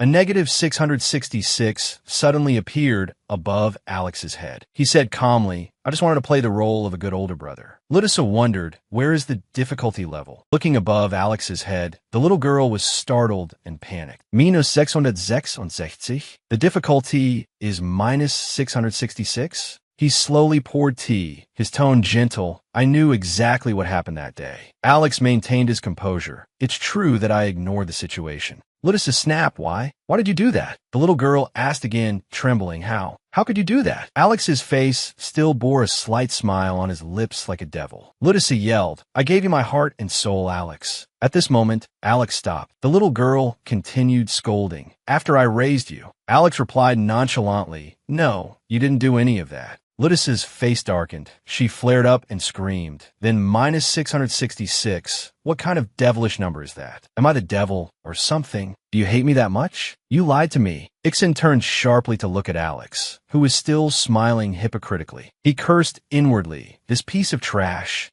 Ludisa was extremely furious. You're someone who only knows how to make people despair. Alex. Alex remained calm, as ever, flashing a bright smile. Thank you. Ludisa made a fuss. That's not a compliment. You jerk. The little girl couldn't hold back anymore and yelled loudly. You're the old fox who will destroy this empire. You talented pretty boy. Ixon immediately hugged the little girl to calm her down. Calm down. That wasn't an insult to him. Hearing his words, Ludisa immediately stopped what she was doing and stared at Alex. She lowered her voice and asked, You've hated me from start. He reached out to gently stroke the rim of the teacup and answered indifferently, That's right. The little girl, unwilling to give up, continued to ask why. I didn't do anything. Ludisa looked down and said in a low voice, Is it because I don't have magic? Or is it tears were welling up in her eyes by now? Could it be that you think I'm not father's biological daughter, that I'm an illegitimate child from the outside? Alex asked in a cold voice, What are you talking about? His brows slightly furrowed as he stared intently at Ludisa. He answered coldly, I hate you because you carry the Faratin bloodline. The little girl froze. He looked straight at Ludisa and said, Siblings are rivals. Alex then explained, because only one person can become the head of the Faratin family. The little girl widened her eyes at Alex. Does he hate me because I'm his family? Ludisa immediately realized the implication in his words. It means he acknowledges me as a Faratin. She thought to herself, Alex is affirming that I have the potential to become the head of the Feritons, despite the doubts about me not having magic. She recalled the first time she met Alex. To him, I'm not a useless thing. Ludisa thought he considers me a rival standing at the same starting line ever since the first time we met. The little girl then voiced her thoughts. You hate me because we are enemies? Right after that, she broke free from Ixon's arms and walked towards Alex.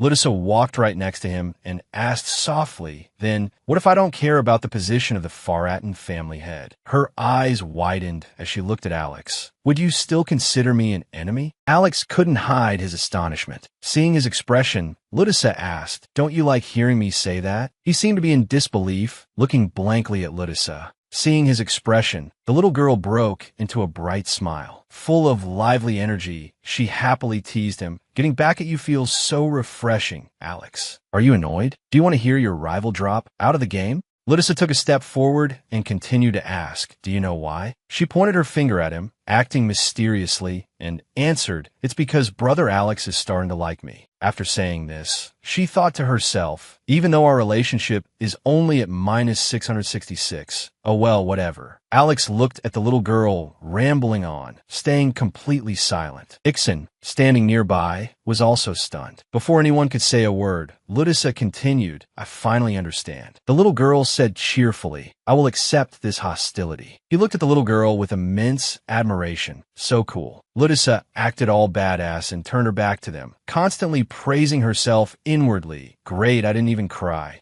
Perfect. But a second later, she suddenly spat out a mouthful of blood, shocking Ixen, who shouted her name, Ludissa. Ludissa braced her hands on the floor, feeling a bit panicked inside. No, why is my ability activating out of nowhere? My hands and feet are freezing, so healing is needed. Activation begins. The little girl turned around to look at them. Ixen is worried again. She told herself inwardly, the tension is fading. Behind her, Ixen called out her name in extreme worry. Ludissa. Before Ludissa lost consciousness, she managed to catch a glimpse of the point bar above Alex's head. Oh, favorability points. Seeing that the little girl had fainted, Ixen anxiously shouted her name. Ludissa. He angrily turned back and questioned, what are you doing to a kid who just fainted? Alex stood motionless by the tea table, looking towards them. Ixen carried the little girl on his back, feeling quite surprised inside. What's this? He glanced at Alex, thinking to himself, he's the type to say whatever he wants. I wonder if he was affected by my words just now. Ixen recalled Alex's frightened face and felt somewhat surprised. It's the first time I've seen him have such an expression. A few hours later, Ludissa woke up. Lying on the bed, she thought, I wanted to leave in a cool way, but then my ability suddenly activated. Meanwhile, she remembered her quests. Kissing the Duke's cheek, eating delicious food with Alex, letting Ixen carry me. I guess by fainting, the requirements have been fulfilled. This kid, Ixen.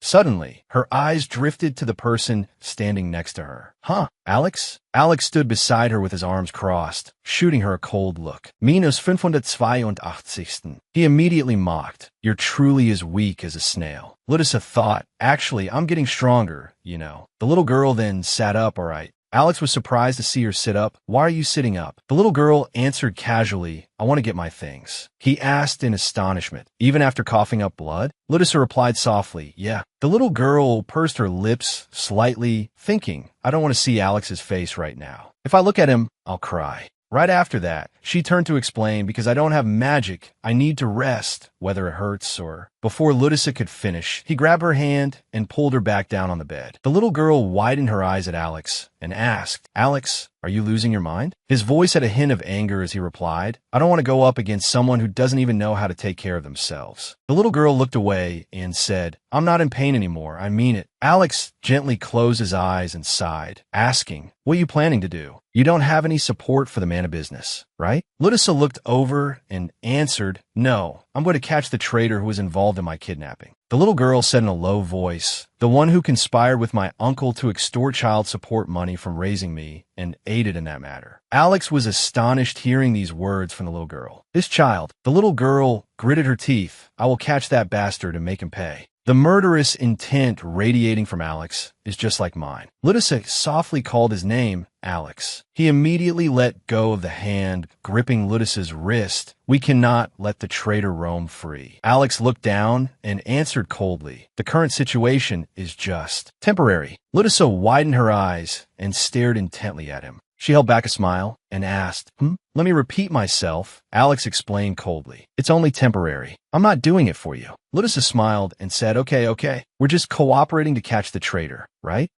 Being teased, he got a little annoyed. You're so annoying. The little girl looked at Alex through the gaps of her fingers. Why do I feel like? The numbers above his head were changing continuously. Ludissa secretly rejoiced in her heart. So Alex is just trying hard to hate me. Huh. Just as she was rejoicing, the number above his head clearly settled on minus 666. The little girl gaped. No, it's minus 666 again. Look. The next morning at the palace, Ludissa fearfully pointed at herself and softly called, Papa. She looked at the doctors who were trembling on their knees on the ground and asked, Are you going to kill those doctors? Faratin crossed his arms, turned to her, and replied, They didn't fulfill their duties, so they must take responsibility. The little girl walked over and hugged his leg, pleading, But I'm really okay. Ludissa rolled up her sleeve, showing off the tiny muscles on her arm. See, I'm super strong. She then turned to the doctor and gave a wink as a signal. Seeing the little girl's signal, the doctor quickly explained, That's right. The test results show that the young lady is healthier than before she fainted. The doctors behind silently praised her. The young lady is number one. Ludissa held out her hand to him. Father, look, before I fainted, my hands and feet were freezing. Faratin reached out his hand to let the little girl touch it. Then he knelt on one knee and kissed Ludissa's tiny hand. He looked up at the little girl. Now it's warm. The little girl smiled and nodded.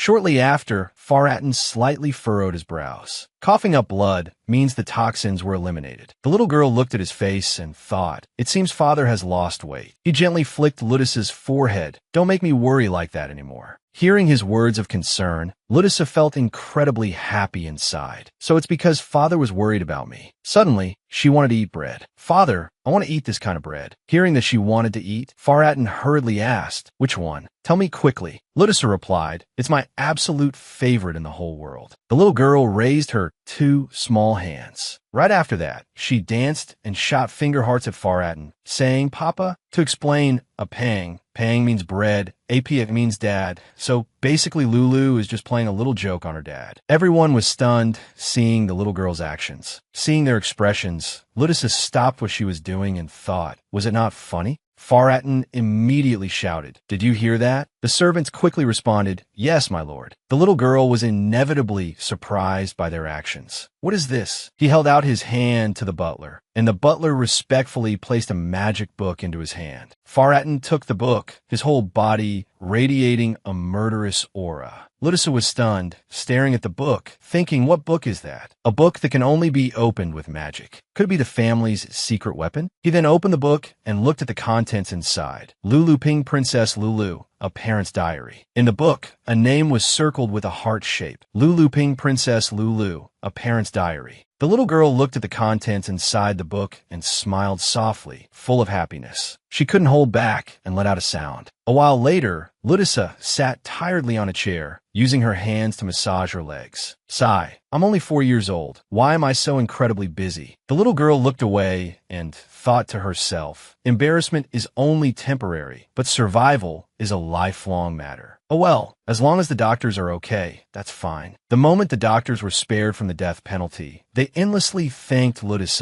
We owe our lives to the young lady. We love you so much. Young lady. Thank you, young lady. The little girl looked up at the system and thought to herself, why haven't I received my reward yet? A line of text appeared on the screen. Would you like to claim your reward right now? Ludus answered decisively, yes. As soon as the system received her answer, it activated, calculating. A few seconds later, the reward appeared on the screen. Calculation complete. Hermes has been added. The little girl stared blankly at her reward. Hermes? Ludus stared wide-eyed at the reward. It's the Hermes I know, right? She covered her mouth and reached out to touch the screen. She pressed the icon of a small bird at the bottom corner of the screen. As soon as she pressed it, a bright white light flashed. The small bird on the screen immediately appeared. A second later, it flew towards her. Ludus reached out to catch the bird, and a stream of information about it appeared right in front of her. Hermes, you have acquired a rare messenger spirit. This bird is a loyal messenger that can deliver letters to anyone, anywhere you want, like the legendary Hermes, even to the afterlife. It is an extremely valuable reward. In short, players should pay up and find out its abilities for themselves. The messenger of capitalism. Right after that, she rubbed her cheek against the bird. So cute. My pet is so cool and amazing, just like when I was a kid. So your name will be Chirp Chirp. Never mind that name Hermes. Suddenly, the little bird pushed Ludus away with its tiny foot. I haven't acknowledged you as my master yet, human brat. Right after that, it flew over to the cookies and snorted, I know everything. It turned back and glared at her. I know that disappointed look. Those aren't tears of joy at all. They are tears of lingering regret, aren't they? Ludus was stunned seeing the talking bird. The two fell silent, looking at each other for a moment. Right after that, the little girl smiled softly. She reached out to take a cookie from the table, offered it to the bird, and smiled, asking, here's a cookie. Do you want to eat? The bird couldn't help but be surprised when the little girl offered it a cookie. Huh? It yelled angrily, are you serious? I don't want it. It immediately turned its head away. Do you think I'll fall for this trick? A moment later, it happily ate the cookie on the table. You really are a good person. Ludus rested her chin on her hands and looked at it happily, saying, eat it all. I prepared it for this messenger bird of capitalism anyway. I didn't expect it to actually be useful. She calculated inwardly. It seems fine, but if I can fully exploit its abilities, I can even send letters to the afterlife. Ludus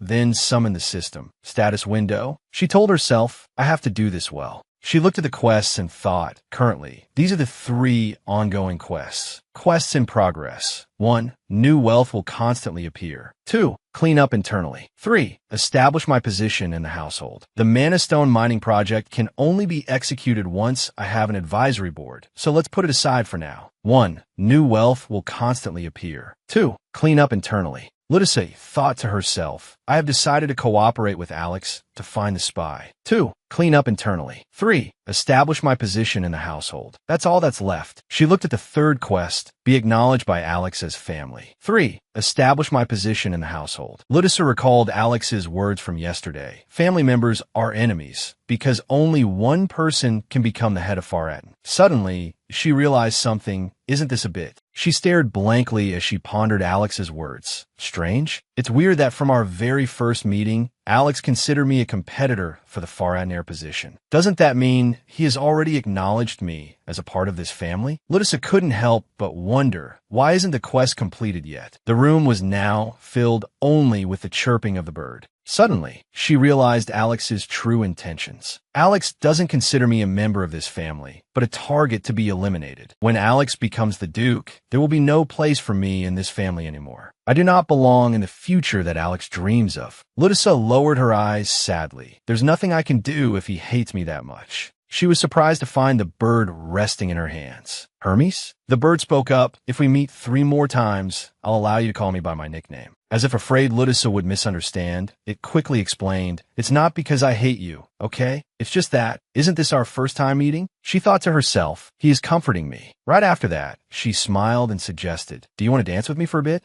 To Alex, family is not a normal concept. He will either have no family at all, or have a family, but refuse to accept them. Either way, it's really sad. While she was deep in thought, Ixon walked in and asked, what are you doing? Seeing him walk in, Ludicate called his name. Ixon. She walked over and grabbed Ixon's hand. She happily asked, isn't family a wonderful thing? He looked at Ludicate warily. Why this sudden? What's wrong with that bird? Ludicate looked at him with hopeful eyes. Right? You also think it's very pretty, don't you? Ixon stood frozen, looking at the little girl holding his hand. Immediately after, he blushed and looked away. Yeah. Ludicate teased, your ears are red. He replied irritably, they are not. She laughed and teased, are you shy? That's so adorable. Ixon shouted, explaining, it's the truth. Right after that, he looked at Ludicate seriously. More importantly, I heard that you like a certain type of bread. Hearing these words, the smile on the little girl's face faltered. Ixon looked at her curiously. What's the matter? Everyone has been going crazy about it, but they won't tell me what kind of bread it is. Ludicate replied nervously, you can't know about it. You just can't. He pleaded with Ludicate, tell me what it is. She brushed him off. You don't need to know. Ixon frowned and asked, are you only hiding it from me? Seeing his expression, she took a step back. That expression can't make me feel bad. She pouted and replied in a low voice, it's... Ixon frowned and repeated BL. Ludicate clenched her fists with determination. Come on, she told herself, only the first time is hard. Immediately after, she made a finger heart gesture at Ixon, op-pang. Ludicate's action made him freeze. Ixon was stunned by her action. Meanwhile, outside the palace, flurries of snow were falling. A moment later, a loud explosion echoed, accompanied by Ixon's scream, damn it, she's too cute. He couldn't help but scream internally, I'm dying over here. At this time, inside the palace corridor, Alex walked alone down the hallway holding a file folder. He sadly looked up at the ceiling. He recalled his conversation with Ludicate. You wouldn't have wanted to be kidnapped, so you couldn't have helped with that. Alex frowned slightly and said, but I did nothing. Ludicate smiled and replied, no, you're lying. He chuckled and asked why. Is it because I like you? Is that the kind of nonsense you would say? Her eyes became cold. You want to become the head of this family. The little girl sat up and replied, you saved me because you wanted an achievement. Ludicate smiled and asked, am I wrong? Alex thought to himself, I can't say it's completely wrong. I thought I had completely fooled this soft pudding. Ludicate looked away and said, however, denying it to this extent, there's no need to emphasize that you don't like me anymore. She smiled softly. She looked at Alex, smiling, and asked, "Doesn't that mean you are starting to like me?" Alex asked coldly, "Are you saying that I am not guilty because I like you and save you at the last minute?" Lydia shook her head and replied, "No, I'm wrong. I was really scared." She pointed a finger at his face and emphasized, "Therefore, I will not forgive you." She pointed at him, smiling, and said, "If you want to be forgiven, try your best." Hearing her words, Alex smiled and replied, "I guess I'll try to get my adorable little sister's forgiveness then." Returning to the present, he knocked on Lydia's door. The door opened, and Lydia's voice rang out, "Come in, Alex." In the room, the little girl was sitting on a chair, waving at Alex. "I've been waiting for you." He walked over and replied coldly, "Yeah, I told you we would work together." He pulled out a chair. Alex set the file folder down and smiled, saying, "Even if it's just for a moment." Lydia smiled and cheered, "Great, let's get started then." She looked at him and asked, "So who was the traitor that colluded with Tyrant?" Alex reached out his hand and smiled, answering, "It seems you are very sure you have found out." "Based on what?" Lydia opened her big round eyes, looking at him with a confident voice. "It's simple. You are very smart." The two sat facing each other. Alex gently said to the little girl, "I will always support you." The small head looked up at him. "All right, I'll take care of this myself." The number above Alex's head jumped to 439. "So what are you going to do?" Seeing this change, Lydia's heart bloomed with joy. The affection points have increased. "It's very simple." The childish fingers snapped to signal, "Just bring me the work logbook, and everything will be solved." His expression remained cold. "Explain it to me." She thought to herself, "He looks like he doesn't need any explanation at all." Lydia rested her chin and slowly explained, "Tyrant has been sending a huge amount of child support every quarter. Naturally, they would receive reports to see if it was being used for its intended purpose. The money and documents are all fully accounted for." Alex listened seriously and then offered his opinion. "The reports are flawless. Even when compared with the actual purchase history, nothing was found. So the officials are not the traitors." Her face was young, but she sighed like an old lady. "You can skip the record I requested from you. If so, that's the logbook I asked Alex for." Suddenly, he asked a question that made Lydia find a spark of light. "So what do you want?" "The list of auditors over the past 3 years. Auditors must have gone to Tyrant to investigate, right?" Alex smiled slightly and nodded in reply, "That's right." A layer of indescribable emotion welled up in her big round eyes. Right after that, she suddenly cupped her face. "I understand now." The person opposite her was very confused at this moment. What a strange reaction. Lydia recalled that dark memory. "When I was at Tyrant's, I felt like I was completely abandoned." The little girl had once trembled and begged in despair. "Please let me see your face just once. Please tell me my name." How many times had tears fallen? "You didn't have to take me back, but please say that you won't forget me and that you won't abandon me." A change appeared at some point. I stopped dreaming of it so suddenly. An auditor was sent. My family always remembered me and kept an eye on me. It's just that their eyes were empty. Returning to the present, she smiled foolishly. "Yes, I wonder why. Now I know that I was not abandoned." Alex's eyes curved in a smile. "Did that bastard say something to you?" Lydia's head was full of question marks. "What? That bastard? Am I hearing things?" His voice came at a steady pace. "You said that you were abandoned." It was true that the little girl had just said that. Yes. Alex's attitude didn't change at all. That's such a delusional thought. But he didn't know that in a hidden corner he couldn't see, her hand was clenched tight. A delusional thought. The red hue in Alex's eyes remained as cold as ever. "Abandoning you? Keep your head up, Lydia Tyrant. No one has the right to abandon you." Lydia was stunned for a moment, unable to fully believe Alex's words. "No one." At the same time, the score changed again. "I have the right to abandon you." Lydia covered her mouth in shock. "He's the only one who can abandon me?" Overjoyed, she boldly guessed, "Alex, you must really like me. The number 4 in 444 must mean you love me, right?" With a smile as bright as a blooming spring flower, Alex was momentarily captivated by Lydia. Regaining his composure, he slightly bowed his head to avoid her gaze. "Let's just continue with the story. That's why we met to talk." Another secret was revealed. The auditor found out that your uncle had become rich from the child support money. Your uncle must have tried to bribe the auditor. Just thinking about it clearly showed his greedy face. The child support money. "Let's split it. We just have to manipulate the audit results." Naturally, this confused him. How'd he dare to do that? And once again, Lydia gave the answer. There was a valid reason to ignore it. Half of it is that the little girl is not the Duke's biological daughter, and the other half is from the Duchess's extramarital affair. An illegitimate child without any magical energy.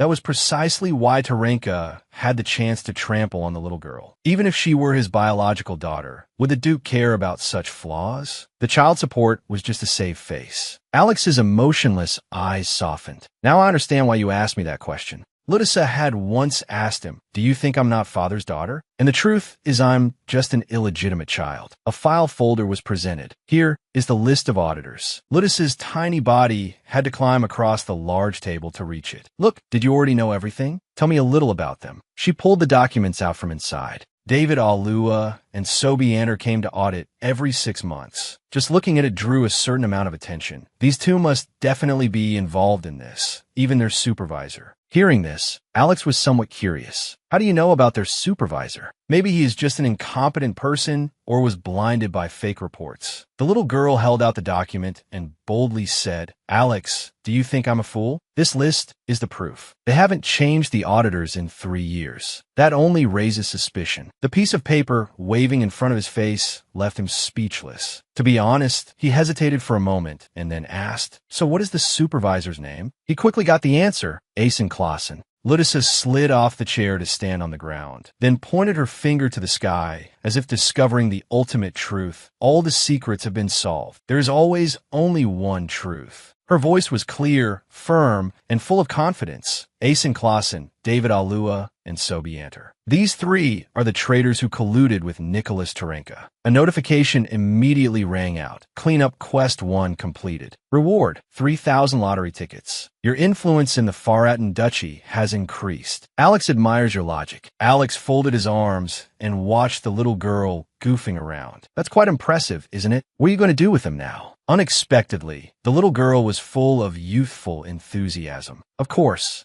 Ludisa climbed onto the high chair once again. "I will leave them alone." He stayed in his position, puzzled. Leave them alone? Her approach surprised Alex quite a bit. "Yes, until I find a person behind them." The familiar sound rang out. A new quest had arrived. Cleanup 2. You have excellently captured the accomplices who harassed you, but it's not enough. You've only removed the surface dust. The cleaning is not over yet. Make sure to remove all the mold growing inside. Condition: hunt down the traitor. Reward: 10,000 cash draw ticket. Her mature demeanor contrasted with her adorable face. "We need bait to catch a big fish." He looked interested in Ludisa. "Indeed, I like that. I didn't expect you to even think about the person behind all this." Hearing that, the little girl arrogantly tossed her hair. "No compliments for me? I'm your rival, you know." As if reminding Alex. "Arrival." His slender fingers tapped rhythmically on the table. "Why don't you suspect me?" His eyes returned to their familiar coldness. "I could just be pretending to help so you won't suspect me." The little girl answered immediately without even thinking, "But that's not who you are." Ludisa successfully made him freeze once again.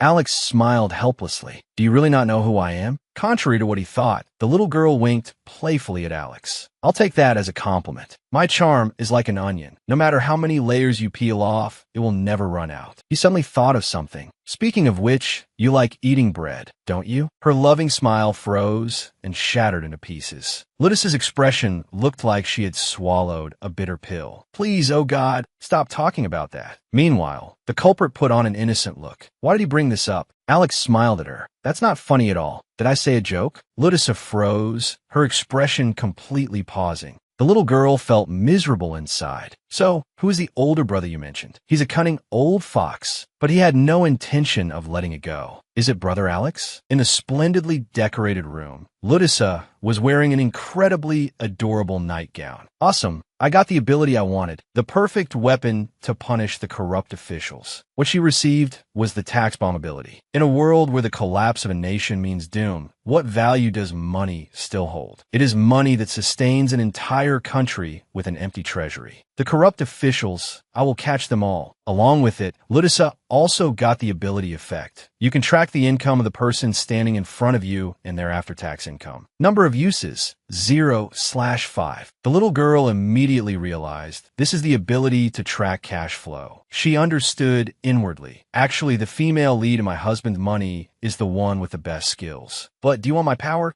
This greatest ability? It is mine. But there was only the harsh truth. I don't have cash. Fortunately, getting this ability would also be very helpful. Anyway, bribes are part of income, so I can naturally track them. There's a rather important thing. However, the problem is that I have to see that person's face. Track the income of the person standing in front and the number of ability uses. Her short legs jumped onto the soft bed. I don't know who that person is, but it's definitely an elder. To meet an elder, I have to wait until the next competition, which is taking too long. There is no other way for now. In the meantime, can I only sit around doing nothing in my father's office? But when will my father arrive? The little girl brought this issue to Alex and immediately got a suggestion from him. It's simple. Just aim for the upcoming year-end party. Her small face lit up. Ah, the new year is coming. We'll have a big party. Alex slowly walked down the stairs behind Ludisa. Are you excited? The little girl trotted ahead. Of course. Ludisa's hands flared her princess dress, her legs slightly bending to imitate the movement of a dancer. The banquet hall will be decorated beautifully, right? Everyone will dress up nicely and greet each other gracefully. He couldn't help but find his little sister's actions amusing. I wonder what you were expecting. Ludisa pulled back her previous posture and turned toward Alex. Contrary to the gentle cheerfulness, her face now exuded a bizarre look. A secret social war, but with elegant attitudes. The world around him plunged into darkness. At Alex's confusion, Ludisa's spirit seemed stimulated and full of energy. Another war. What a cruel world, where people hide their swords and stab each other with words. The more she spoke, the more enthusiastic she became. This is social politics. Just then, she was interrupted by him. Hey, who taught you those things? The little girl quickly changed the subject, starting to wave her hands and feet. There will also be a lot of delicious food, right? Cakes and puddings. Will there be a chocolate fountain? Alex immediately extinguished that innocent wish. There has never been a chocolate fountain here. He flicked his finger against her chubby, soft cheek. His smile and words made Ludisa tear up with emotion. But if you want, I'll have someone prepare it. Her two small arms stretched out, and she rushed to hug Alex's legs. Alex, you're the best. His face was extremely gentle and affectionate. The little girl was also immersed in her own feelings. But right at this moment, the score above Alex's head moved. 234. That's too much. Ludisa quickly moved away from him. Resisting my cuteness is just pointless. She pretended to clear her throat to look more natural. Anyway, so all of your subordinates will attend the year-end party? Alex adjusted the coat on his shoulders. The attendance rate is even higher than the monthly conference. Even the elders who have retired from the front lines will come. Hearing that, the little girl immediately looked joyful. Great! Behind that harmless smile, who knows how many evil schemes were hidden? If so, I will be able to track their income without fail. Suddenly, Ludisa's tiny legs were lifted off the ground. So, can you tell me the reason now? The little girl was tossed onto a soft chair. The culprit was none other than him. The reason you asked when you'll be able to meet the important members of the family. It was as if Ludisa's switch was flipped and she hurriedly asked, right, can I return to the duchy now? I think it would be great if you could welcome me. Alex glanced at her. Isn't to find the person behind all this? Ludisa felt that she couldn't fool him. Alex, you really are smart. Alex continued to question her. However, it's still very strange. I'm not sure why you want to meet them. It's not like you can tell right away. Ludisa's eyes widened even more. Why is he so quick-witted? The little girl lowered her head and stayed silent for a moment. First, I need to find out who it is and then come up with a logical argument. There's no other way. Then she replied to him. Ah, that's because you're my ally. Just temporarily, though, with a serious yet resigned look. Right, because you're my temporary ally and also my older brother, I will tell you. While Ludisa wasn't paying attention, the number above Alex's head changed again. 184. She put on a mysterious look and leaned close to his ear. Actually, Alex's expression at this moment was both expectant and wary. Ludisa tried to speak very softly. I can read minds. This was indeed hard to believe. What? The little girl used even more flowery words to describe it. My eyes are the eyes of truth. The energy of heaven flows through my eyes. She had actually revealed her secret, but I have to see that person's face. I see. The large and small hands next to each other continued chatting. That's right. I can see all evil and wicked things with my pure eyes. Alex was a bit curious. So, which group do I belong to? His forehead pressed against Ludisa's smooth pink hair, which faintly smelled of a pleasant scent, and he looked straight into her eyes to ask, the good group, or but the bad side? Being suddenly approached made Ludisa's face flush red. My heart is pounding right now. She just listened as Alex got closer to ask, and then moved away to answer himself. Indeed, after all, we are siblings. We're the same. He still confirmed it once again. Anyway, you can know immediately if a person has taken bribes just by looking at their face, right? Ludus's small face was full of confidence. Yes, this time it is very accurate.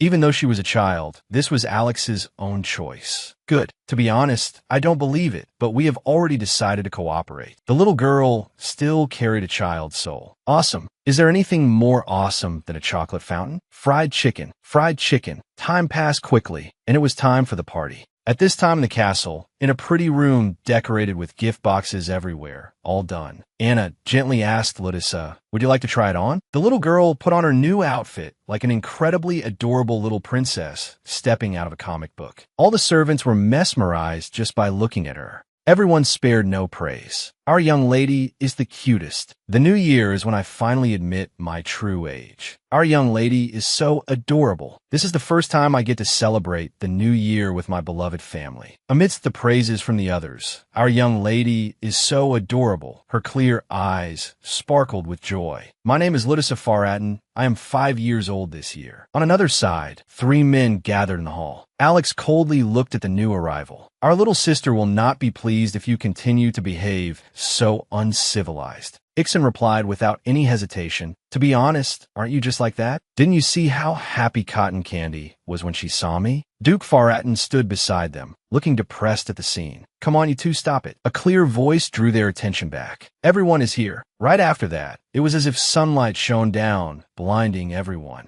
Tajda, her small figure walking down the stairs, was like a pretty flower stepping forward. Look here, this is my outfit for the year-end party. Isn't it pretty? Her bright smile caught the dark aura radiating from Ixon. Ludus rushed straight to him, pointing her finger at his face and scolding, if you two keep fighting, I won't talk to you guys anymore. Ignoring that anger, someone still stepped forward. My little sister looks so adorable. Alex knelt on one knee and kissed the little girl's hand. May I be your escort? He immediately received an objection. Hey, where did you come from, kid? Ixon quickly pulled Ludus toward him. Didn't you hear what I said? Don't pay attention to that crazy guy anymore. He tried his best to protect the little girl. My little Cotton Candy, I will protect you. The war of words started again from Alex's toxic mouth. The guy who always wants to smash walls is just talking nonsense. Don't believe him. An enthusiastic response from the other. Want to try? A third voice interrupted the two of them and simultaneously picked Ludus up in his arms. This is clearly nonsense. It was Duke Faraton's turn to snatch her. Anyway, she likes me the most. The person being fought overrealized. What's going on? This scene is just like those cheesy romance novels. My brothers and father are all controlled by me. The little girl suddenly widened her eyes and looked at Alex. He also noticed Ludus looking at him. A gentle smile immediately bloomed on Alex's face, but the number didn't reflect it. The most noticeable thing was this, 160. The little girl really wanted to scream. No, even if you don't like me, it's not worth deducting points. Ludus felt she had to resolve this situation, so she told him, but I'm still young. I don't need to have an escort. Father, please put me down. Alex approached and explained, there's no rule forbidding this. How could Ixon let it go? Don't interfere. The knight's duty is to keep ladies safe. That's my job. He didn't bother to get angry, but dropped a meaningful sentence. I'm serious. But today, she has an important matter to do with me. And he successfully provoked the other. Important? Alex gently took the little girl and put her down. That's our secret. Ludus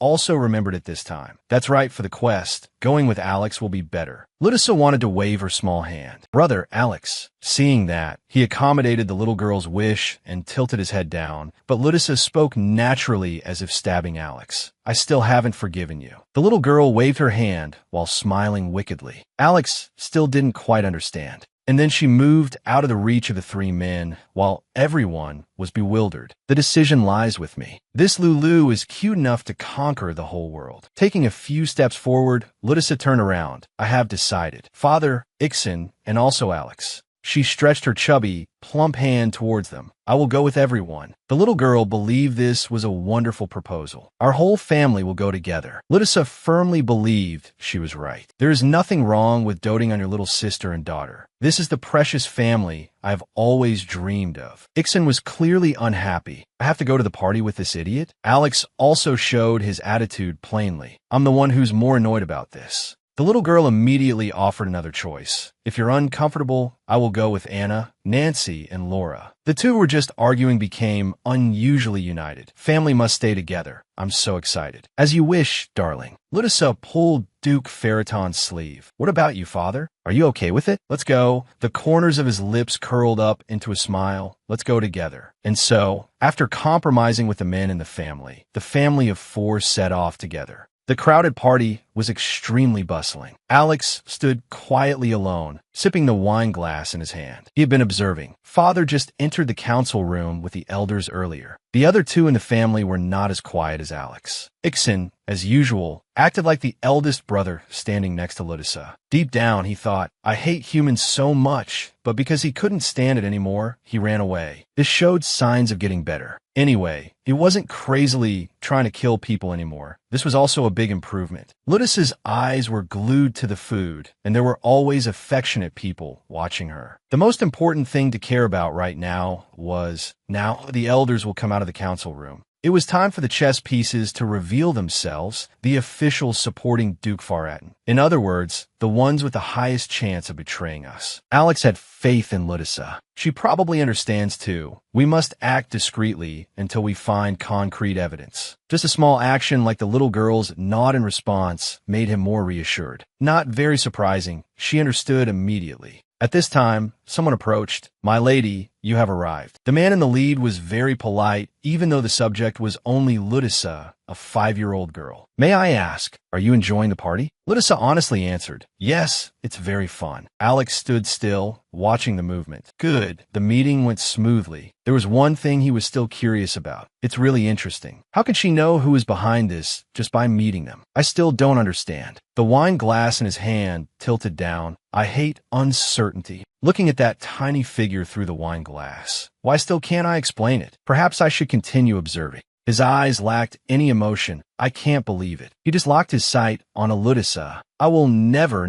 The wine glass was pulled back without spilling a single drop, and the corners of his mouth curled up. Even though I don't believe it, I have to admit that Ludisa is a smart child. Alex, looking gentle and relaxed at this moment, brought the wine glass to his lips. Just as she said, I will find the culprit. But before he could even take a sip, he heard that childish voice. You're a bad guy. He stopped his movement, his whole body freezing. Ludisa, the little girl, was pointing right at those people's faces and scolding them. Bad guys, you wicked people. Her aura was fierce and majestic, like a hero saving the world. You damn tax evader. Alex forced a smile that looked worse than crying. Did my little sister leave her brain at home? The video will pause here. While waiting for the new part, please check out other series on the QMO review channel to pass the time. Wishing you all happiness and plenty of energy. Goodbye and see you next time.